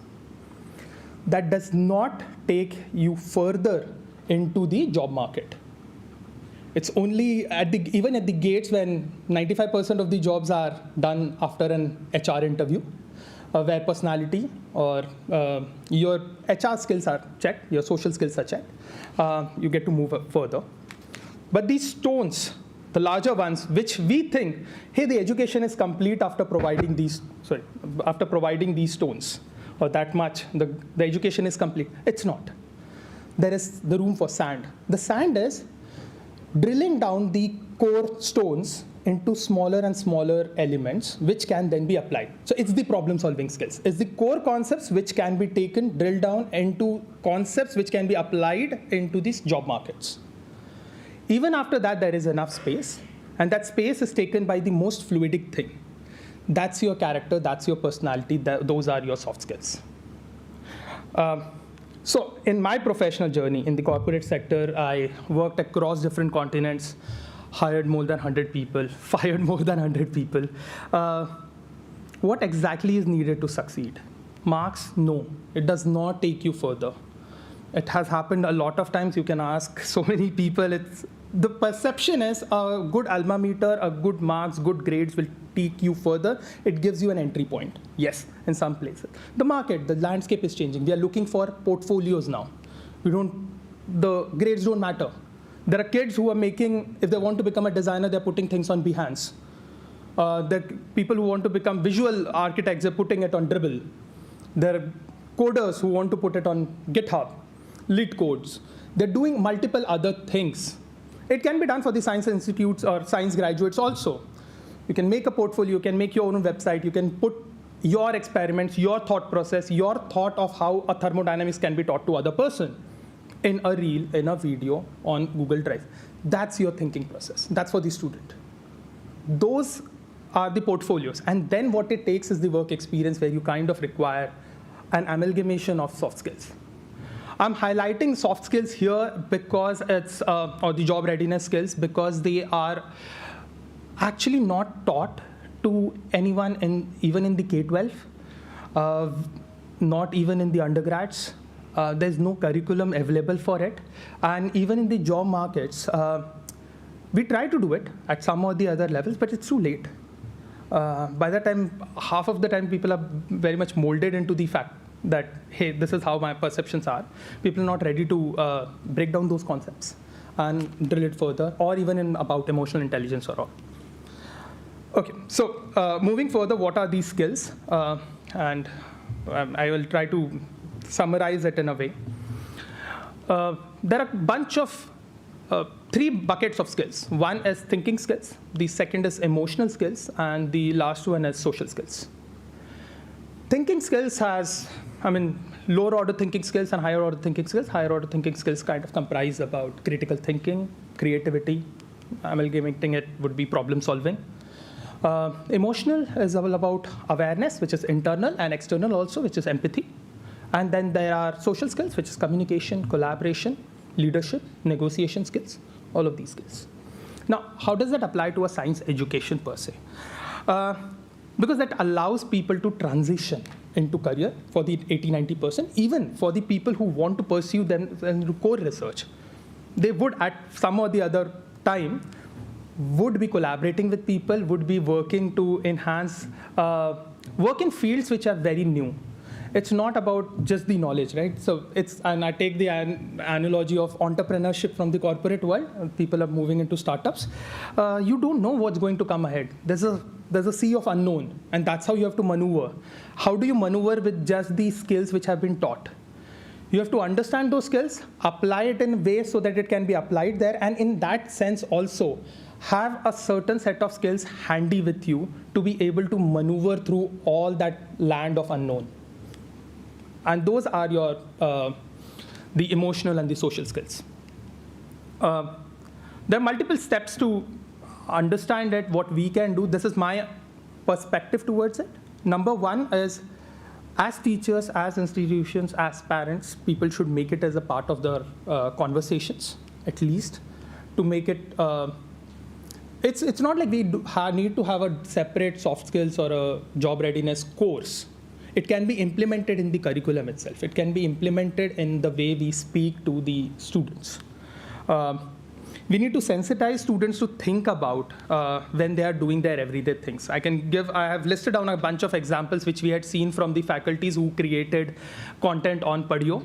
And just to give those examples, right, there was a guy based out of Katna, somewhere in MP.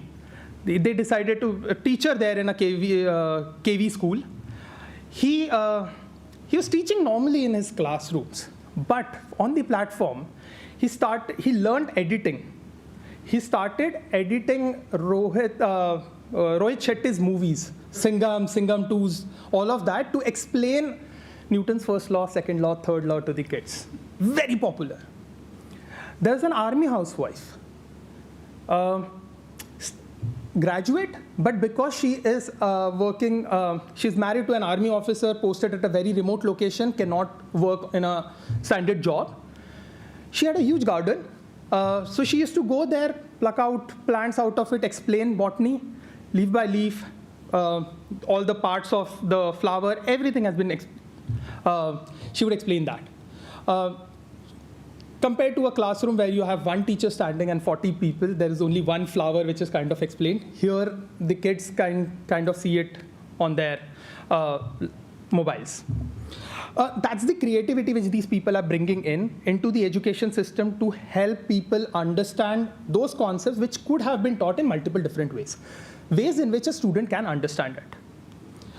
So what all we can do in adapting teaching styles to help nurture these skills, bunch of them, I'm just listing it down a bit due to paucity of time.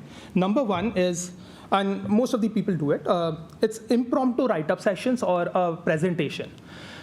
Allowing kids to present it or do an impromptu session. So I explain it and I just pick some person, bring him on the stage and allow them to speak for 1 minute summarizing that concept is good for understanding the concept, good for explaining communication skills.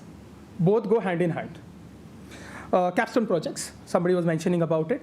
Great understanding for creating the idea, so has combination of critical thinking and creativity to be able to present a capstone project in entirety.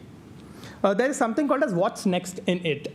When we are dealing with uncertain situations, what next in it is you can provide a specific flow of logic to people, and at the end of it, you ask the students what's next and what would happen. Let's say deforestation is a classic concept which is working on, and 5 years down the line, what would be the scenario? Go ahead, research it, find it out for us. And then they have to present what next in it.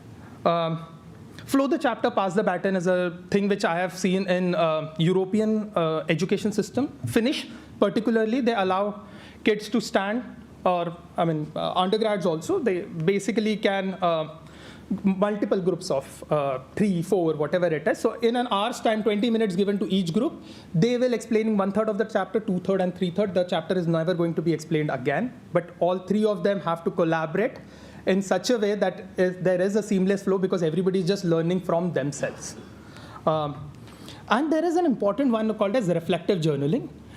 It's an initiative done by a startup in Estonia, but it's a very interesting one. Can be implemented. I would love to see people doing it because it's very crucial. Reflective journaling is reflecting on your own learning style or learning what I have learned, what I know, what I don't know about any specific concept. It could be an optional exercise for all the students which faculties can provide, so that it helps them build their some sort of a self-awareness, some sort of an emotional skill, because when they get into the markets, like my previous speaker was talking about, I don't want to do sales, I want to do core jobs. And there are other set of people who will come back and say, hey, I just want to do this, not these set of jobs. Not happening in the ecosystem. If you don't mold with the system, people are gonna move, put you out of the system. And that's the brutal way. That's why people are getting fired. Most of these mundane jobs are getting taken by AI. I used to hire for business analysts, data analysts, a bunch of people. I used to take it from MSc. I used to take it from BTechs, MTechs. Yes, there was a preference towards BTechs and MTechs than BSc, MSc, because there was one point which was mentioned and it was there. But there was one very important thing there. Now, all those dashboarding, all of those things can be done by one person sitting on AI, and 4 jobs have been created. And that's the reality. So people will have to adapt, students will have to adapt, our science education will have to adapt in that sense. That's my brief take on it. Thank you. Thank you, Anup. So any questions? We have room for 2 questions.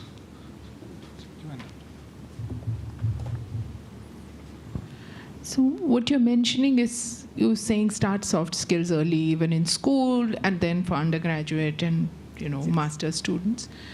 What do you think is the role of a PhD in this sort of job ecosystem? Because most of the people who get a PhD don't go into academics. There aren't enough academic jobs.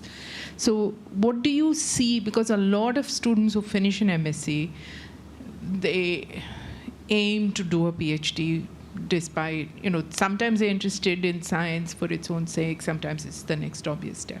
I'd like to know what your view is, and where that training, which is capstone of all science education, stands with respect to the skills that you think the market needs. Yeah, and thanks for pointing that out. So I'll take an example of my co-founder in Padio. She did her PhD in neurobiology. Very important to understand those aspects, the thought process, everything is clear. But there was a very important anecdote which I would love to share. We were sitting with an investor, and she had PhD. So he asked, what's your experience? I said, yeah, leading businesses here, there, in Europe, in Middle East and Canada. And then she asked her, the investor was also a woman. She asked my co-founder, and my co-founder said, it's PhD. I've trained in PhD. And says, okay, that's good. What's your work experience? That's how it came. It was a shocker for people who have studied from science. It was a shocker for her too. But that's the reality. People don't consider it. That's why, and this is a stat again. People who graduate out of IITs, IIT-B, IIT-M, IIT Delhi, top IITs will get into McKinsey's and BCG's at a senior analyst level, just 2 years short of a senior associate role. An MBA grad would get into a senior associate role. A PhD, after finishing the 5-6 years, submitting the thesis based out of Ivy League colleges, will get into a senior associate role. They get at the same role.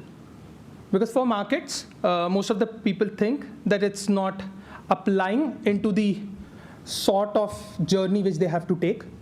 That's what the perception is. It needs to change, I completely agree, but that's what the reality is. And but having a PhD definitely helps. It gives you that sort of clarity, and you can take projects. Again, it allows you, and in a very nutshell, it would be critical thinking, creativity, and that problem solving. You have understood that. You have taken a problem out of nowhere and committed to it for 4 to 5 years, even more than that, and completely executed. You have shown the perseverance, you have shown the tenacity. All of those soft skills have been utilized. That's what makes you better at succeeding in the job market also. It's just that there are 2 elements which still need to be learned, and that's adaptability. If I've learned it in core sciences, I can do it in applied sciences too, or even in the job market. That's there, and the second one is acceptance. No matter what, that's the epitome of understanding that no matter what you do in your control, even if you're done your best of the efforts, you have to accept what it is and move ahead.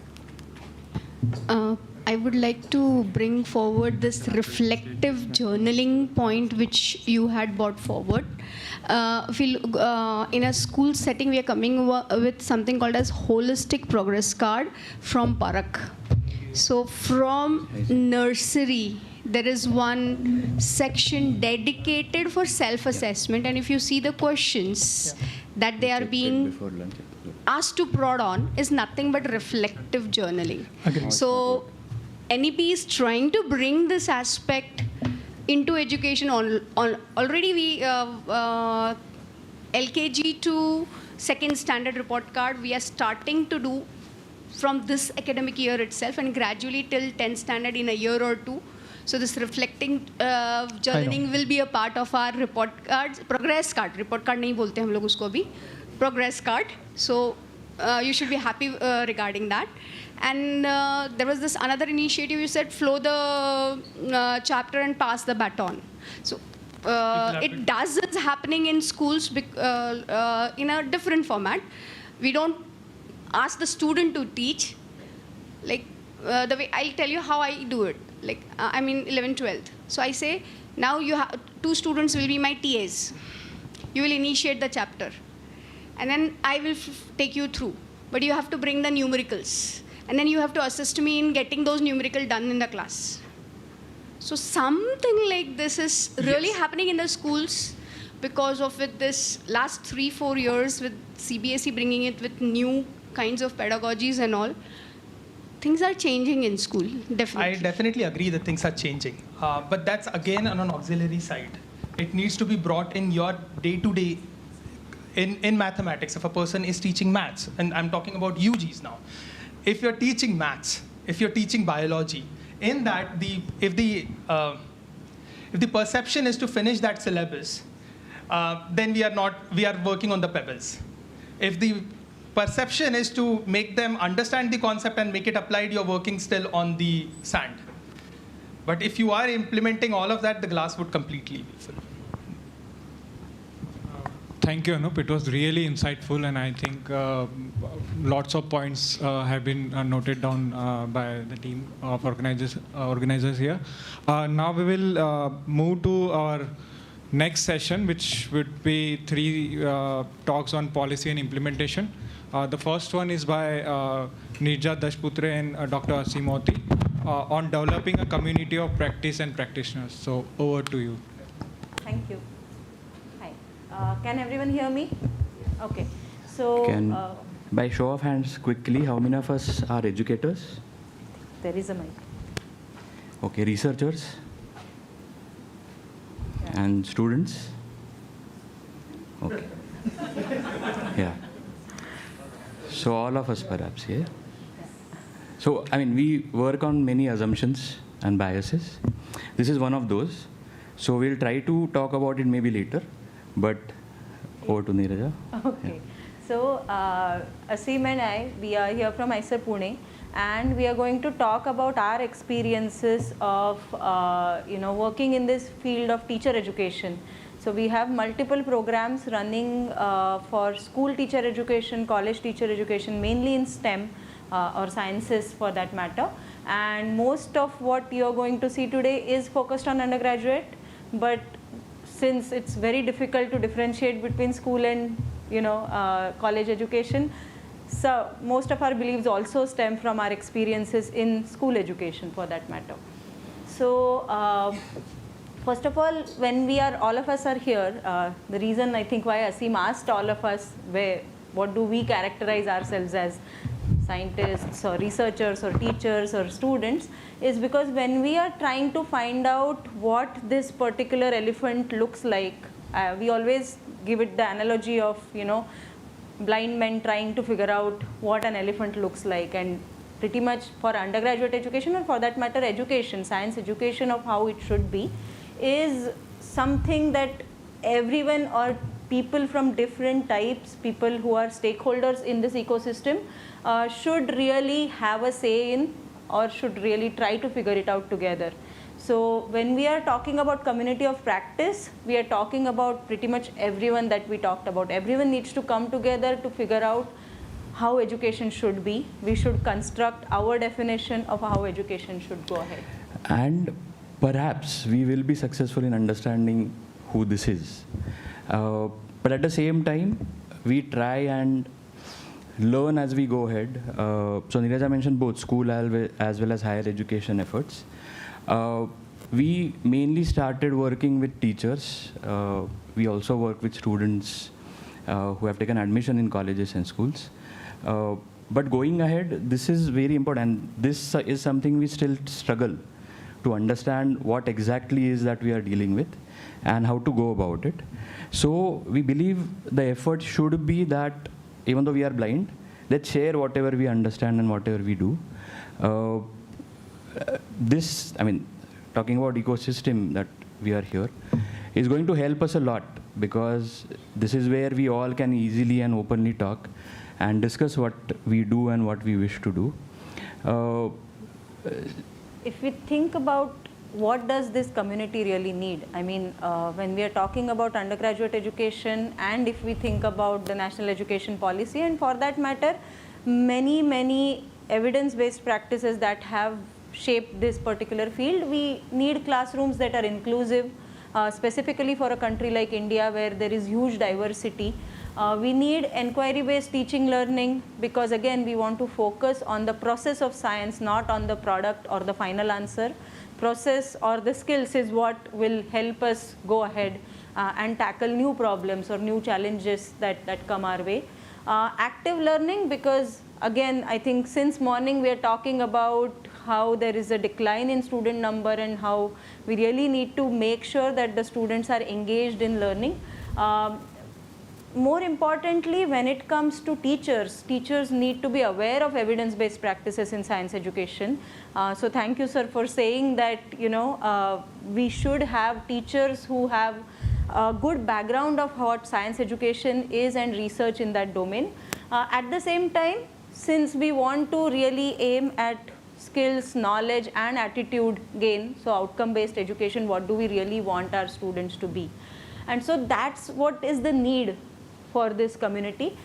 And who are the community of practitioners that we are talking about? We are talking about educators, of course, college teachers or undergraduate teachers, students, because they are a good voice to have in the classroom, college administrators, teacher educators who will work with these teachers and students, at the same time education researchers. So when we are talking about community of practice and practitioners, we are trying to pretty much address both of these things. We will focus mainly on the educators, but we'll also talk about our efforts with students and also a little bit with administrators and researchers going ahead.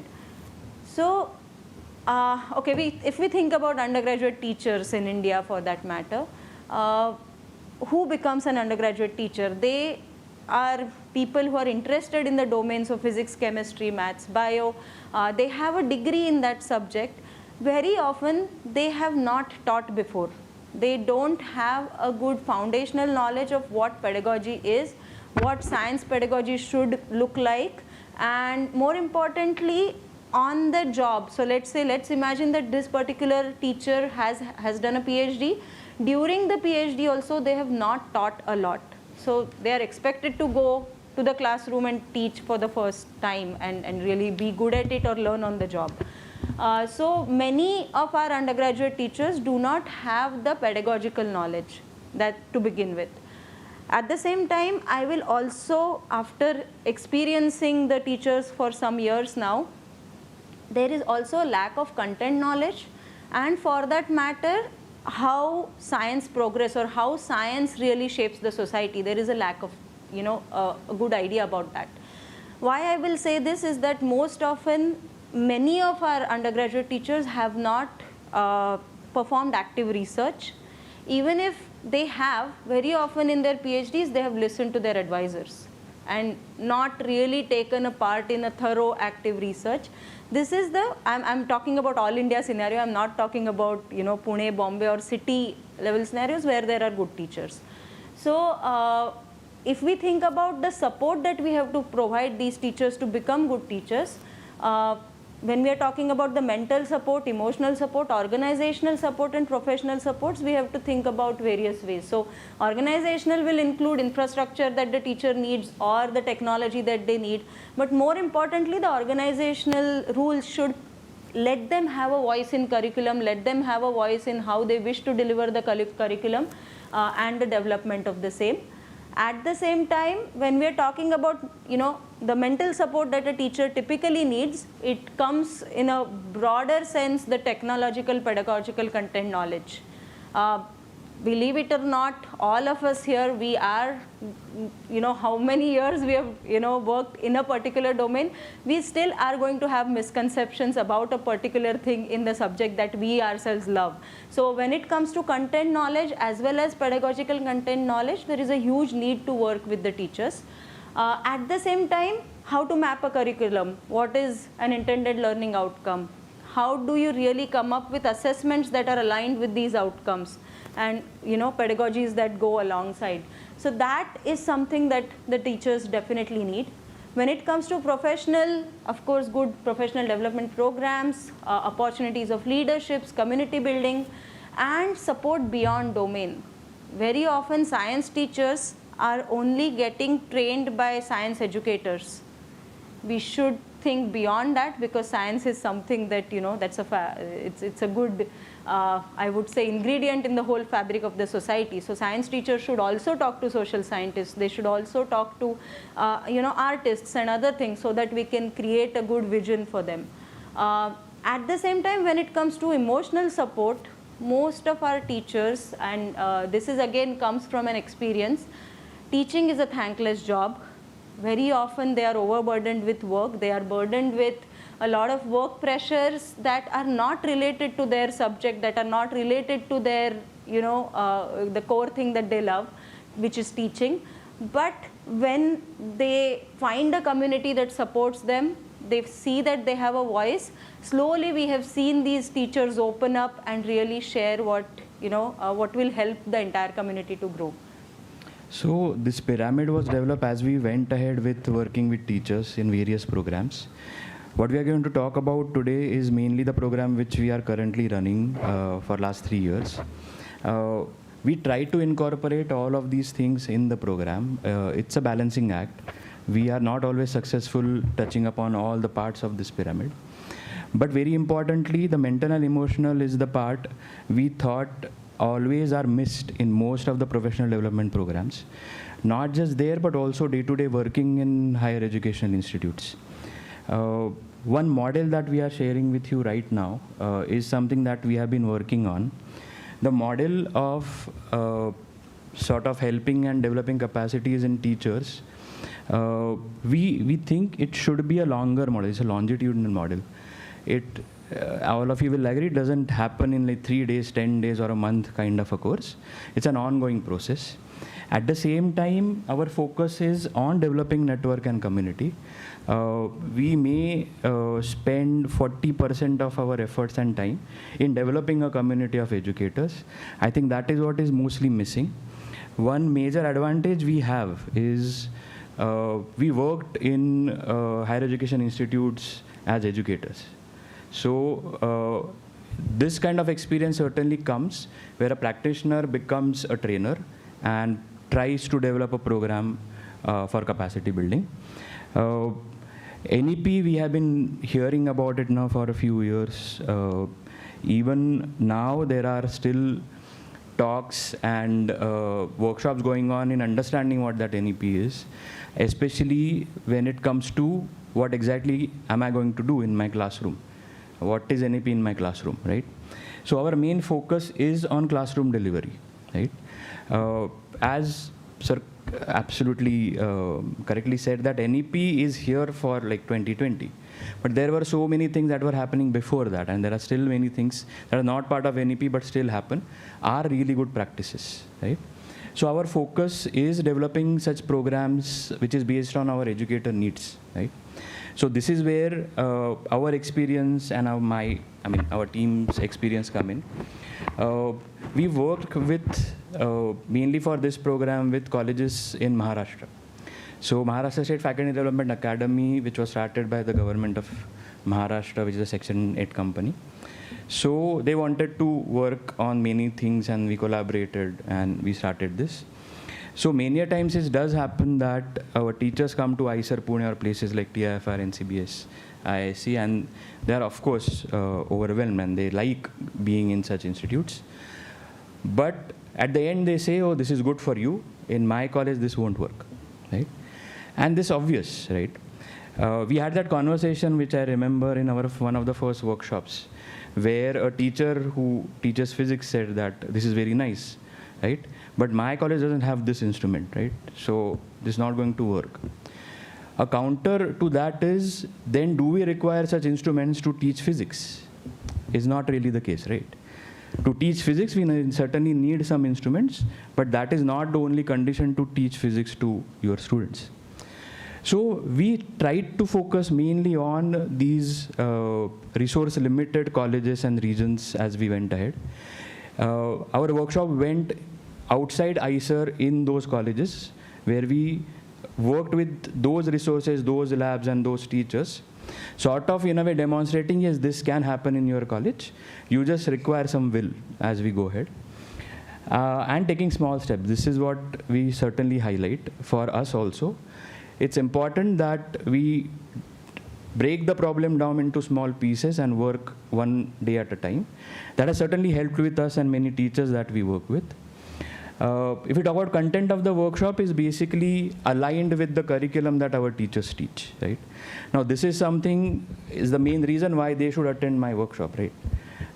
Most of the times, in the various kind of FDPs, new technologies, new methods are shared. But again, those are important in those 4, 5, 10 days, nothing beyond that. And the focus is on recognizing aspects of learning. Now, this is where higher education teachers are never trained, right? I am not saying the B.Ed and M.Ed courses are the real courses where, you learn how to teach. But there is something that initiates thinking about learning and teaching. So that never happens with us. So our focus was also on working and sharing with these teachers what exactly learning means, right? And all of this was based on evidences. So basically, subject-specific research that happens partly in India, but mostly outside, unfortunately. Unfortunate part is not happening in our country. But we started looking at this, that if you want to be a good teacher, especially a science teacher, why don't we think scientifically about teaching, right? So that aspect came in as workshop content. This is just a sample of a level 1 workshop that we do. We have 3 levels. As the level goes up, the intensity, the engagement increases. So themes are related to something that, of course, is highlighted in NEP, but we never talk about NEP. We talk about why we want to do this. There are some synchronous parts and there are some asynchronous parts that goes in the workshop. We'll talk about this and we'll share this information with you if you are interested. But the idea is engagement of participants and also those who have been part of our workshops coming back and then becoming trainers for our next workshops. That's the theme that we work on, and that is where the engagement and community of practice happens. I also want to add here that the aspects of learning that Asim talked about in the previous slide, the most of the workshop is kind of weaved around those aspects of learning. So reflective practices is a core aspect of all of the MSD programs. At the same time, collaborative learning, because that's what learning really is. You learn from each other, you learn from the community, you learn when you think on your own, and of course you learn from the trainer. So there are like multiple ways of self-reflection to metacognition that we take the different approaches in the workshops. So this started, like I said, 3 years back, and we are happy that we could go in different parts of the state, engage various teachers as we went ahead. There are a few numbers for your reference. We thought this is how the program should be done. But when we met other people, we understood that no, this number is actually huge, right? Why it is huge? I think because we involve teachers in the whole process and not just end users of these workshops.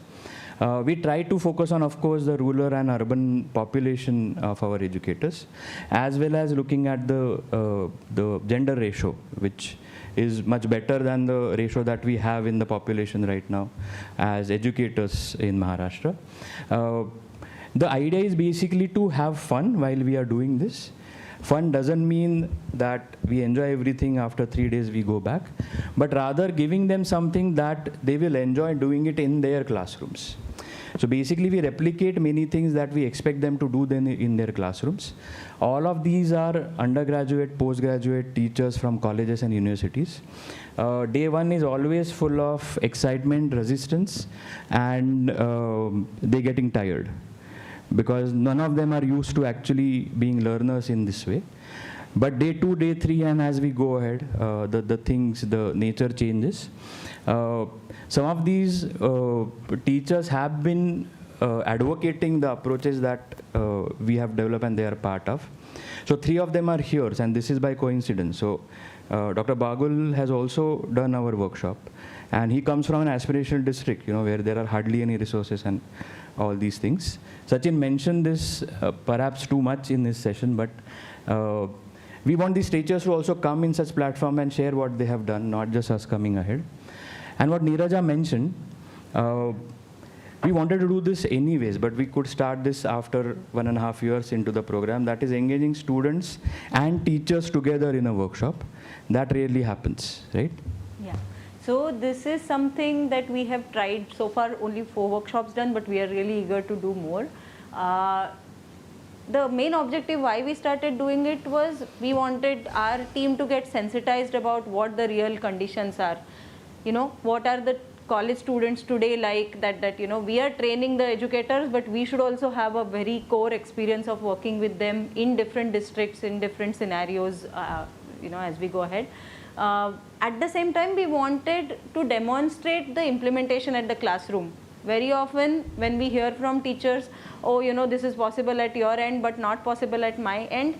Well, let's go ahead and try and do it at your college with your students, with your facilities, and let's see if that works out. Using the available support infrastructure, lab support that you have. So the model is that we have 8 to 10 students per group, along with 1 or 2 teachers per group. That's how we combine them in a group. And they are given challenges, or they either perform inquiry-based labs in different disciplines. But the lab or the inquiry is something that the teacher and the students both have never seen. So the teacher really doesn't know the answer right away. They also have to go through the inquiry themselves to figure out the answer. At the same time, the challenges are shaped such that if we think of the 2 generations coming together, the teacher generation and the student generation, there is some technological advantage that the students have, and they can bring in those expertise. At the same time, the teachers can bring in the expertise of whatever content knowledge that they have. So when they're trying to solve a challenge together, the teachers learn from the students a lot of new things. And at the same time, the students, of course, learn from the teacher as they're doing the lab. And the reflection sharing becomes a very core part of this exercise, where the teachers and students share together what they learned. And if you see the, various feedback, and if we go through the feedback, what we see is that all the principles or practices that we talked about slowly transform these students into practitioners. They start believing that, I should have active learning in my classroom. They start demanding it from their teacher. They say, why can't we do a group discussion on this? Let's have, a discussion about how this particular lab should be done. So they start demanding these things from their teachers, really making them a core part of the practitioners. So as we go ahead, and we have been asked to cut it down. So there are various questions that we also try to answer ourselves. This part of our assessment of the program and how we do and where we are going. So there are some important questions that I have written here. You can take a look at it later and we can also discuss. But this is something we want to really understand, that how a teacher training workshop, a capacity building workshop should develop, what aspects we should get in these programs, and are teachers ultimately adapting them to their classrooms. So far the response has been really well. I mean, we can just highlight some slides, we'll not go in details of this. So in terms of challenges, in terms of what will I deliver in my classroom once they go through our workshops. So these are their responses, and we follow them up, that are they doing this? Are they using the same thing that we discussed, or they are developing their own, and so on. So far this has been the case where they are trying to do various things that they learn throughout the workshops. But going ahead, we are also interested in understanding the challenges that they perceive as they go, right? So this is where 34% of them say they don't have any challenge, right? So we are still curious. We want to exactly know why they say this. But if this is the case, then we want to highlight exactly what happens in the workshop, and let's try to replicate those things. But of course, majority of the challenges is, again, time limitation, syllabus, other duties that we have heard since morning. The idea is to sort of take small steps and understand what exactly then you can try out of all the things that happens in the workshop. So far, teachers are saying that peer interaction is something that they will certainly do, and they have done. So majority of the teachers make sure that in the classroom, peer interaction happen by various activities. Second is activity-based learning, right? It's not necessarily active learning, even though we promote active learning, it's activity-based learning that they are trying to do. And importantly, inquiry-based learning, with which we started these science and mathematics teacher workshops. Slowly we went into the humanities, social sciences, teacher training as well, where we were not sure, but teacher seems to be sure that yes, we can work together. So this has been happening. The data, of course, we are collecting as we go ahead. I'll skip to maybe a couple of more slides and go to the reflection part. Okay, so in reflection, if we have to summarize what really works for the participating teachers, it's performing the activities in their local setting when the workshops actually happen in their colleges. Community handholding, so whenever the teacher joins our group, we never really let any group die. There is constantly some interaction going on the group, which could be about the content. It could be something that a teacher does in the classroom and posts on the group, and it is really cheered by other teachers that are doing it. Training in native language. So this is something very, very important, especially in India, is what we have realized now that we work in 4 or 5 different states, not just Maharashtra. So for our school level program, we work in multiple states, and you have to speak the language. That's one of the easiest way to get to the teachers. Experiencing active learning themselves changes their idea about what learning should look like in classroom. Once they experience it, they are on board and they will try to implement it in their own classes. And asking reflective questions. So that's something that we are working on. Still a challenge to really getting the teachers to ask reflective questions, but at least we as teacher educators can ask reflective questions to our participants. And doing all of this, we have to construct their idea of education. It's not our, as teacher educators, idea, but the participating teachers and students together should really have a voice in what education should look like. If we look at teacher educators, so we are advocating that teachers who are practitioners should come into the training field, and they also become trainers and go into the training part is, of course, knowing participants' background, right? So that certainly helps.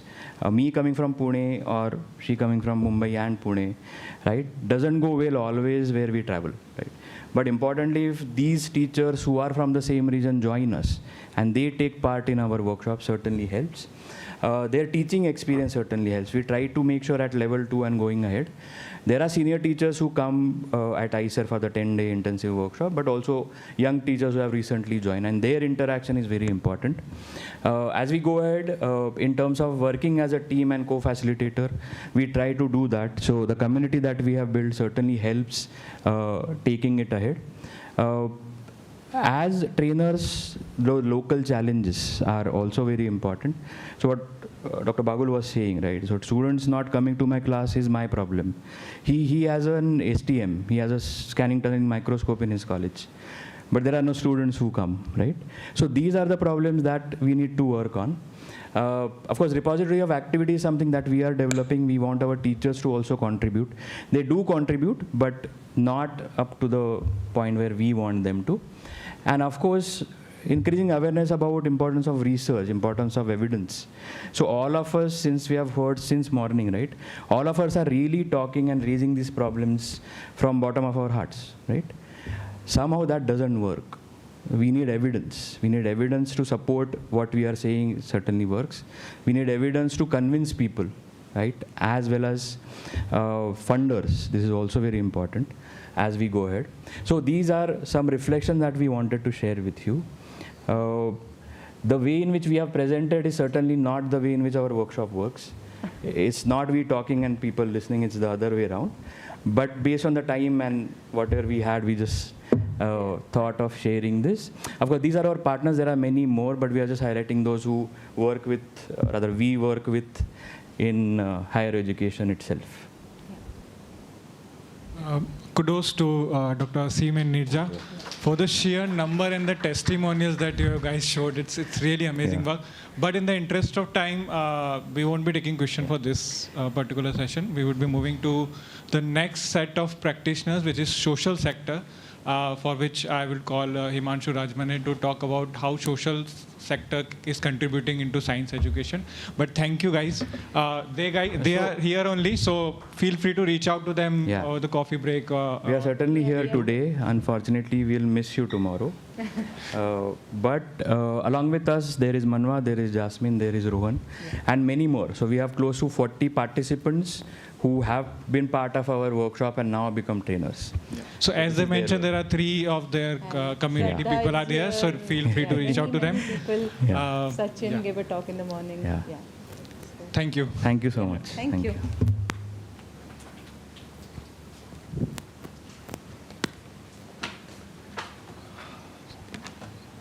So, good evening, everyone. I hope everyone is there here with me. How's the Josh? Hi. यहाँ से आवाज आ रही है. I hope पीछे सब लोग ध्यान दे पाएंगे, जगे हुए होंगे. So I'm coming far from Chhattisgarh now, and yeah, the way we greet there is Jai Johar, welcome. And like Anup and many others, I'm also an alumni of ISER Pune, and it has played a big role in my journey in science education. So I would like to share how things have worked for me in life, just like Anup.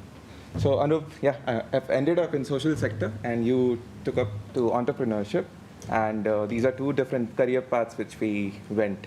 So yeah, here's my story. So I did my 12th standards in PCM, and I hated biology. Biology was a subject where you had to mug up a lot. There's so many keywords. It's just boring. And yeah, that's the thing, like science education and hate for biology. Then I ended up in ISER Pune, and it all changed. I met few passionate professors, and the way they were teaching was really beautiful.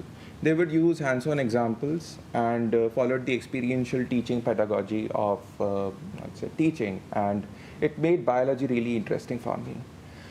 So, I would especially like to mention there are people who know him. He used to be a science coordinator, I think lab coordinator there, Dr. Nilesh Danukar. And the way he was teaching science was, I would say biology was really interesting.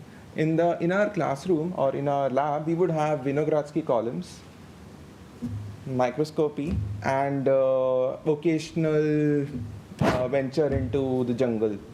So we will be doing field trips. And this was like struck with me. It's an interesting way of building an interest in science. And it was biology for me. I started falling in love with it.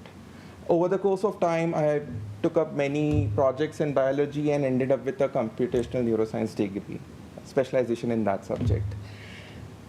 So along with this, like in Pune and even in Maharashtra, particularly this part of Maharashtra, Mumbai, there's a culture of trekking. Pune has a lot of young crowd, so is the case in Mumbai. And the trekking is an activity which connects you with nature and also the people around the city. So I remember my seniors and my own batchmates, we would go around to forts. There's this Torna fort, and it's in a village called Bhor. So you would take a bus to Bhor. And while coming back, it used to be very late. And the villagers and other people would support us. They would provide us accommodation. So it became a question to me, like, yeah, they are helping us so much. How can we pay them back, right? And the setting of the village was such. There's a temple. There are a few small houses, streets which are lit by solar panels, and we would spend time talking to the kids about stargazing. So I would throw light on an application called Stellarium. I hope few of you are aware of it. It's a beautiful app which helps in identifying the constellations in the sky. You can just download it on your phone and just move your phone around the sky, and it will show the names of different planets or constellations. Simple thing, right? You don't even need a telescope to teach a kid about the sky. So here we are in the village late at night with few kids around us, and we are talking about a star which is moving like in a straight path. We used to call it Tutta Tara, but sorry, it was a misconception. It was not a Tutta Tara, but International Space Station. Every 90 minutes, it would go around. It's a learning for them. Yes, there's a human-made object in the space which is going around every 90 minutes. And so this small interaction, like it wasn't a small interaction, but a frequent interaction. Every Saturday we had our mess close. We would plan on such excursions, and this is where I got to interact a lot with the students and understand their curiosity. In one of the interactions, a child asked me a really good question. Sir, वहाँ पे वो solar panel है और क्या इसको हम और बना सकते हैं क्या? लाइक महंगा होता है, तो इसको सस्ता बना दीजिए ना, चीप करने का कुछ नहीं. तो हमारे इंस्टीट्यूशन के बाजू में NCL है. यस, NCL में बहुत कुछ काम चल रहा था, लेकिन हमें भी नहीं पता था कि एग्जैक्टली इस डायरेक्शन में कोई एफर्ट ली जा रही है. तो फिर हमें लगा कि चलो बच्चों को क्यों ना हम मौका दें, वो आए, विजिट करें हमारे लैब्स को और जाने कि आईसर में क्या काम चल रहा है और NCL में क्या चल रहा है. तो आईसर में हमारे एक इनिशिएटिव उस समय हमारे सीनियर्स ने शुरू किया था, उसका नाम था दिशा, एक साइंस आउटरीच इनिशिएटिव था. आज भी आई थिंक एग्जिस्ट कर रहा है वो, आई होप कर रहा हो. बहुत अच्छा इनिशिएटिव था.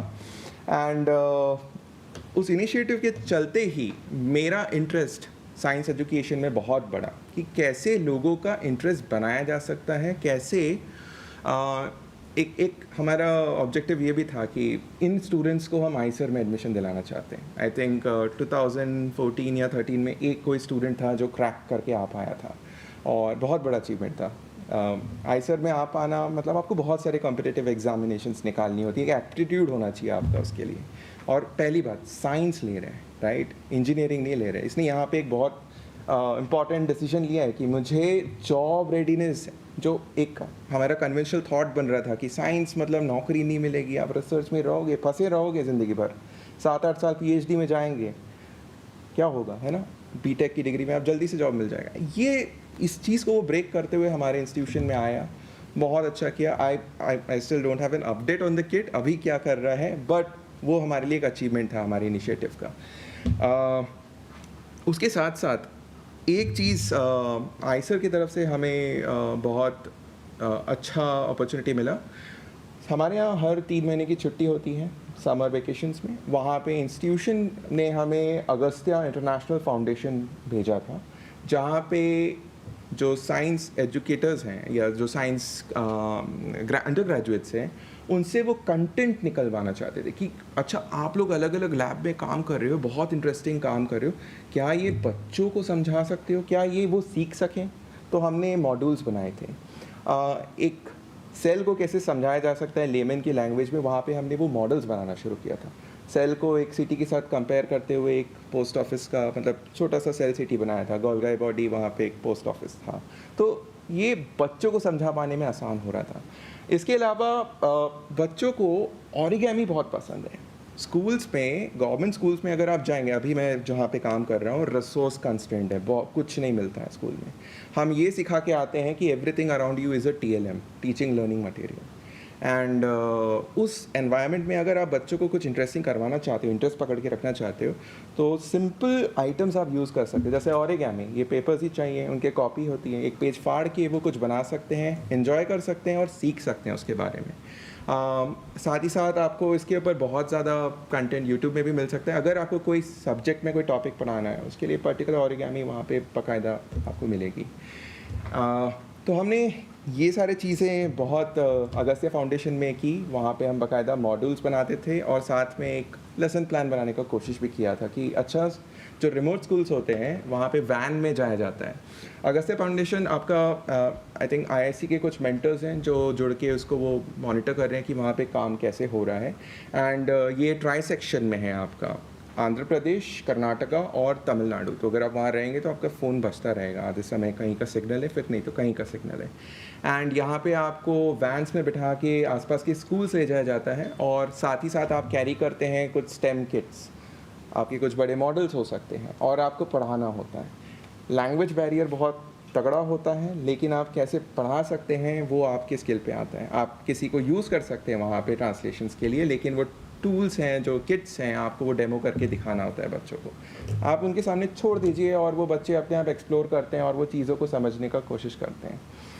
हाँ, तो यहाँ पे यही है कि सवाल आ सकते हैं कि क्या, जैसे सोलर पैनल को लेके बताया था कि सस्ता बनाया जा सकता है। ऑनेस्टली हम खुद अभी अपने इलेक्ट्रिसिटी बिल को पे करने के लिए स्ट्रगल कर रहे होते हैं और हमें इस रिसोर्स एनर्जी क्राइसिस का कोई सल्यूशन नहीं दिखता है। बट हाँ, यहाँ पे एक स्टूडेंट है, एक बच्चा है जिसने एक सल्यूशन तो देखा है कि हमें और सोलर पैनल चाहिए, सस्ते पैनल बनाने। इसके साथ मेरी जर्नी एक एडटेक स्टार्टअप में हुई जहाँ पे हम स्टेम किट्स वगैरह डेवलप कर रहे थे। ये स्टार्टअप ATL अटल टिंकरिंग लैब सेटअप करने में स्पेशलाइज करता था। अटल टिंकरिंग लैब आपका अटल इनोवेशन मिशन के अंडर एक छोटा सा इनिशिएटिव है। क्लस्टर ऑफ स्कूल्स होते हैं, वहाँ पे एक स्कूल में वो लैब सेटअप किया जाता है जहाँ पे बहुत सारे आपके स्टेम टॉयज़ होंगे या साइंस किट्स होंगे, आर्डुइनो या फिर आपके रास्पबेरी पाई के बोर्ड्स होंगे, उनको वहाँ पे कोडिंग सिखाई जा रही होगी, रोबोट्स बना रहे होंगे। एंड वहाँ पे मुझे प्रोडक्ट इंजीनियर के तौर पे रखा गया था, जहाँ पे मैं कुछ ना कुछ मॉडल रेडी करूँ, टॉय रेडी करूँ। एंड उसके साथ साथ मुझे एक चीज़ सीखनी पड़ गई। ये साइंस में मतलब आइसर रहते हुए मैंने सीखा नहीं था कि पेडागॉजी क्या होती है, लर्निंग कैसे होती है। तो पियाजे की एक थ्योरी है जो कहती है कि किस एज से किस एज तक क्या डेवलपमेंट देखने को मिलती है। तो हमने उसको ध्यान में रखते हुए कुछ टॉयज़ डिज़ाइन किए। तो मैं ये बोलना चाह रहा हूँ कि लर्निंग ऑन द गो होता है। आपको एक बार अपने आप को कूद जाना होता है उस सिचुएशन में, ना आप धीरे धीरे चीज़ें सीख रहे होते हो।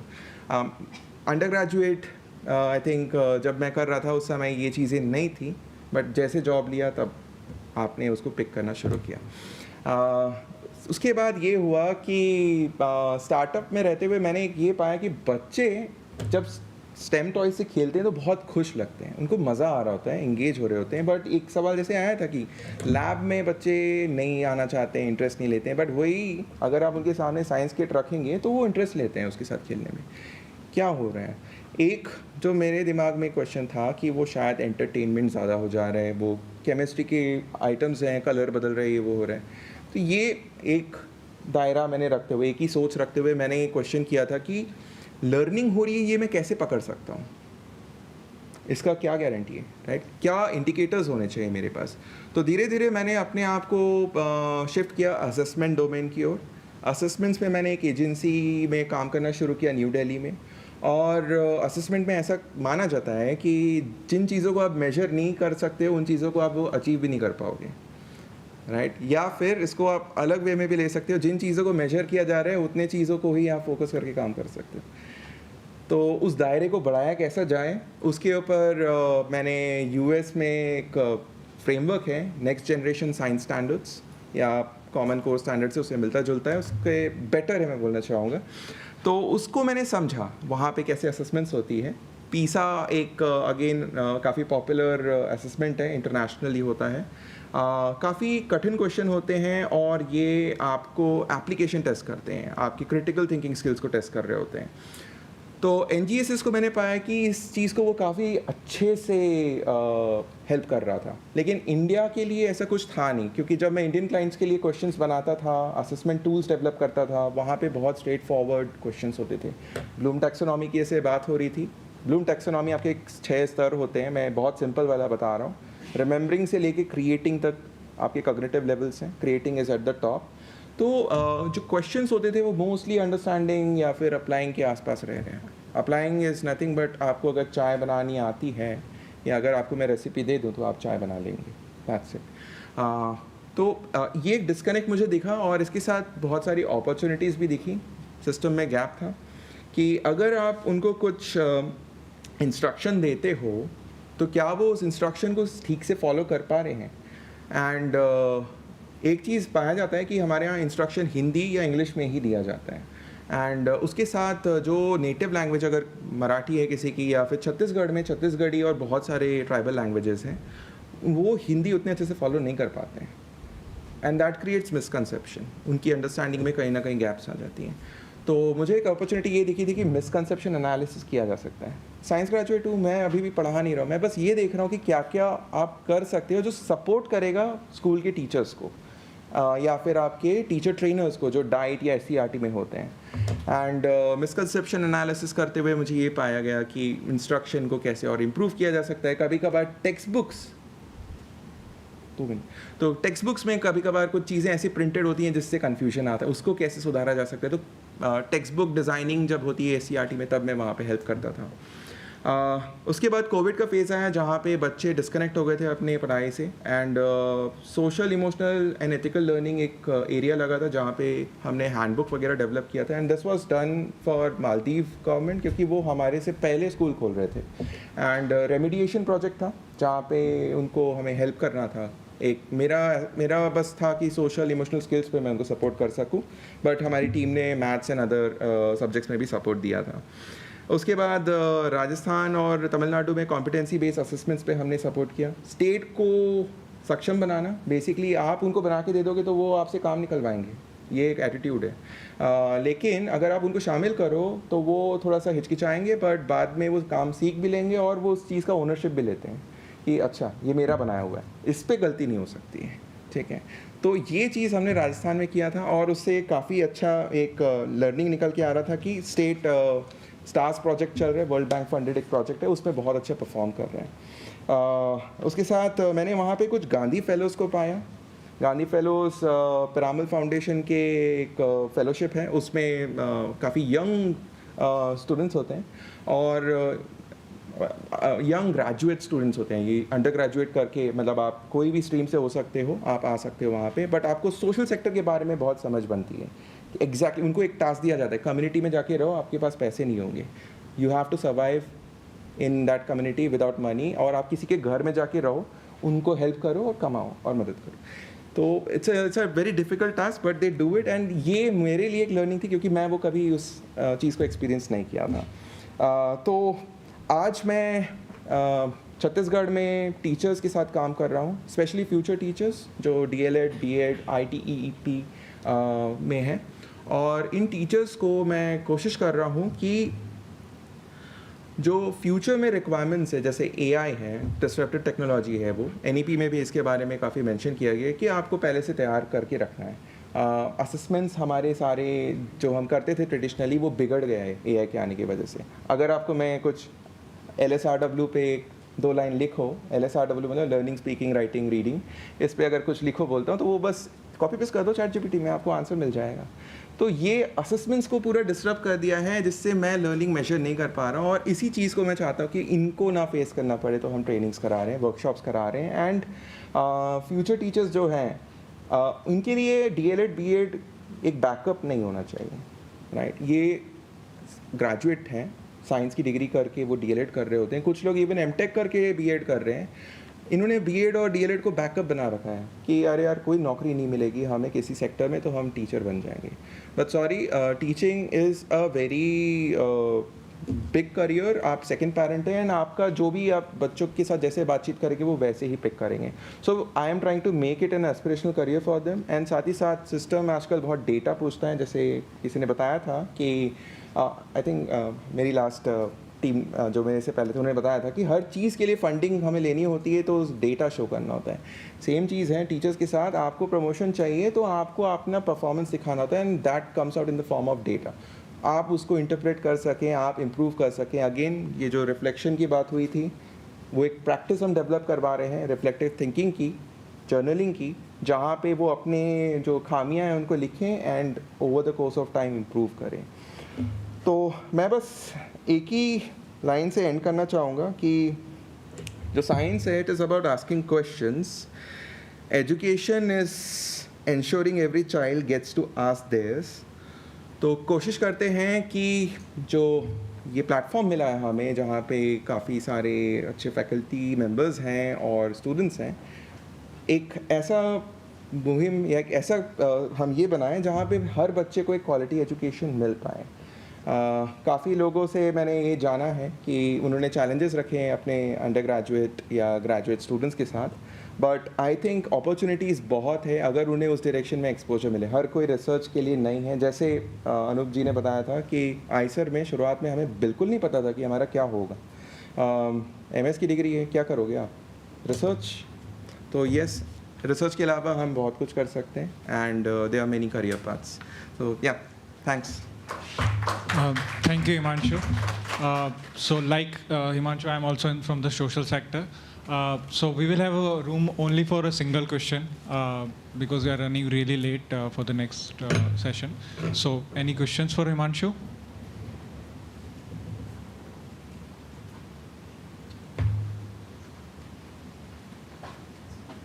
Okay. Well, there are no questions, Himanshu. Thank you for your sharing your life journey with us. Next, we will move on to a session on NEP 2020 in higher education. Apurva Barve from Maharashtra Knowledge Corporation Limited. She will talk about the current challenges on the ground. It's coming.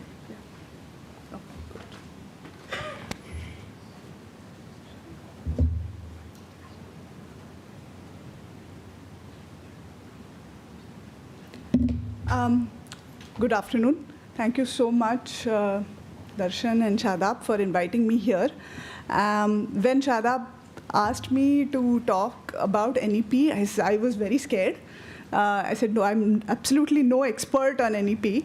But I said, what I can do is I can try to bring you voices from the ground, because I have had the opportunity, I have had the fortune to be in touch with people on the ground, and that is something that I can do for you. And he said, yeah, that's a good idea, so let's go ahead with that.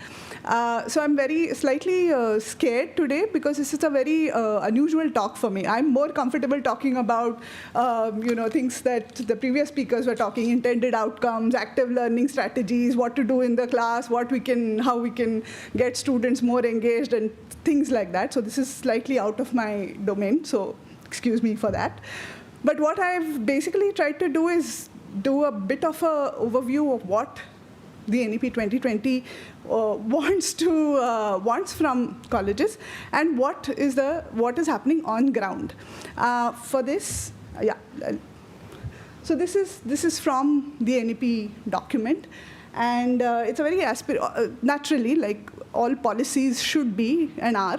It's an aspirational kind of statement of intentions, and it says that particularly about higher education, it says that high quality higher education must enable personal accomplishment and enlightenment, constructive public engagement, productive contribution to the society, and so on and so forth, and of course, at the end, economic independence, just as an add-on. But so yeah, this is a very aspirational thing, and further on in one of the sections, it says that what students should be expected to do is study one or more specialized areas of interest at a deeper level, which is in line with what we've always thought about higher education. But then it also goes on to say, while at the same time, build character, ethical and constitutional values, intellectual curiosity, scientific temper, creativity, spirit of service, 21st century skills, across a range of disciplines, including so many things. Of course, I'm not going to go into all of that. Jokes apart, what they have tried to do is to bring higher education to a more broad perspective. It does sometimes feel like there's a saying in Marathi called "Akhud bahududhi." So you want everything. You want education at a deeper level, as well as you also want students to be well-rounded and well-read and touching upon all of the things that are listed here and so on.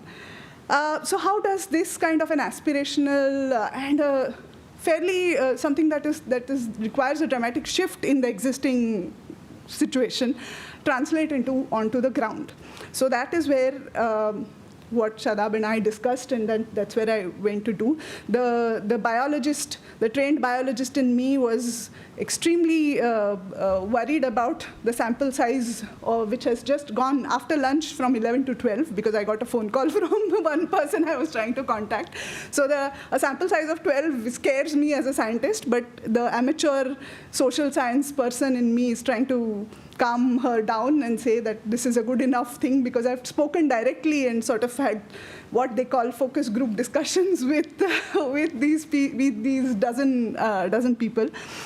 So just to give you a snapshot, it's from a dozen teachers spread across Maharashtra, mainly because we said that the main discussion point is going to be in Maharashtra, but also from different parts of India, where fortunately working at ISER and then at MSFD, I've had an opportunity to interact with teachers from different parts of the country. So I was able to sort of pick up the phone and talk to them about it.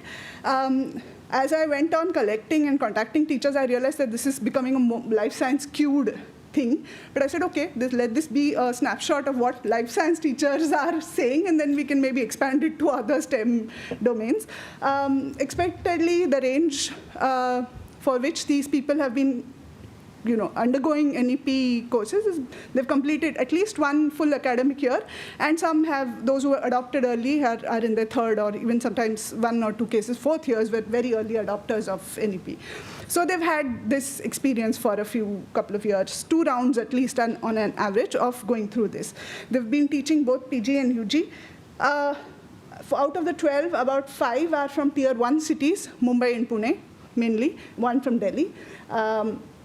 The rest are from very diverse locations, from Gadchiroli, Srirampur, to Mangaluru, to Mangalgiri in Andhra Pradesh, and so on. So it's fairly diverse spread in that context.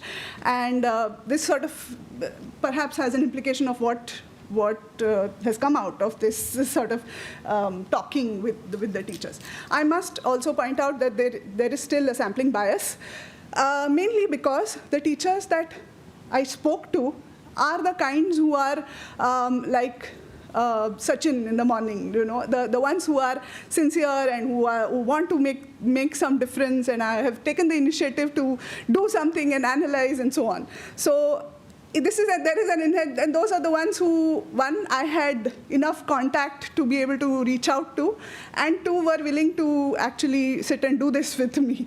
So there is an inherent bias in the sample, but I think it's all right, because these are the drivers, these are the leaders who are actually trying to do something different on the ground, and then their voices are good voices to start with if we want to see what is happening on the ground. So some sort of themes emerged as hot topics that I was trying to be very, very neutral when I started each conversation, although I had started gathering some sense of what they were feeling as my calls went on. But open electives, the OEs, which this initial idea of NEP trying to get students to get a flavor of many different things has led to the introduction of something that's being called open electives, where they get to choose subjects outside of their major subjects of the major subjects of study. Other things that came up were scheduling, students' attitudes, workload, teacher preparation. And of course, we'll talk about each of this a little bit in detail as we go on. And this is something that we've been hearing some snippets of since morning. This is something that all of us have experienced. This is just probably an opportunity to put it in a framework and a collection, and that is all. So some of these were kind of double-edged swords. Like open electives, for example, there were pluses and minuses and good things and not so good things that people were saying about it. And so also about workloads. And we'll have a look a little bit with that.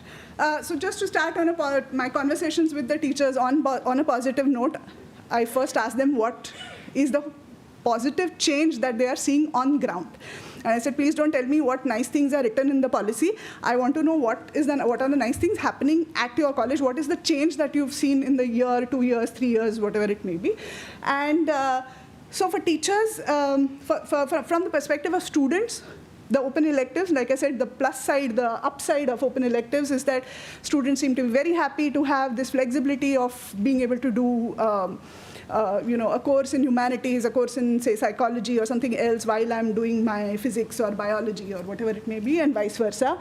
They get more exposure to other disciplines, which, interestingly, a couple of teachers also told me that it leads to them making informed choices, better informed choices of what they want to major in, instead of being locked in the old system, like right in the beginning of this is what I'm going to specialize in. They now have a chance to explore more and then make an informed choice about the final specialization. They also are happy with skill-based courses. The focus on NEP on actually being outcome-based and equipping students with skills has led to introduction of skill-based courses, which were probably long overdue, but have been now sort of pushed further along and sort of accelerated due to NEP coming around. And so also with internships, which is similar. Right? I mean, this was something, Industry Connect is something that, like many people have been saying, has been talked about for a long time. It's just that the presence of a framework and presence of a sort of push from the top has sped this along, and this was sort of the positive that, from the students' perspective, teachers told me is being taken as.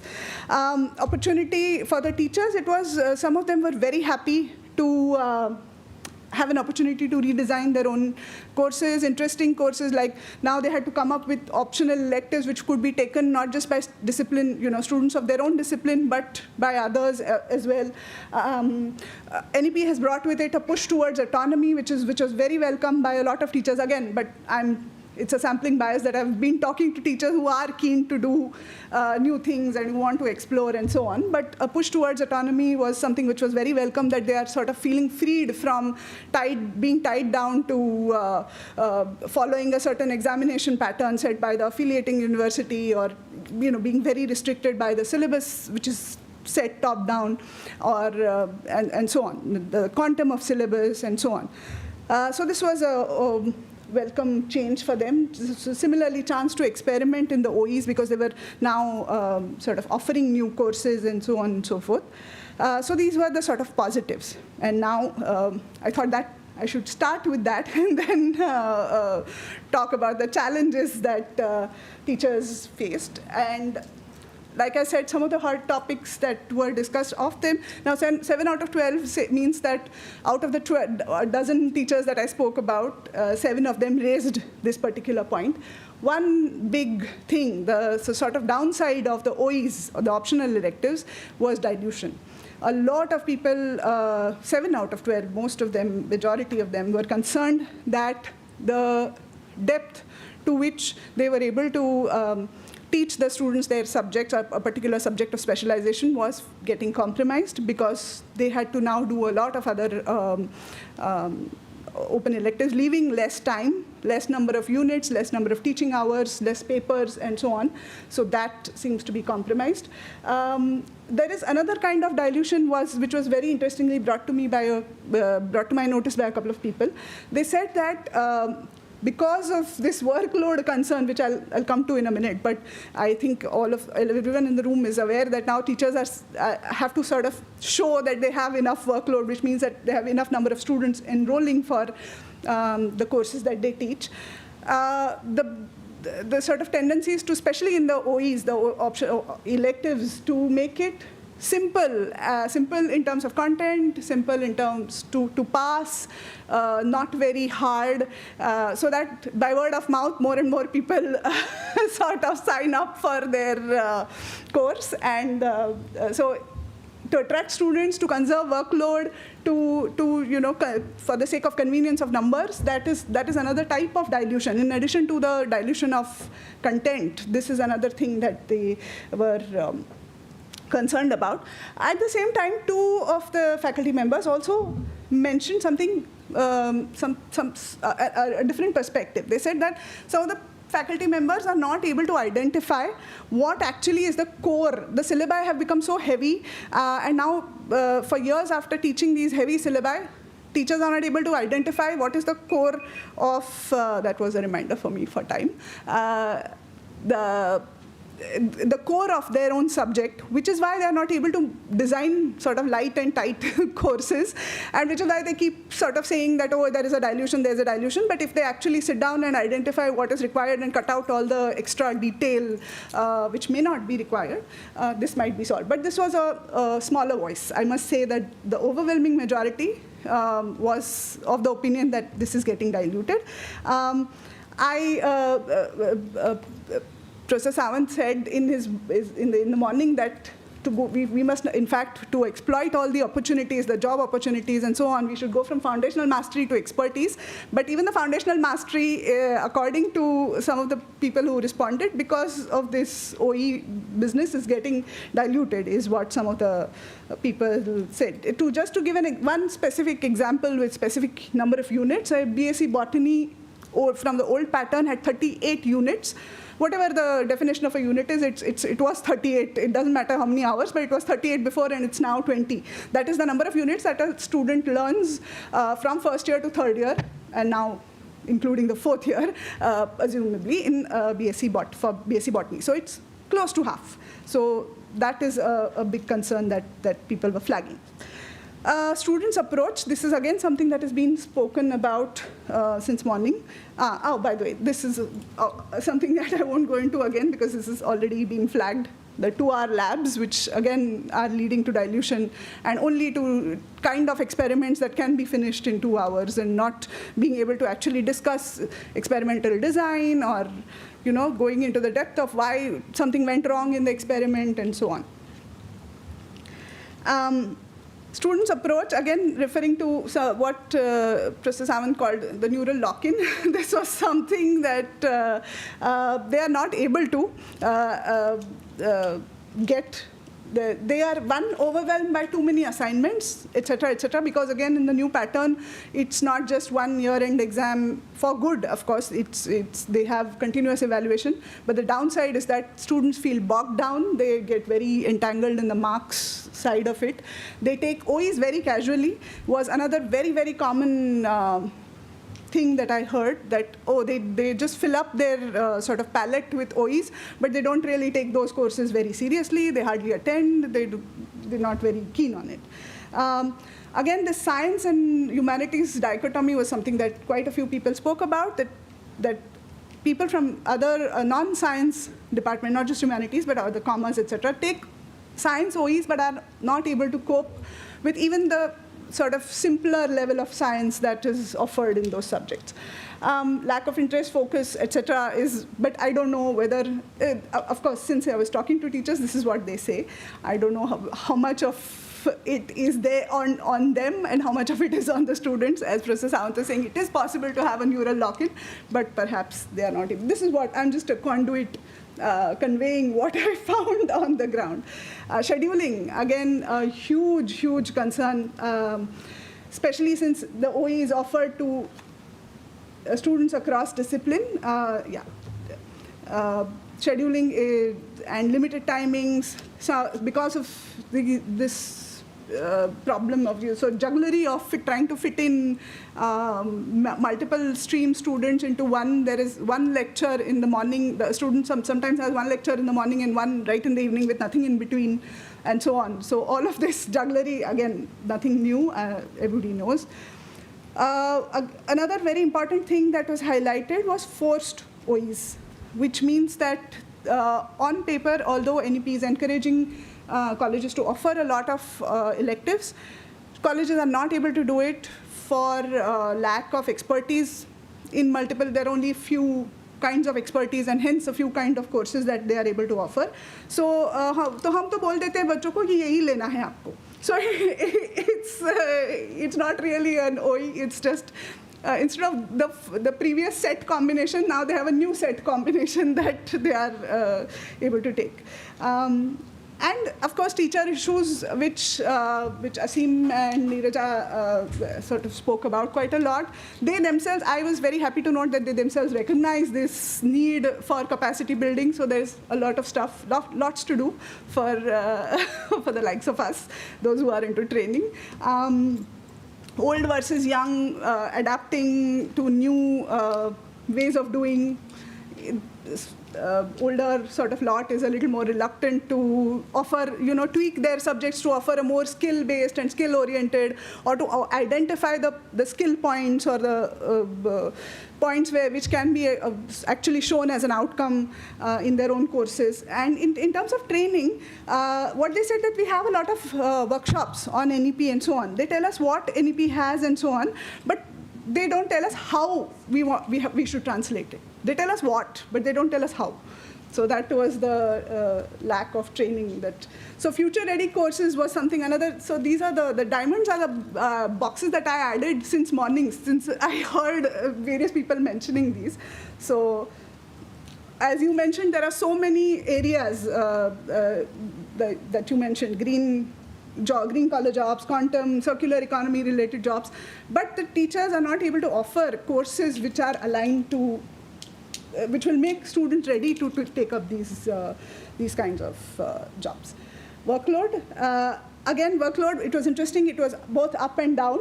But some people were saying that too many courses and that, because the ones who were willing to actually design new skill-based courses and offer them were doing it along with their major courses and hence had a lot of workload. And on the downside, they said that some of our colleagues complain that we have no workload because they're not willing to really reorient and offer new courses. So it's, again, a double-edged kind of thing. OJT, internships, etc. We heard a few people talk about industry readiness and so on. Students seem unprepared. Both students are unprepared. They're not really coming in the first and the second year. They're not really ready to go into an industry and be, just even in terms of sort of comportment, be in a working environment, professional environment. They're more used till class 12. They come from a very मुझे ये JEE के लिए prepare करना है या इसके लिए prepare करना है, I don't care what the world is doing around me kind of thing, from there to go into a working scenario. So the students are unprepared and companies are reluctant. So it's from both ways. So for the teachers and for the college, it is very, very hard. NEP wants them to do this, but it's very, very hard to make that marriage. So that was something that came up.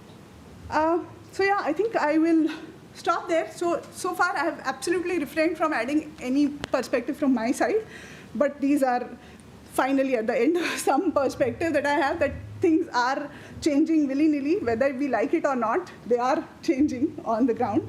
And some of them, I felt that some of these troubles are teething troubles, which will eventually settle down as frameworks and structures evolve, but some of them are deep-seated issues that perhaps we should discuss.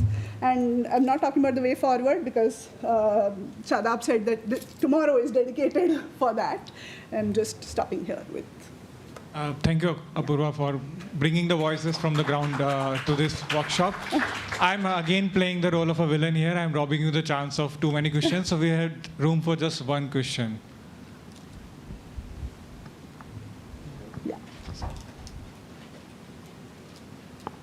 I'm really hoping that the QA/QC, quality assurance and quality check, is something that we can discuss later, because the whole sector needs this, especially if in terms of, I mean, just now from the lens of NEP, but otherwise as well. Yeah. So I just had one quick question. When we talk about curriculum designing based on NEP, there is a lot of debate about how flexibly we can interpret it. And when we talk to different educators and teachers, some of them say, oh, it has to be this way. And then sometimes we see someone saying, oh, no, I mean, we are given the choice. So what is, I mean, the interpretation varies. Yes, I think now, I mean, in the beginning it was very, very open because there was no specific guideline. But now I think, like Maharashtra has a committee which is now drawing up frameworks. Slowly it's getting set in stone. So I think, and autonomy, because of autonomy is one aspect which offers flexibility, because within the broad framework they can tweak it, interpret it as they want, and say, look, it is actually, this is the on-the-job training, or this is the kind of thing that we want. If it is done with a good intention, I think there is a good amount of flexibility. But I just hope it doesn't get with malintentions just to tick boxes. If one uses that flexibility, then. But yeah. This is just my view on it. And I think as time goes, it will get more and more rigid because frameworks will come out saying that it has to be, this is recognized as this and this is not recognized as that. Thank you, Apurva. Thank you. With this, we come to end of this wonderful session where we listen perspective from an employer, job readiness for students, a successful case study of capacity building project from ISER Pune, voices from ground on NEP, and somebody sharing, Himanshu sharing his story from social sector. So yeah, thank you all. We will break for tea and coffee now. The next panel discussion will start at 5 p.m. Our panelists are already here. So please try to be here maybe 5 minutes before 5. Yeah, it's just outside. Thank you.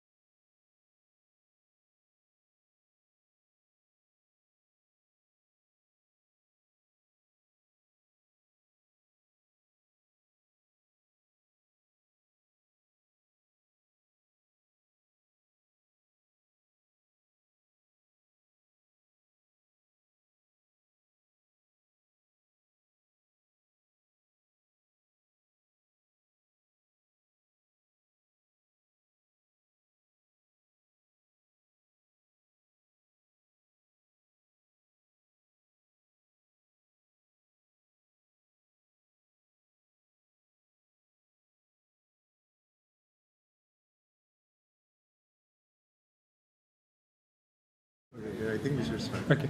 Hello, everyone. Welcome to our final session for today.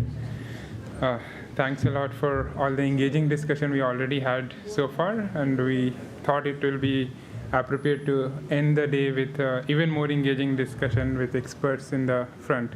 And so we will have we have 4 panelists today in our as a part of our panel discussion. First panelist is Dr. Anushree Lokur. I'll invite her to the stage. She's principal of Ruia College.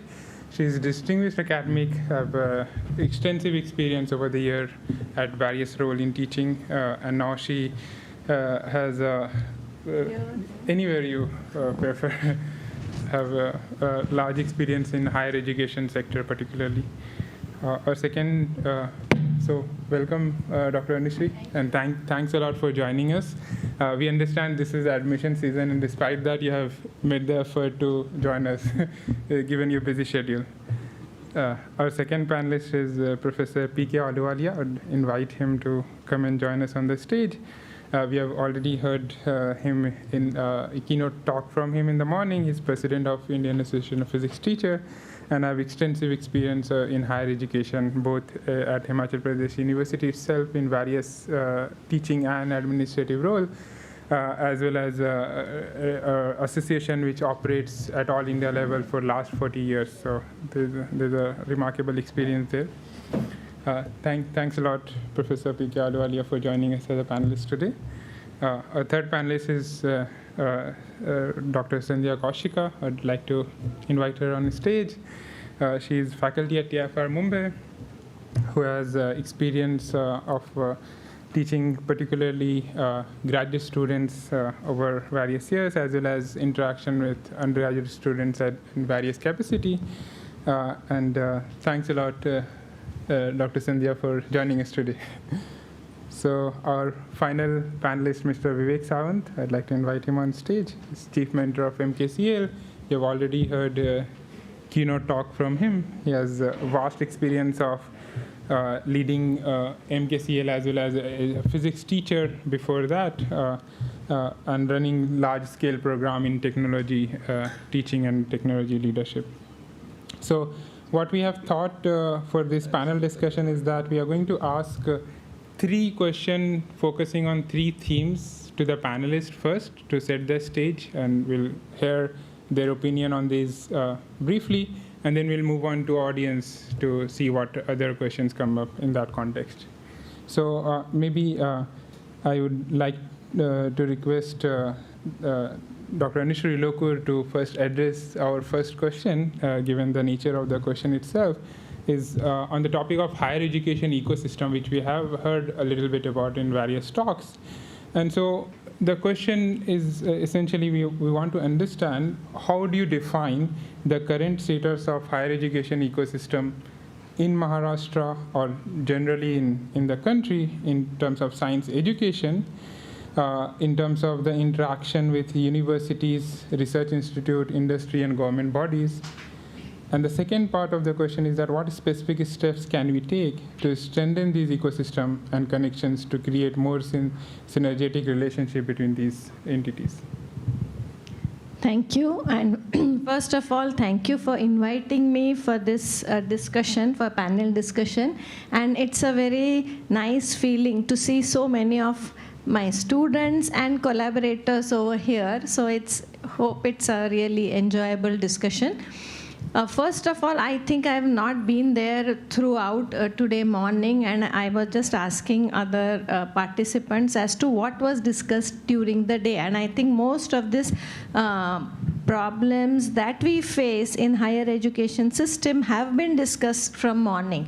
First of all, when you are talking about higher education ecosystem in sciences, if you see, since we are talking about Maharashtra, first of all, I would like to state some ground realities which all of us are aware of.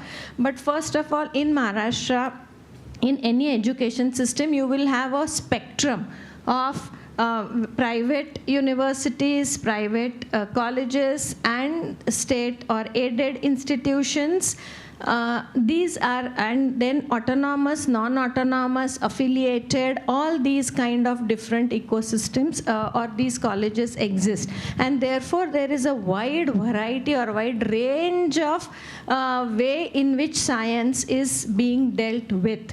That is the first thing. Now with NEP, there are a lot of changes happening, and as someone said, as Apurva said, or in earlier talk also, everyone is doing their apni NEP chala rahe. That is what is happening as a ground reality, where I'm on various boards and we see this happening because of maybe various constraints that people have. So that is also happening.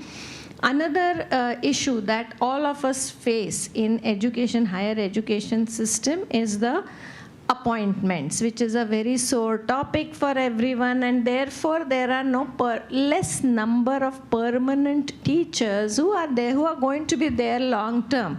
And there is a concept of CHB that has come in, that is clock-hour basis teachers, that somehow that becomes very difficult for us to train the teachers the way and mold them the way we would like to for science education, and continuously engage the students. That these are some of the hurdles that we face in higher education system. Another problem that I think was referred to in the morning is the dwindling numbers of students for pure sciences. How much ever you try, now the numbers for pure sciences have reduced drastically.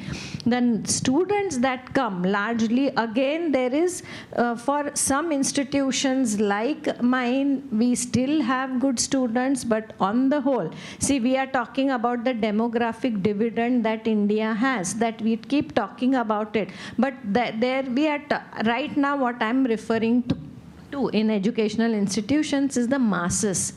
And if you see that spectrum, the masses, again, they are coming from schools where, again, teacher training is an issue, and the student quality that we are receiving is not like what we used to get earlier. I should not say, sound like typical old people that it is not like that anymore, but that is the fact that very often the education quality that used to be there earlier, we are not getting those kind of students. Probably many of these students are going to professional courses. Again, the same thing was repeated earlier. What careers do they have in science education?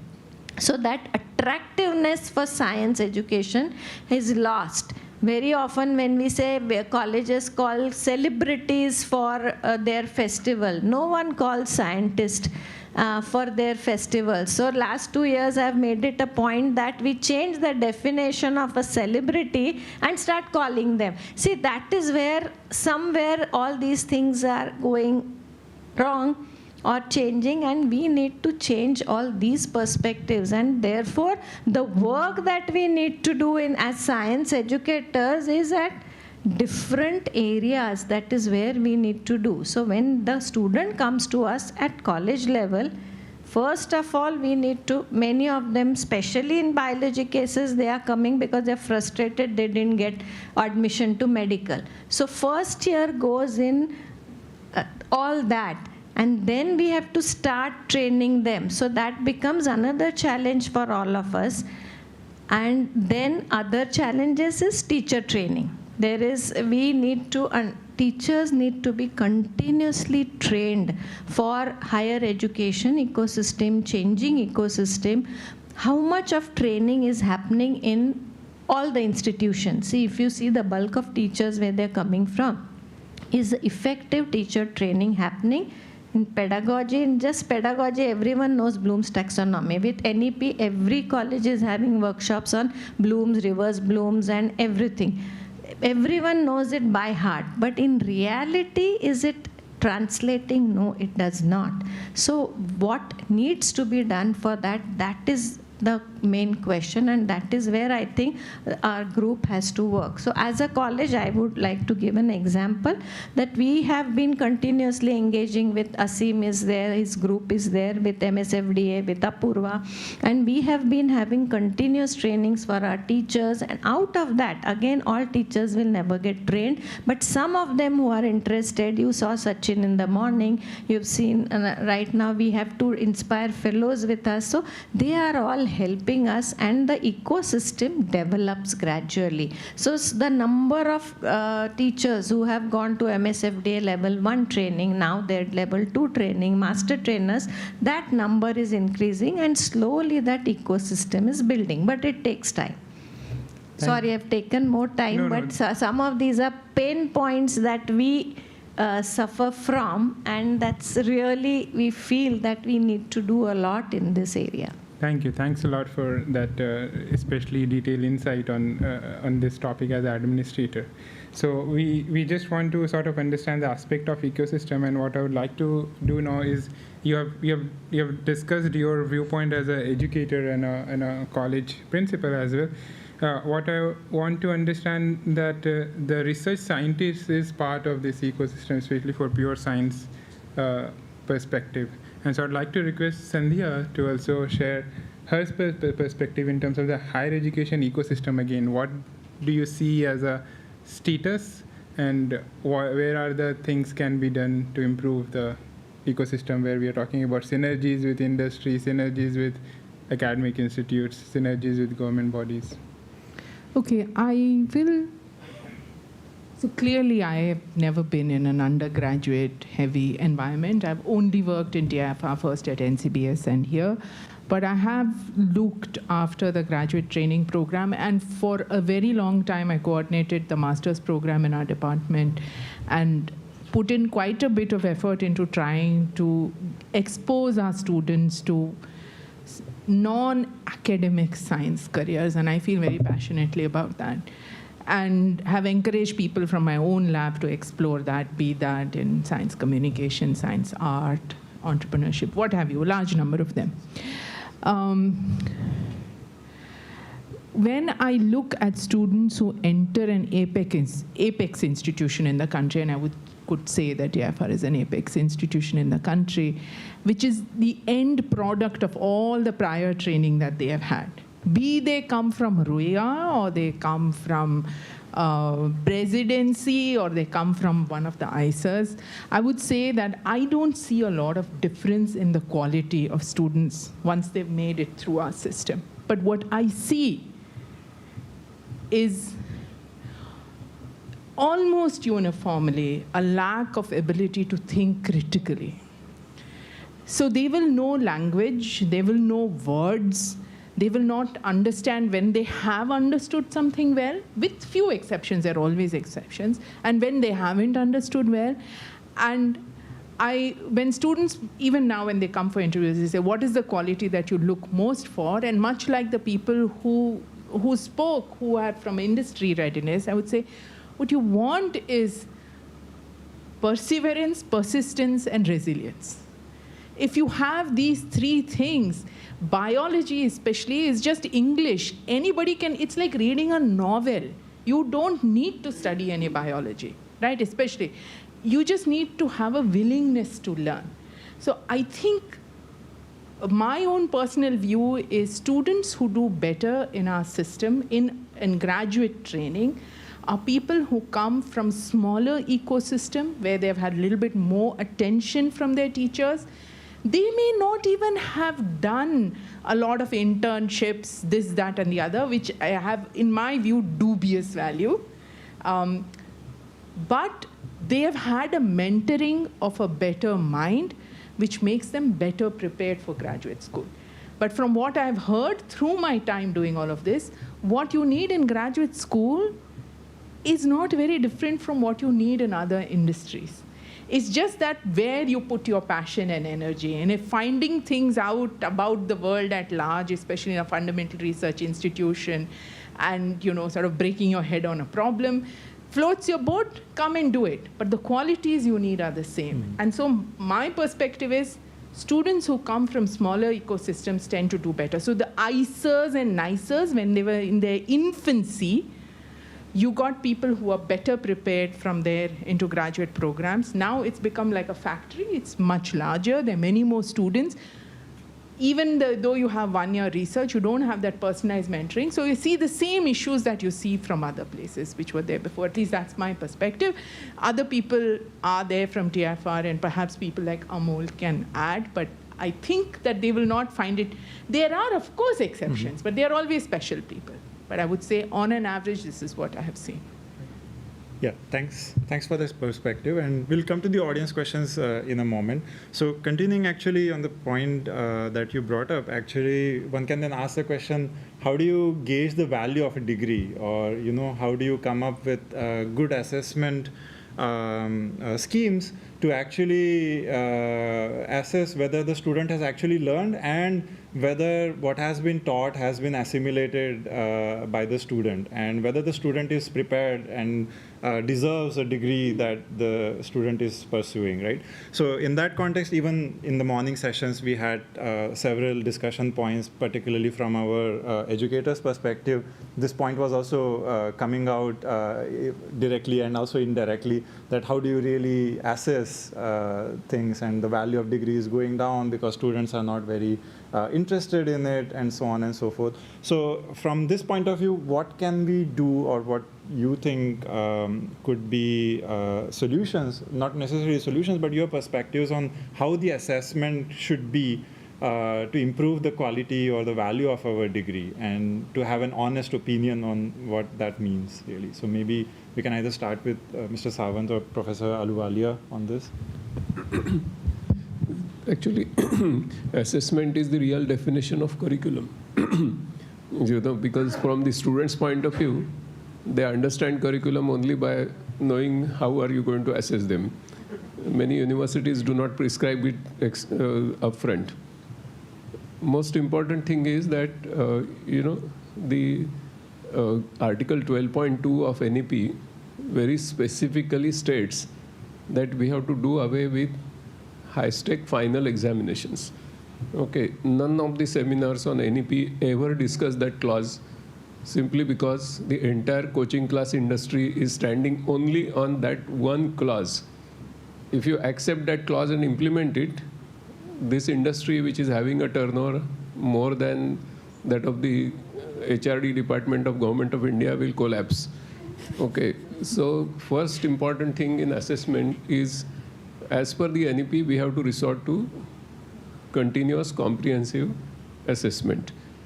In order to take care of continuous comprehensive assessment, we have to do assessment of learning as well as assessment for learning.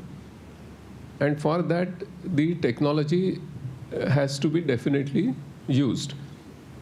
We cannot do away with without technology here. Now, the one very important aspect of assessment is that, see, we must have a goal for the assessment. And the goal in a democratic country should be no student left behind. Okay, mainstreaming of every student. To take it to another extreme, I would say that every student should get identical marks, and every student should get 100% marks. Now, everybody gets disturbed when I say this. Okay, in one of the colleges, when I said this, that every student should have a right to get 100% marks. Okay, then there was so much of disturbance. The professor started, how can you do it? I said, what I'm saying is every student should get identical marks. Okay, so then they said, no, this is not correct. Then I said, why are you charging identical fee from every student? You know, meaning thereby that the assessment should be, our previous formula of assessment has to be given up. That formula was fixed time variable result. A student will come to you for 3 years. Everybody will put 3 years. Somebody gets first class, somebody second class, somebody third class. What we need now in the era of technology is variable time, fixed result. Okay, he may take little longer time, but he must get good, mastery. Like in a surgery, he's got 50% marks and he opens the heart of the patient and tells him that now you have 50-50 chance because I got 50% marks. We are ourselves, not looking up to our profession very highly, that when a student comes, he must get. The another aspect of assessment is therefore that, the very goals before us are, our mindset is that of what we inherited from Britishers. The older higher education system perpetrated 3 important tendencies amongst us. And assessment is a tool for that. One thing is, it creates competition instead of collaboration. Okay, he is superior to him. Second thing is, all assessment is reinforcing conformity. We are not for transformity at all. We are for conformity. Whatever I have taught you, are you able to exactly give the answer in exactly same words with the derivation, exactly same steps, and conformity, conformity, conformity. Okay. And Madam rightly mentioned that the kind of lot comes to the colleges is because of this conformity, because there is a marks which are given stepwise in SSC, HSC board. So in order to make a cup of tea, even if you don't put the tea powder, still out of 5 marks, you get 3.5 marks. Okay, this is our state of assessment. And the third thing is class creating. Britishers brought the assessment for class creation. First class, second class, third class is not only on the mark sheet. It creates stratification in the society. And that has led us to lag behind as a colonial, means past or even after colonization. So we need a different type of assessment, which is continuous, comprehensive, mainstreaming every student, and with the help of technology that is imminently possible. And Madam, we recently took a patent, myself and my 2 colleagues, of this variable time fixed result. And we are implementing in so many colleges, and students want them. Up to 9 o'clock students appear for that assessment. And in order to satisfy the teachers, what I told them is, okay, 60% let us put for VTFR, and 40% for whatever you want them to be different. Okay. So 40% questions are tough questions, okay, for which only good students can go ahead. And that is their satisfaction. I don't agree with that. Finally, if you get into Marathi, then you will understand the dilemma or the tragedy of our assessment. In Marathi, for the marks, they use the word guna. Okay. Guna is a word which is gunavachak, but we have reduced it to sankhyavachak. Okay. We never ask, what kind of qualities did you develop during your graduation? We say how many marks you got, how many numbers you got. So this quantification has killed us, because a student who got 70% mark, another got 70% mark, they are like parts of the machine. He is 70, he is 70, but what is the difference in his 70 than his 70? There is nowhere recorded. When it comes to writing transcripts for the students going for foreign universities, then the teachers are at loss, because what is to be written? So the subjectivity in assessment is very important. And subjectivity in assessment is far more important now ever since AI has come.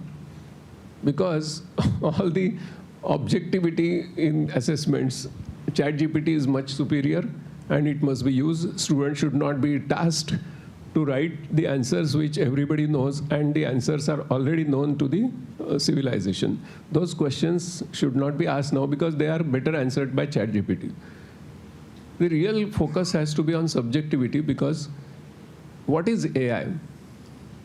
Artificial intelligence is a non-human-like intelligence. Okay. and human intelligence and non-human like intelligence, because there has been a era called AI winter in AI research. For almost 15 to 20 years, no funding was there because replicating human intelligence was failing continuously for 60 years. So finally, the capitalists decided that let's invest in an AI which can do certain things which human beings can never do. And that is why today's AI is non-human like. So now human potential, human qualities are going to create the real jobs. So all the assessments have to be now subjective in nature, and therefore they have to be open-ended. Okay, asking that how did Shivaji Maharaj rescued himself from Aurangzeb? You should ask, if you are in the place of him, how will you rescue yourself? Everybody's answer is going to be different, and everybody's answer will help every other student in the class. So these are the new scenarios in assessment, and thanks to AI, that AI has completely destabilized this conformity and assessment which is going on currently in the education system. It is completely challenged. So there is, it has seen through a meaningless totally, because all those questions, better answers can be written by AI. So now the real human potential we have to come out and see. The most important thing is that creativity, generativity is not creativity. Generativity is nirmitik kshamata. Creativity is navanirmitik kshamata. We have to test that. Creativity is hardly getting any scope in our assessments. Okay, what is generative is not creative. What is generative is not imaginative. What is generative is not emotive. So we have to focus on those aspects and forget about generativity now, because that is enough for us. There are many things on assessment I can speak, but time is limited. Thank you. Sure, please. Yeah. So it was very interesting to hear about skills acquired versus time spent. And I would make an argument that, at least I have said this to many students in our department, including ones in my lab, is that a PhD is precisely that. It's not how many years of funding you get. It's what you have learned at the end of it in terms of your own work that you have done and what skills you have acquired and how well you have acquired them. However, if you look at this aspect of higher education, there is quite a bit of pressure from the governing bodies like UGC that it is time spent which is very important. So while they may have changed things, or at least perpetrated to change things at lower degree levels, it certainly does not seem to be the case when you think about an apex degree, which should encapsulate precisely that personalized, highly creative path of growth as an individual who's a practitioner of that specific subfield. So I just want to point that out. And the second thing which I want to share is, which is slightly counter to what you have said. For a while now, I have taught where I mean, of course, these are not 400 people classes. They are generally just small classes of 10 to 15 students, where I say, nobody should worry about failing. I'm not going to fail anybody. Just pay attention to how, and all classes are like collaborative, where they have to work together and do stuff like that. What I have noticed from this exercise for a few years is that we have trained our students to the assessment criteria. They care immensely by the time they come to their PhD. I've said, why are you worrying about whether you will pass or fail? These marks anyway don't mean anything when you're in a PhD program. No. And in our subject board, coursework is a tiny part, unless physics. It's a tiny part. It's not important at all. No. We still want to do well. I said, what does it matter? Why don't you just focus on learning? And it appears that when you have an assessment component, it encourages them to engage. And in the absence of that assessment component, many people, no matter how exciting and interesting you make it, no matter whether you feed them with junk food and tea or whatever it is during the class, no matter how collaborative you make it, that seems to be a piece which they have has been part of their selection pressure, and they have developed that way. So I would really like to know how to change this, because I think that's actually important. Maybe can you use the microphone? No, I just wanted to add to that, that we all also understand students want the degree, they don't want the education. Very often that is what we see, that they are more interested if you, those courses which are simple, as someone mentioned earlier, they may tend to go there, may not be interested in learning, but this is a whole societal mindset. So that is what is happening. This is, what do you say, it has been there, that I have to perform, I have to get marks, only then I can prove myself. And it is so ingrained in their system that it's very difficult to get that out. So it is, we have to start right from the beginning at larger level. But in smaller sections, we should continue working in that area. Yeah, Professor. I think assessment has a very different connotation actually. And that connotation is that a person came and he said, "Sir, what is the difference between this assessment and evaluation? These are two very different words." And then when you add comprehensive, continuous assessment to it, what is the fun of that? Sir, ek baar assessment karo na, khatam karo. So actually when we talk about assessment, there is a very interesting background of that. That when I am teaching and when I am trying to assess, I am actually trying to assess whether my students are learning or not. And based on that assessment, what I wish to do is that if I find that this student is not doing well, I would like to go to him or her and ask, क्या बात है, आपको ये समझ में नहीं आया था concept? आपको मेरी मदद की ज़रूरत है क्या? Should I help you? Please tell me what is going wrong where. So this is one aspect of this continuous comprehensive assessment, that I am continuously, in tune and on a talking term to my students, and I am trying to know whether my student is learning or not. The evaluation part, when it comes, is like a stamp. That look, now I am not going to tell you that you are doing good or bad. Evaluation means now this is a certificate which I will give you, which will tell us that you are, maybe it is a stratification, you are first class or second class or third class, something like that. But there is, there has been a lot of change when people actually started looking at things more deeply. And I'll particularly point towards the lot of things which have happened in the last 30, 35 years in physics education research in this particular direction. That's very, very important to know and look at. You will find that these days, people are trying to have assessment tools, not for conducting a particular examination for a class first year BSc students. They are saying this is my assessment tool to know whether a concept of, say, de Broglie's hypothesis has been understood by my students or not. So those tools are very effective instruments in your hand to check how that is happening.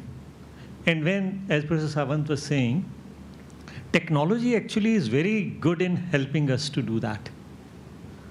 I'll just give you one example. Kaun banega crorepati? Let's go there and look at one very interesting element of that. Audience poll. Audience poll does.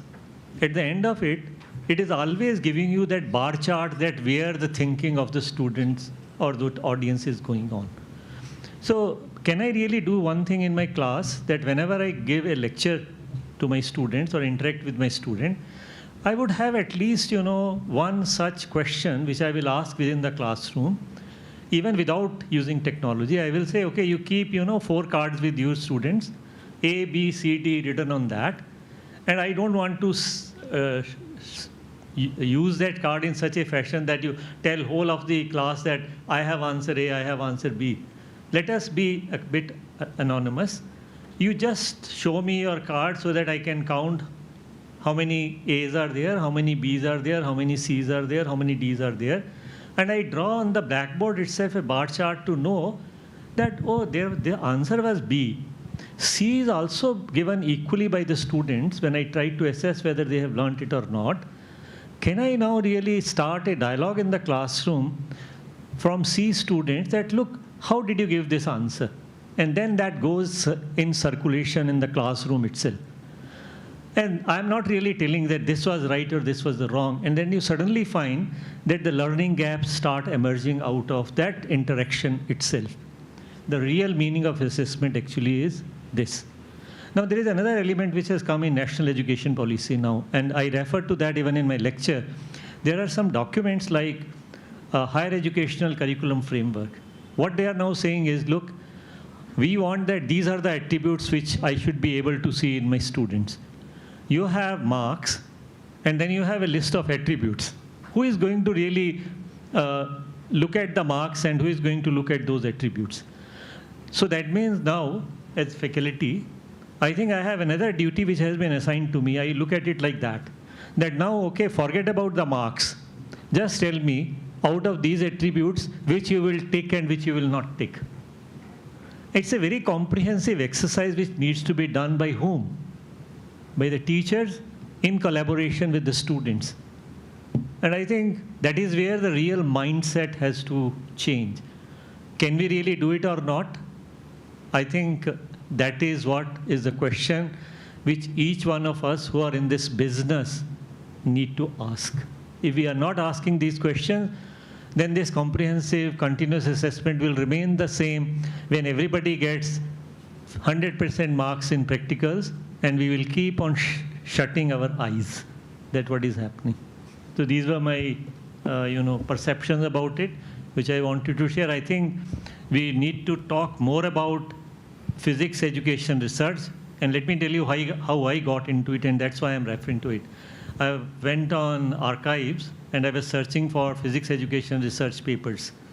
I came across one very interesting paper, what economics education researchers can learn from physics education researchers. That was an eye-opener for me. That why they are talking about that we are role models for doing education research itself. Then I came across another very interesting paper, which I think is very thought-provoking. It says, and it was written by Carl Wieman, about whom I talked about in my last lecture also. He said, are we teaching science scientifically? Now, this is a very interesting question. What is the meaning of teaching something scientifically? We are talking about, I was seeing in the last presentation also, scientific temper is also listed in our national education policy document itself. How far we are able to go towards that. So assessment is like Achilles' heel. I think that will keep on giving us trouble, but somehow or the other, I think we must try to fix it in a manner. And let me tell you, the possibility of that fixing is, once again, I'm making this as a loud statement. Get rid of affiliating system. Thank you for this perspective. Yeah. Thank you, Professor Ahluwalia, for this interesting perspective. And so this brings us to sort of the last question from the organizers, and then we'll open the floor for the audience to ask questions, which is essentially the other side of assessment. And it's very interesting that Sandhya mentioned that assessment is so key for a student to actually do well and learn. And so what the other side of the assessment is incentive. When you get assessed in certain way, you also get some incentive out of it. But now we are talking about incentive not just for the student who are getting assessed, but incentive for teachers, incentive for scientists. And in this context, what I would like to focus a bit more is that what we are seeing through today's presentations and discussion is that a lot of innovation is needed. People need to do things beyond what they are used to.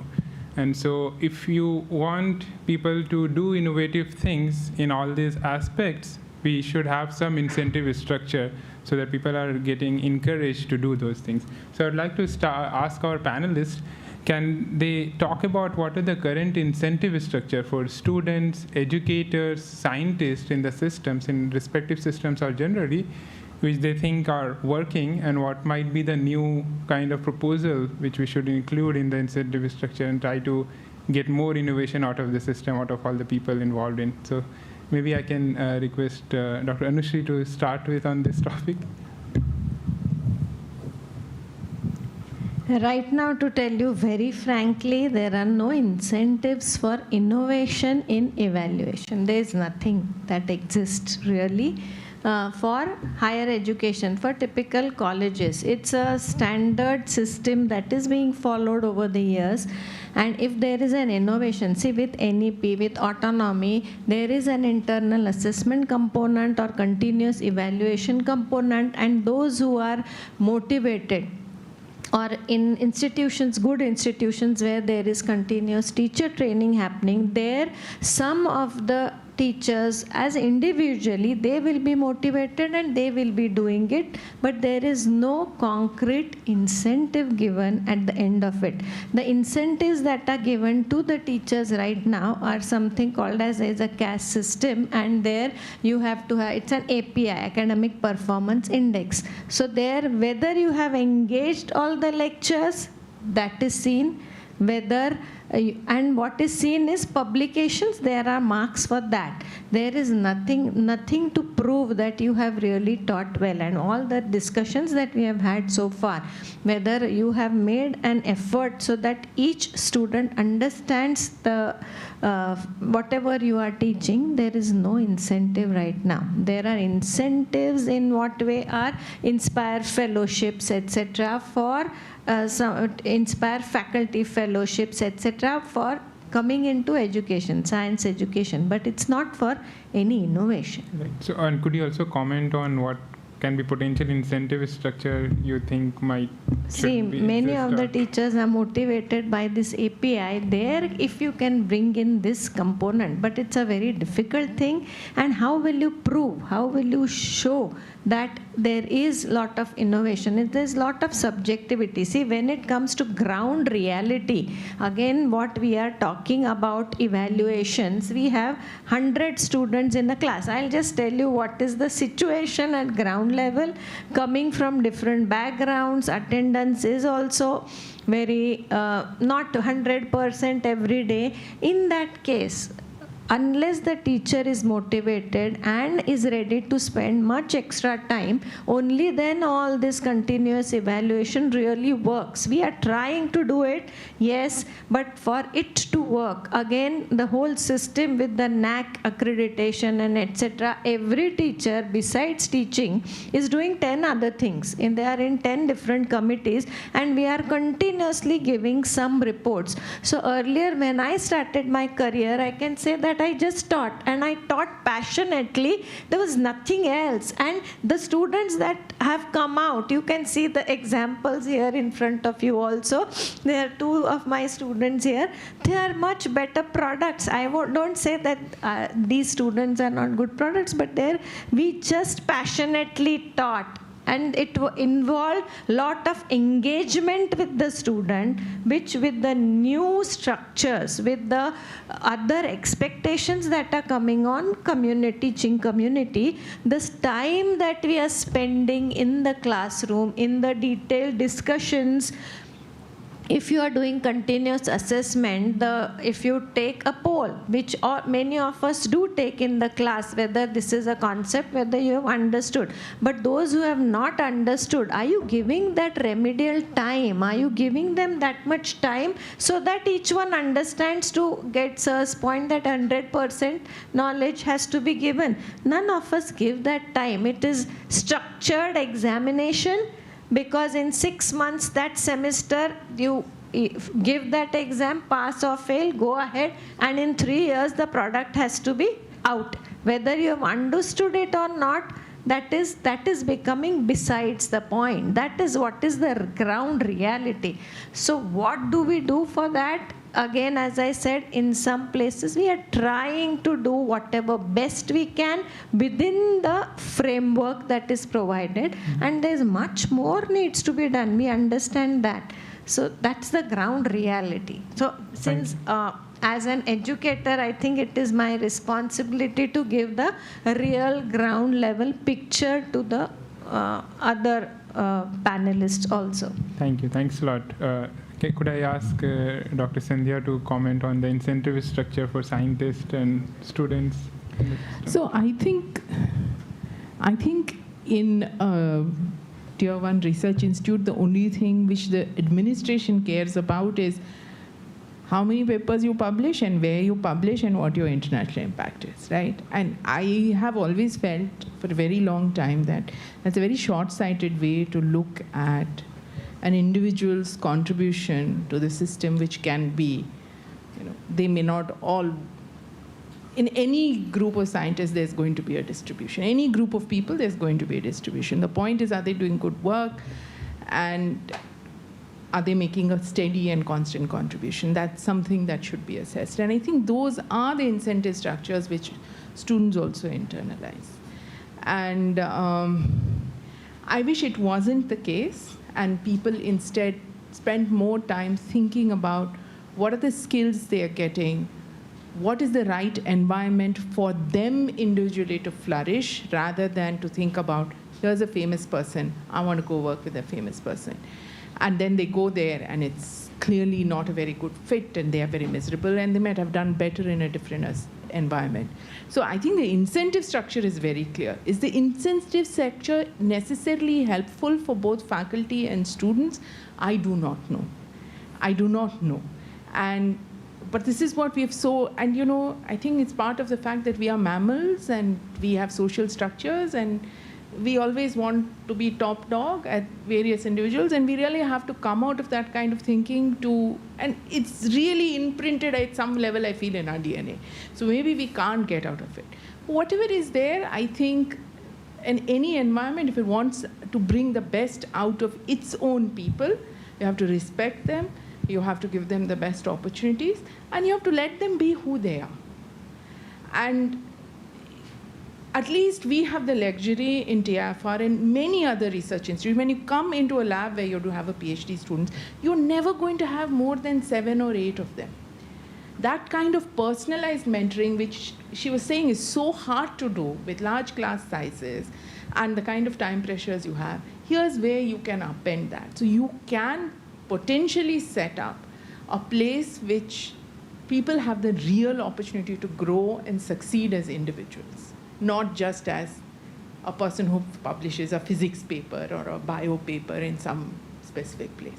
That's my personal opinion, but I think the incentives are very clear, and you should know, you work in the same place. Thank you. Thanks a lot, Sandhya. Can I ask Professor Ahluwalia to comment on this? Actually, when I was trying to understand the term incentives, I was asking myself, मुझे increment मिलेगी क्या?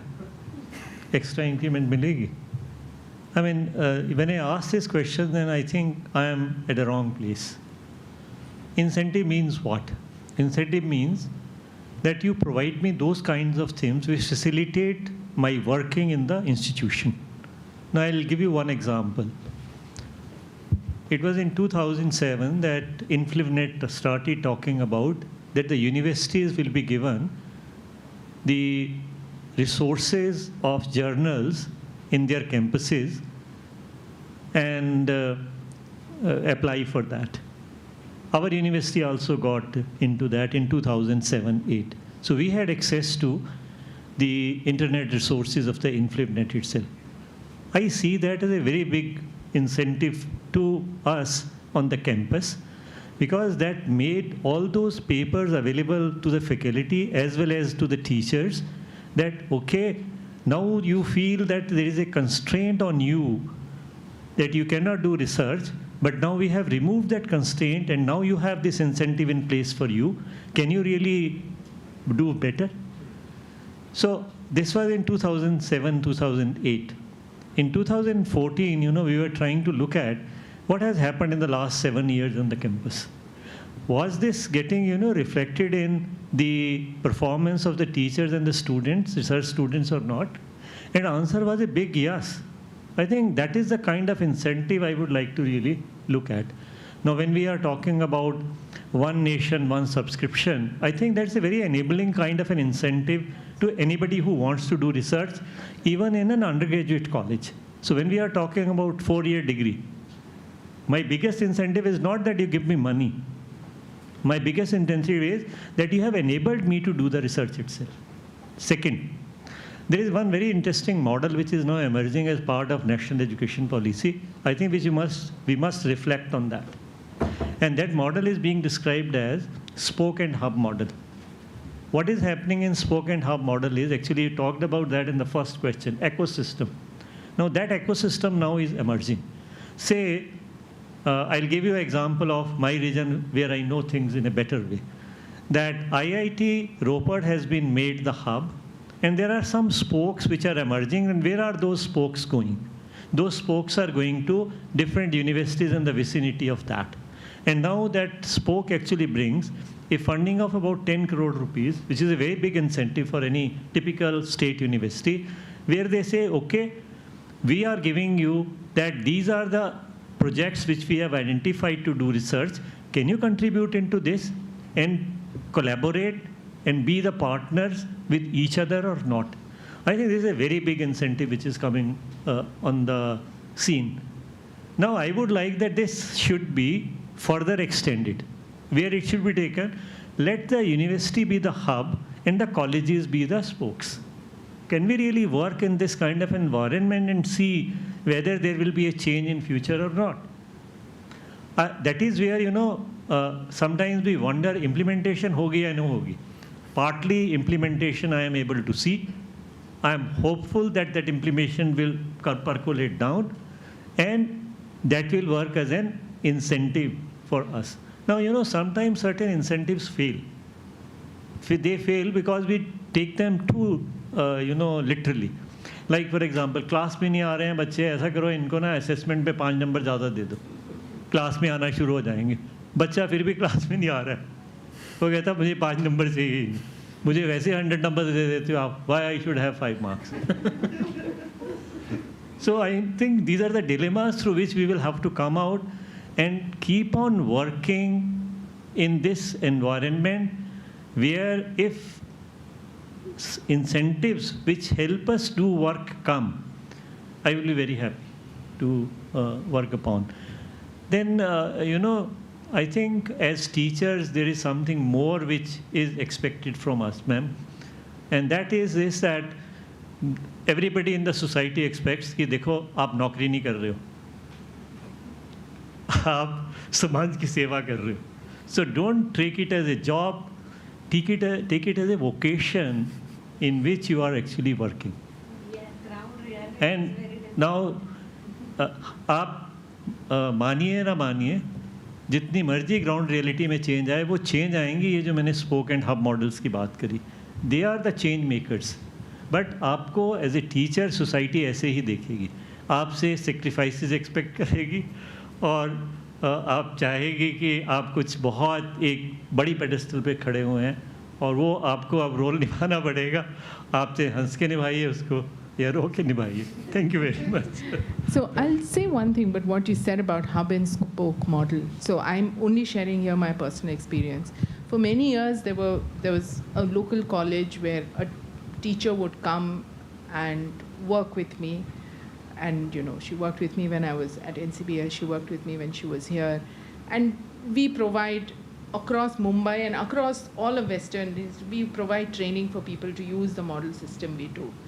But what I see consistently is something which I mentioned earlier also, the complete lack of critical thinking, either in the part of the students who they will send or in the faculty themselves, that they have not been themselves gone through the pipeline in a way in which they can define a biological problem or do something about it. So then the onus becomes on the host lab to try to provide that training to someone who is a mature teacher and has done science. So these are what she calls about ground practical difficulties. And I don't know, it's a great idea that you have, and one I felt very committed to and wanted to, in my own personal capacity, do something for. But I find these challenges. Do you have any suggestions to how to sort of lower the barriers here? You have really raised a very, very interesting point that, it's like this, that when you are going to really collaborate with somebody, it's not that you want to help them. only. It's something which, that is why, everything is project-based, time-bound, with periodic, what you call reviews on the things itself. And we should very frankly accept that in the group in which we are actually operating. And I think today what has happened is that distances have remained meaningless. I can always have these kinds of, discussions with our people who are working with us very periodically. You give me a Google Meet, I'll come and join you, and let us discuss what is happening or not. And we should really, when we are talking about research methodology, can you really come back after a month and tell me what kind of research questions you are now asking yourself, which you would like to address? Now, somewhere these needs to be, put on a piece of paper that these were the things which we were talking. Let us see where the progress is moving. Not that you come to me and you start expecting that I will do everything for you. I think I have to put end to that, but tell them, look, I am willing to be there with you, discuss, talk, and see that how we can really move further. These kinds of mechanisms have to be set in place. When you did, ma'am, I think you were not giving any kind of a financial incentive in terms of apparatus, etc. You said, look, my 100 crore lab is open to you. Come on, anytime you can work here. Today, we are saying this also. Look, we are also giving you a small path. थोड़े पैसे भी आपको मिल रहे हैं, but इस project पे आपको काम करना है, and we will do very, very rigorous evaluations on that. हमें ये culture लाने की ज़रूरत है. If we don't bring this culture, then people take us for granted. And that we have to really somehow end. I hope I am, thanks whatever I wanted to say, I have said. Thanks to all the panelists for answering our initiation question. I would like to open the floor now for audience to ask questions. Mohanish. Thank you. Professor Ahluwalia, you mentioned that the affiliation system should be done away with and autonomy is the way to go. And I fully agree with that, because we've all seen so many disadvantages of this very restrictive affiliating system. But at the same time, I would like your thoughts on how do we then, if we sort of have a blanket autonomy situation, how do we ensure that the rigor that again came up in the discussion is maintained, the academic quality is maintained. So what are your thoughts on this balance between autonomy and quality? You have raised a wonderful point. Giving autonomy means what? Giving faith to somebody that, look, now you do your things, and we have faith in you. Whenever we are talking about autonomous system is within a university actually. The stamp of the degree is of the university. But the university says, now look, you are free to innovate on your syllabi, you are free to do your exams, you are free to do all those electives which you want to choose and bring them on the menu which you are going to give to the students. I think we must understand this aspect of autonomy very, very clearly. Autonomy is giving faith. And now, what do you want me to return if I am given autonomy? I must return that in terms of a uncompromisable integrity. I think these are two very element things. And then how do we really do that? I think we have to talk with people about it. Not mince words कि देखो हम आपसे क्या expect कर रहे हैं, आपको faith दे रहे हैं, आप हमें वापिस अपना विश्वास हमें दीजिएगा. Autonomy तभी चलती है. अब देखिए, this choice-based credit system is not a new thing. It has been there for the last 75 years in my own country itself. You talk to IITs, it is there. You talk to IIMs, it is there. Now private universities came, they are running their show. Why you are, keeping state universities and the other universities into an affiliating system? A very interesting concept came in this Rashtriya Uchitar Shiksha Abhiyan. I think I must go back and share my thoughts about that. That was making a cluster university. Now, cluster university was what? You have an independent existence of autonomous colleges collaborate with each other. If something is not available here, you bring it to the other colleges also in that cluster. They had, maintained a physical limit also for maintaining a cluster university. Very sadly, what happens is, cluster university bani, a political decision happens, they say, अब ये हमारी नई state university बन गई. हमने system को kill कर दिया. I don't know how to handle those things. But these are the ideas which we need to carry forward. And affiliating system is once again something which was given to us by Britishers. Britishers have got rid of that in their own country, but we are still clinging to it. Time has come that we should get rid of it. I fully agree. My only concern is the numbers, but thank you for, the scale at which we as a country operate. See, what has happened is we have reduced our universities to examination bodies. They are no longer, they are too much into that. Rather, the credibility of the university has been lost. The good work which they are doing in research. इनका exam का result नहीं निकलता है, क्या university है, बकार university है. So I think we must really look at this very seriously.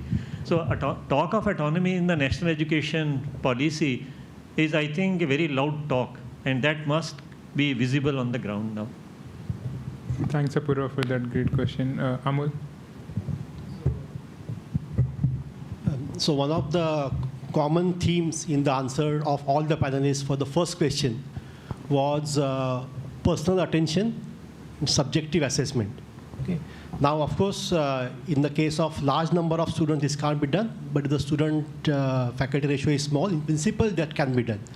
However, I think that the main problem here also comes from the fact that even if a student needs help, the student will not come to you for asking help because of various reasons. This might be some kind of a fear. Let's say, the professor will think less of me. Later on in oral, he will give me less marks. My friends will stop it, blah, blah, blah. Is there something that the educators can do to increase this trust of students towards us so that they don't feel scared in asking questions, coming to you for help? Ahluwalia sir said, no, if the guy has got less marks, educator does want to help, but it's very often the student should come and say, sir, can you tell me something about this? What can we do to increase this trust among the students about us? You want me to respond? No. Anybody wants to. May I begin? Sure. Yeah, I'll give you one very interesting example. I retired in 2015. और मैंने सोचा अब ठीक है physics तो हो गई बहुत अब छोड़ो परे कुछ और नया करते हैं. So I went on the net and I said, can I do some course and learn something new which I have never done in physics? So I started searching for that, okay, let me see whether I can learn sketching and painting or not. And I came across a very interesting course from Australian University, and they had a course of 2 months of natural history illustration, in which what you do is, you biologists have been doing that for ages. बहुत सुंदर pictures बनाओ, sketching करो, फूल बनाओ, पशु बनाओ, पक्षी बनाओ. Now, when I joined that course, free था वो. रजिस्ट्रेशन, आपको सर्टिफिकेट लेना है तो पैसे लेंगे, अदरवाइज आप ज्वाइन कर लो. There were around 700 students in that particular course. I think evaluation is a very big deal to evaluate so many students in one course. Now, what they had devised was a very interesting system of assessment. They said that any assessment which is to be done for something which you post in the classroom will be done by 3 people. One is the instructor, other is you yourself will assess, third is a peer will also assess what you have done. At the end of it, I was knowing कि मेरे को कितने marks मिले हैं, and there was no grievance. मुझे भी पता लग रहा था मैं क्या कर रहा हूँ और लोग भी मुझे assess कर रहे थे. Now, when the number is large, I think technology once again comes to our rescue because you have bulletin boards, etc., etc. One of the best things which was there was some people were very sympathetic to me. They were knowing कि इससे अच्छी नहीं बन रही है drawing. So they were telling me, look, if you do this, this is going to work. I learned in that course one very interesting lesson. it is not the pencil which is most important to sketch the things. It is the rubber. How do you use your rubber? At the end of it, there was a discussion going on. Are you going to take a certificate for it or not? I said, yes, we are going to take a certificate of it. And they said, why? I said, look, so much hard work these people have done to devise this single course. They have made me learn so many things. I think giving $45 is not a big deal. I would like to give that. But it was so nicely designed course, step by step, and at every step, I was being assessed. And technology was showing me those bar charts where I am standing in whole of my course itself. This is called continuous comprehensive assessment. I was knowing on daily basis how I am getting assessed.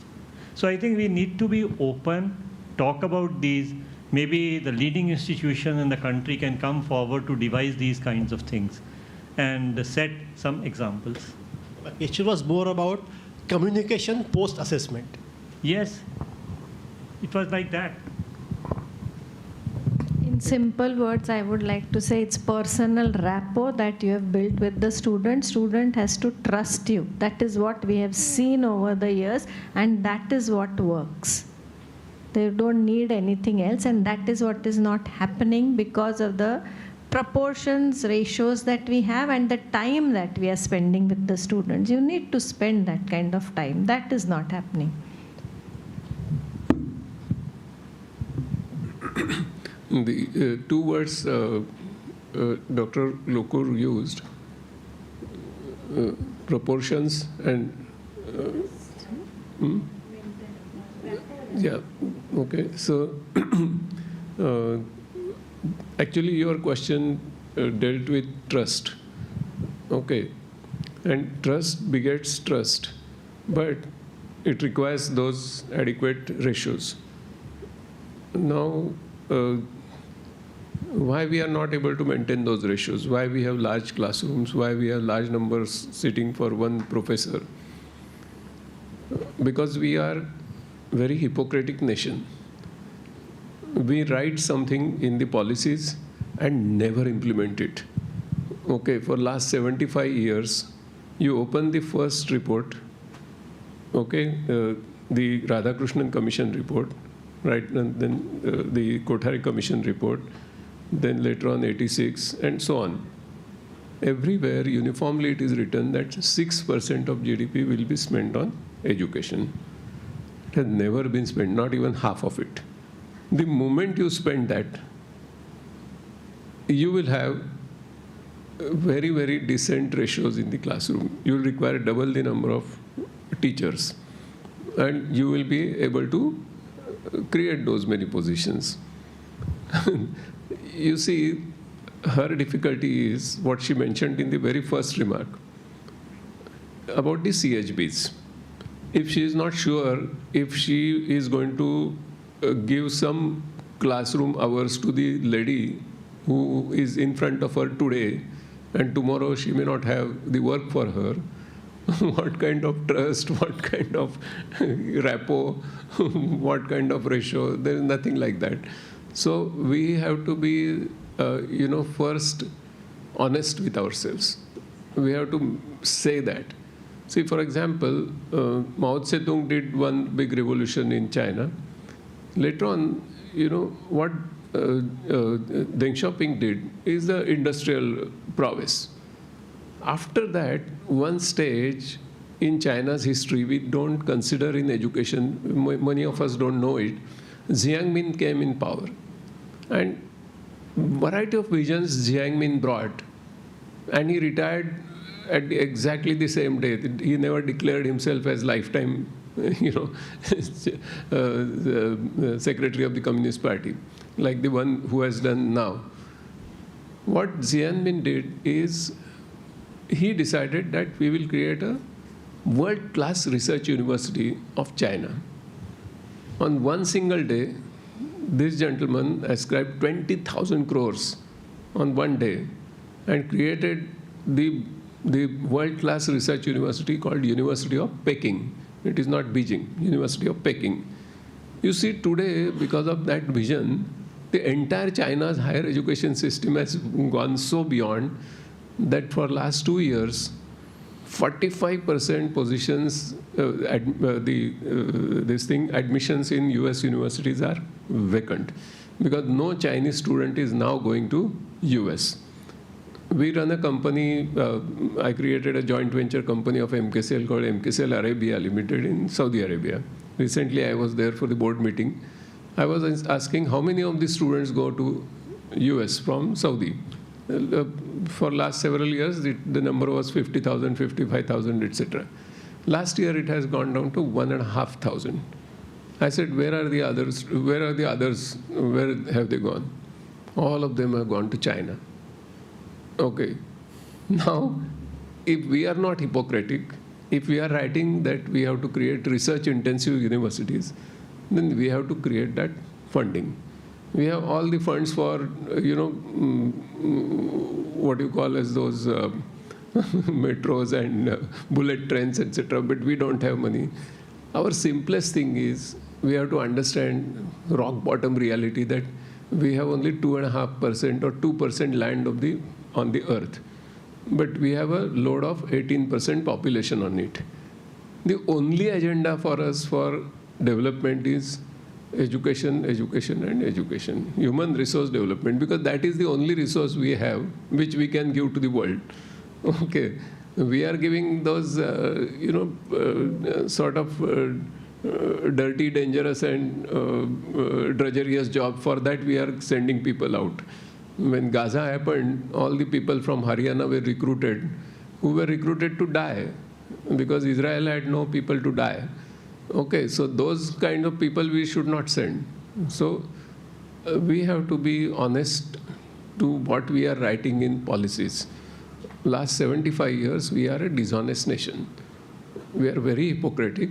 And finally, the principals like her, they are going from CHB faculty. I go to several colleges and I first ask the question, before I start anything discussion, how many of you are CHBs? Most of the hands go up. All the tempo is lost because, you tell them anything, tomorrow they may not be there to implement. What's the use? So the trust part will come through the exact word she used, ratio. Okay, smaller numbers in the classrooms, the teacher attending to them. And another thing in the policy, which is written, page number 33 perhaps, is that by 2035, we have to enroll, the general enrollment, gross enrollment ratio of higher education has to be 50%, meaning thereby that age group 18 to 23, all the youth in India, 50% of them have to go to college. Now, today, 2023 figure I have, I don't have 24 figure so far, 2023 figure is 28.3%, all India. Tamil Nadu is much ahead. Now, he was telling us, our gentleman from Amarner, Pratap College, that the admissions are falling.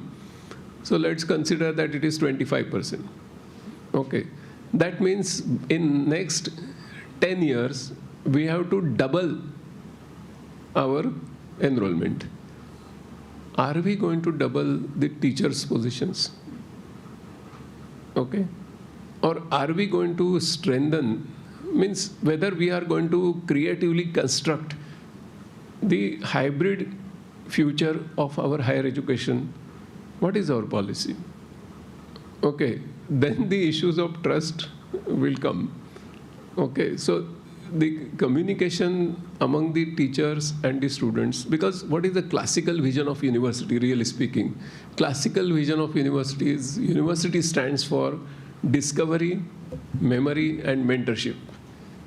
Discovery of knowledge and discovery of self. Memory means generational memories of scholars, so you get optimal paths to learn any particular subject.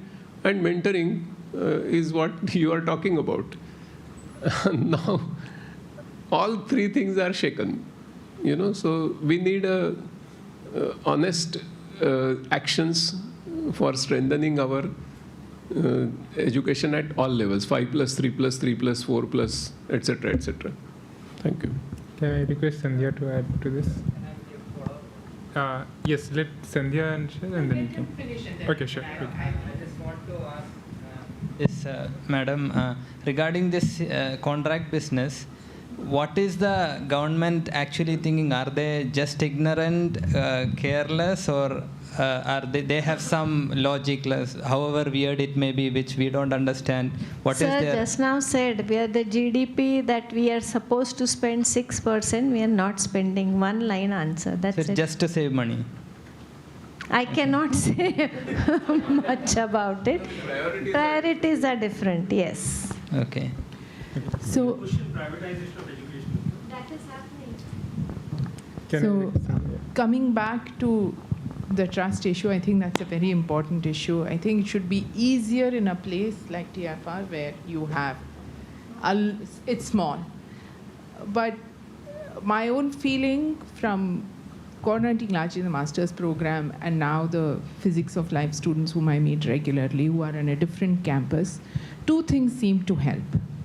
One is you're outside of the structure that they are normally familiar with. And therefore, they don't feel that what you tell them is going to flow into other ecosystems and therefore reflect back in the way they are viewed. Once you have that, and once you have shown yourself to be what I consider a black box, that what they tell you stays with you, then the trust building happens very quickly. The second thing which really helps in trust building is if they have shared interests with you. So there is one student or a couple of students with whom we discuss sport, with I discuss sport, and then then there are other things which they are likely to open up. And once they know what your teaching style is, and for instance, I said very openly that I declare very openly that nobody will fail my course, no matter what. Whether you show up, you don't show up, you will pass the course. Once you have that structure where you act on that, I find that trust builds because you stick to your word. And I think those were the things which I have learned from my time being a teacher and educator. It's actually much harder to build trust with people within your own group because you are, unfortunately or fortunately, part of the assessment structure. And you have to assess them. They can't plod around in their research, otherwise they will not finish their PhD in anything resembling a reasonable time. And your whatever work you do, you are not accountable for some university where time spent matters. It's going to be assessed by somebody else outside who's in the science community, who's going to say, well, you haven't done that and you haven't done this. So that becomes, overall, a much harder thing. At least that's my experience. I don't know what yours. Thank you, Sandhya. Questions? Yes. It's to the panelists. It's about evaluation of educators. So there are certain clauses, okay, you evaluate them for the hours spent with the students, and you also have a lot of emphasis or points given to evaluation on research. Now, if the system does not give them the infrastructure, right, and you are forcing them to do research and publish. So basically what you're looking for is publication, right? Now, how are you going to get good quality publications if there's no infrastructure and there's no time for the faculty actually to do it because he or she is laden with the teaching? So is this criteria an important criteria for evaluating a faculty in an education system, not in a research academy? Yes, unfortunately, yes. And whatever you have said, it holds true. But the system is so, that is, these are the parameters set by the UGC has given these guidelines, which have to be followed for teacher promotion, unfortunately, in the undergraduate system. And that is where I agree with at least in some colleges, city colleges, there will be some research infrastructure, but in many colleges, there is hardly any research infrastructure, and the quality of research is not necessarily good. But that's the fact of life, and that is what we are seeing.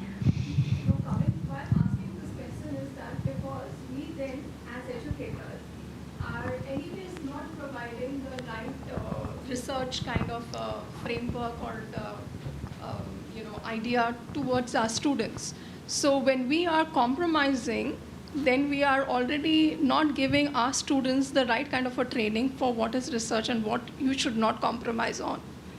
Therefore, the collaborative work will help. Therefore, with these kind of workshops, collaboration with research, neighboring research institutions, that is what you can do within the ecosystem. That's it. Finally, all of us have to agree that we are not able to change everything overnight, nor these government policies are going to change. So within this framework, what we should do constructively, what we can do, take small steps, baby steps, but do it at your level. So what can be done is this kind of collaboration. She is saying someone comes to her regularly.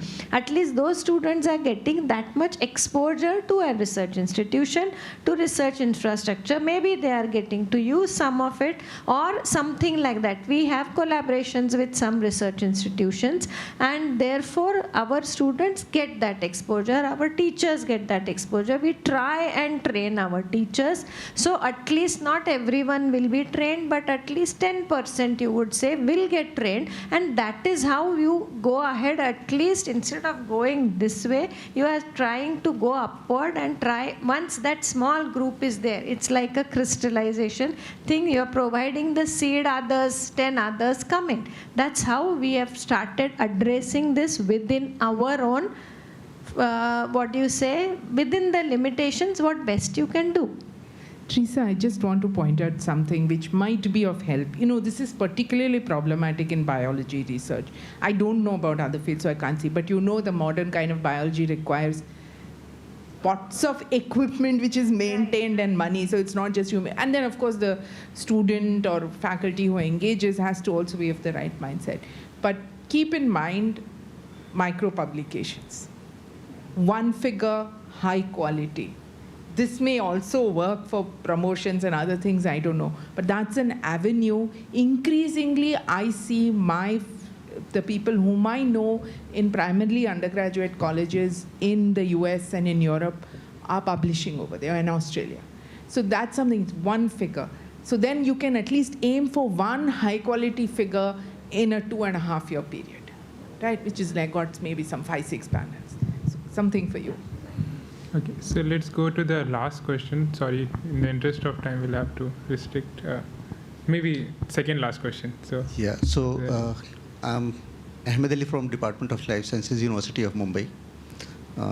Teaching since last 15-17 years. I have been part of college also.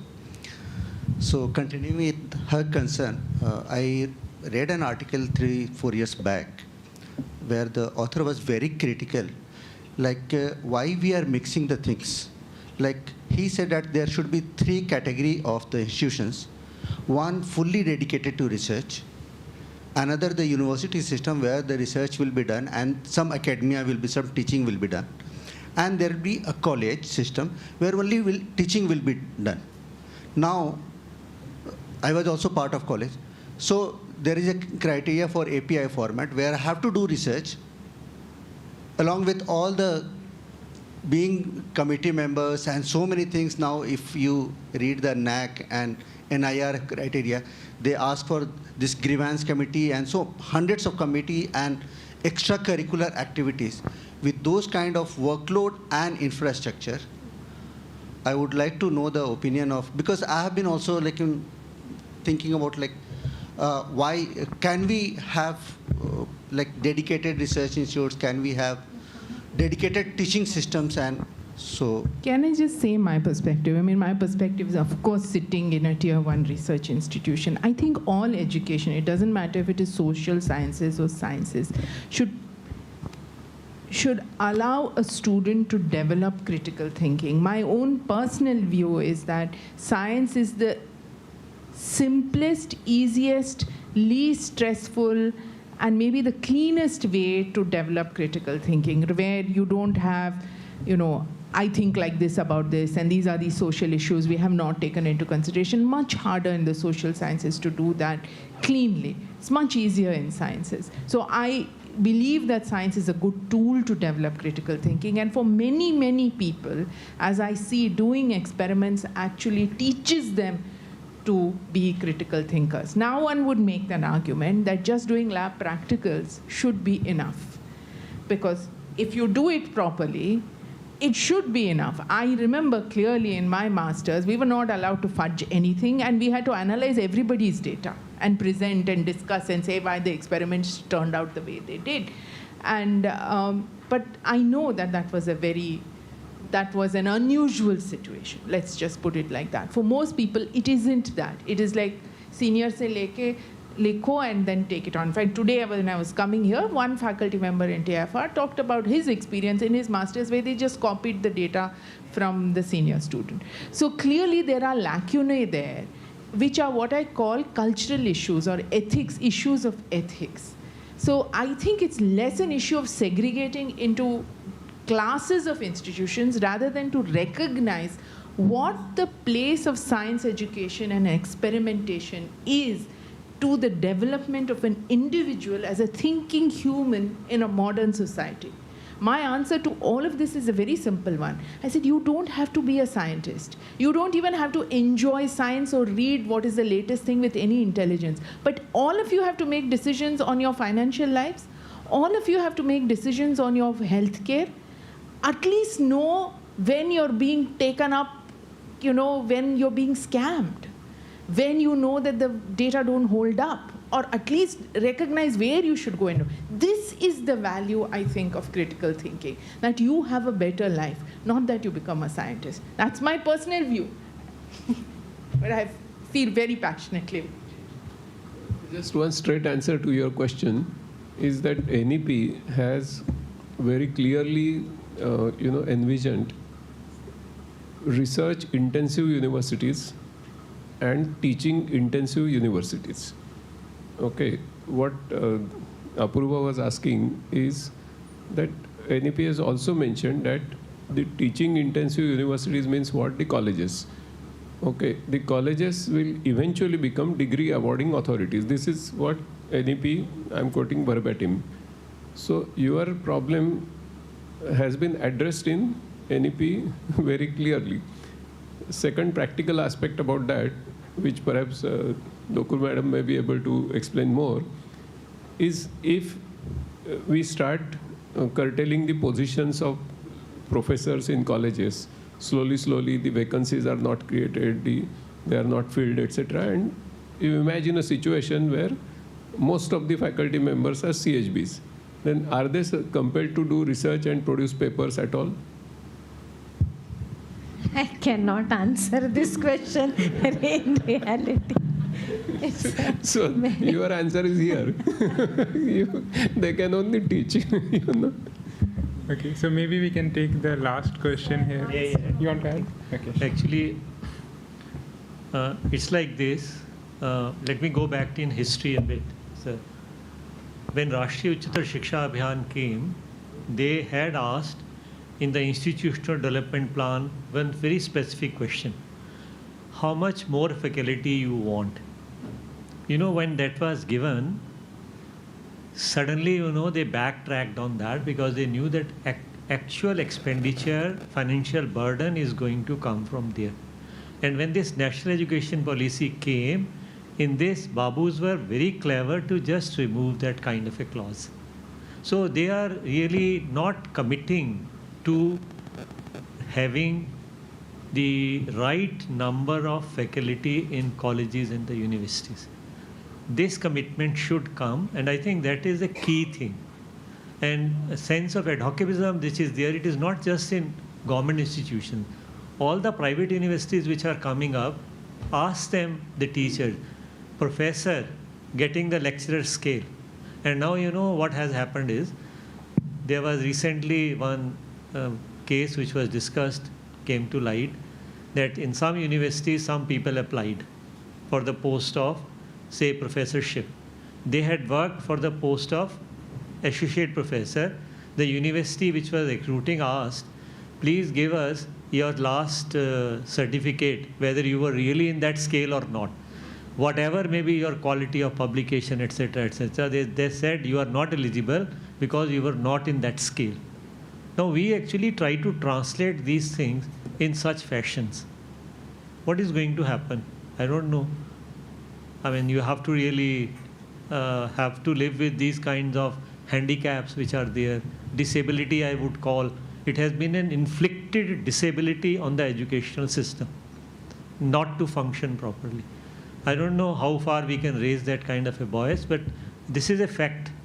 And we have to really, I don't know how to handle that situation. Sometimes I'm very, blunt in saying all these things, but this is there. This is the life. Thank you. Let's have last question from Manojendra. Okay. So we need to have the faculty trained and for all that kind of that. But the kind of infrastructure we know the reality. And Sawant mentioned that we are great. We don't accept that colleges don't have those kind of infrastructure to run those, to carry out those experiments. So under this scenario, where colleges are being forced to conduct those PhD or have the master's research and everything project.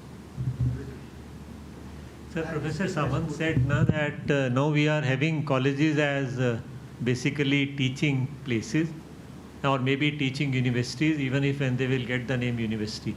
And the other universities will be some kind of research universities, like this Meru grant is coming to the universities. That is typically to strengthen the research infrastructure in the university itself. But as far as human resources is concerned, nobody is committing on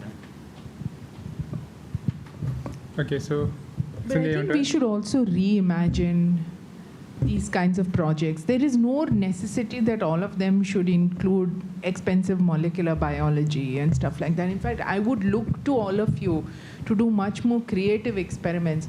Perhaps you can look at other kinds of things where you can go out into nature, sampling things in your environment, which might actually teach the core skill which is necessary, which is critical thinking, independent of what I call is domain-specific expertise.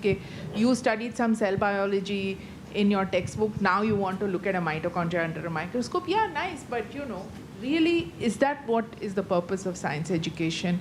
Unless you're doing research, is that really necessary? I don't have answers, but here is one way to sort of walk around the problems that one has with infrastructure. So thank you. Thanks to all the panelists. We'll close here our panel discussion. At the end of the day, it was really great to hear all the insights. So this is end of our first day. I would like to first of all invite all our panelists and all the participants to dinner, which is starting at 7 at the same place where we had lunch. We are going to have tomorrow's meeting in TIFR Kolaba. So people staying in HBCSE guest house, there will be a bus arranged at 8:45. It will pick you up from HBCSE guest house and drop you at TIFR Kolaba, and then we'll communicate rest of the details there. So we are expecting to start tomorrow at I think around 9:45 is our session is starting, and we'll have a day where we'll have a lot more discussions of this kind, but in smaller groups, to see if we can do a further synthesis. So today I would also like to thank all the staff members who have supported really from HBCSE, because tomorrow we are not going to be here. Some of them are sitting over there, so without their support we would not have been able to run this program so smoothly. So let's thank all the staff members. And so with this, I would like to again thank all the panelists, especially for spending so much time and talking to us and sharing their stories and insights, which are very useful to hear for us. And so let's assemble over dinner, and we'll have some half an hour time to chat over things. Thank you.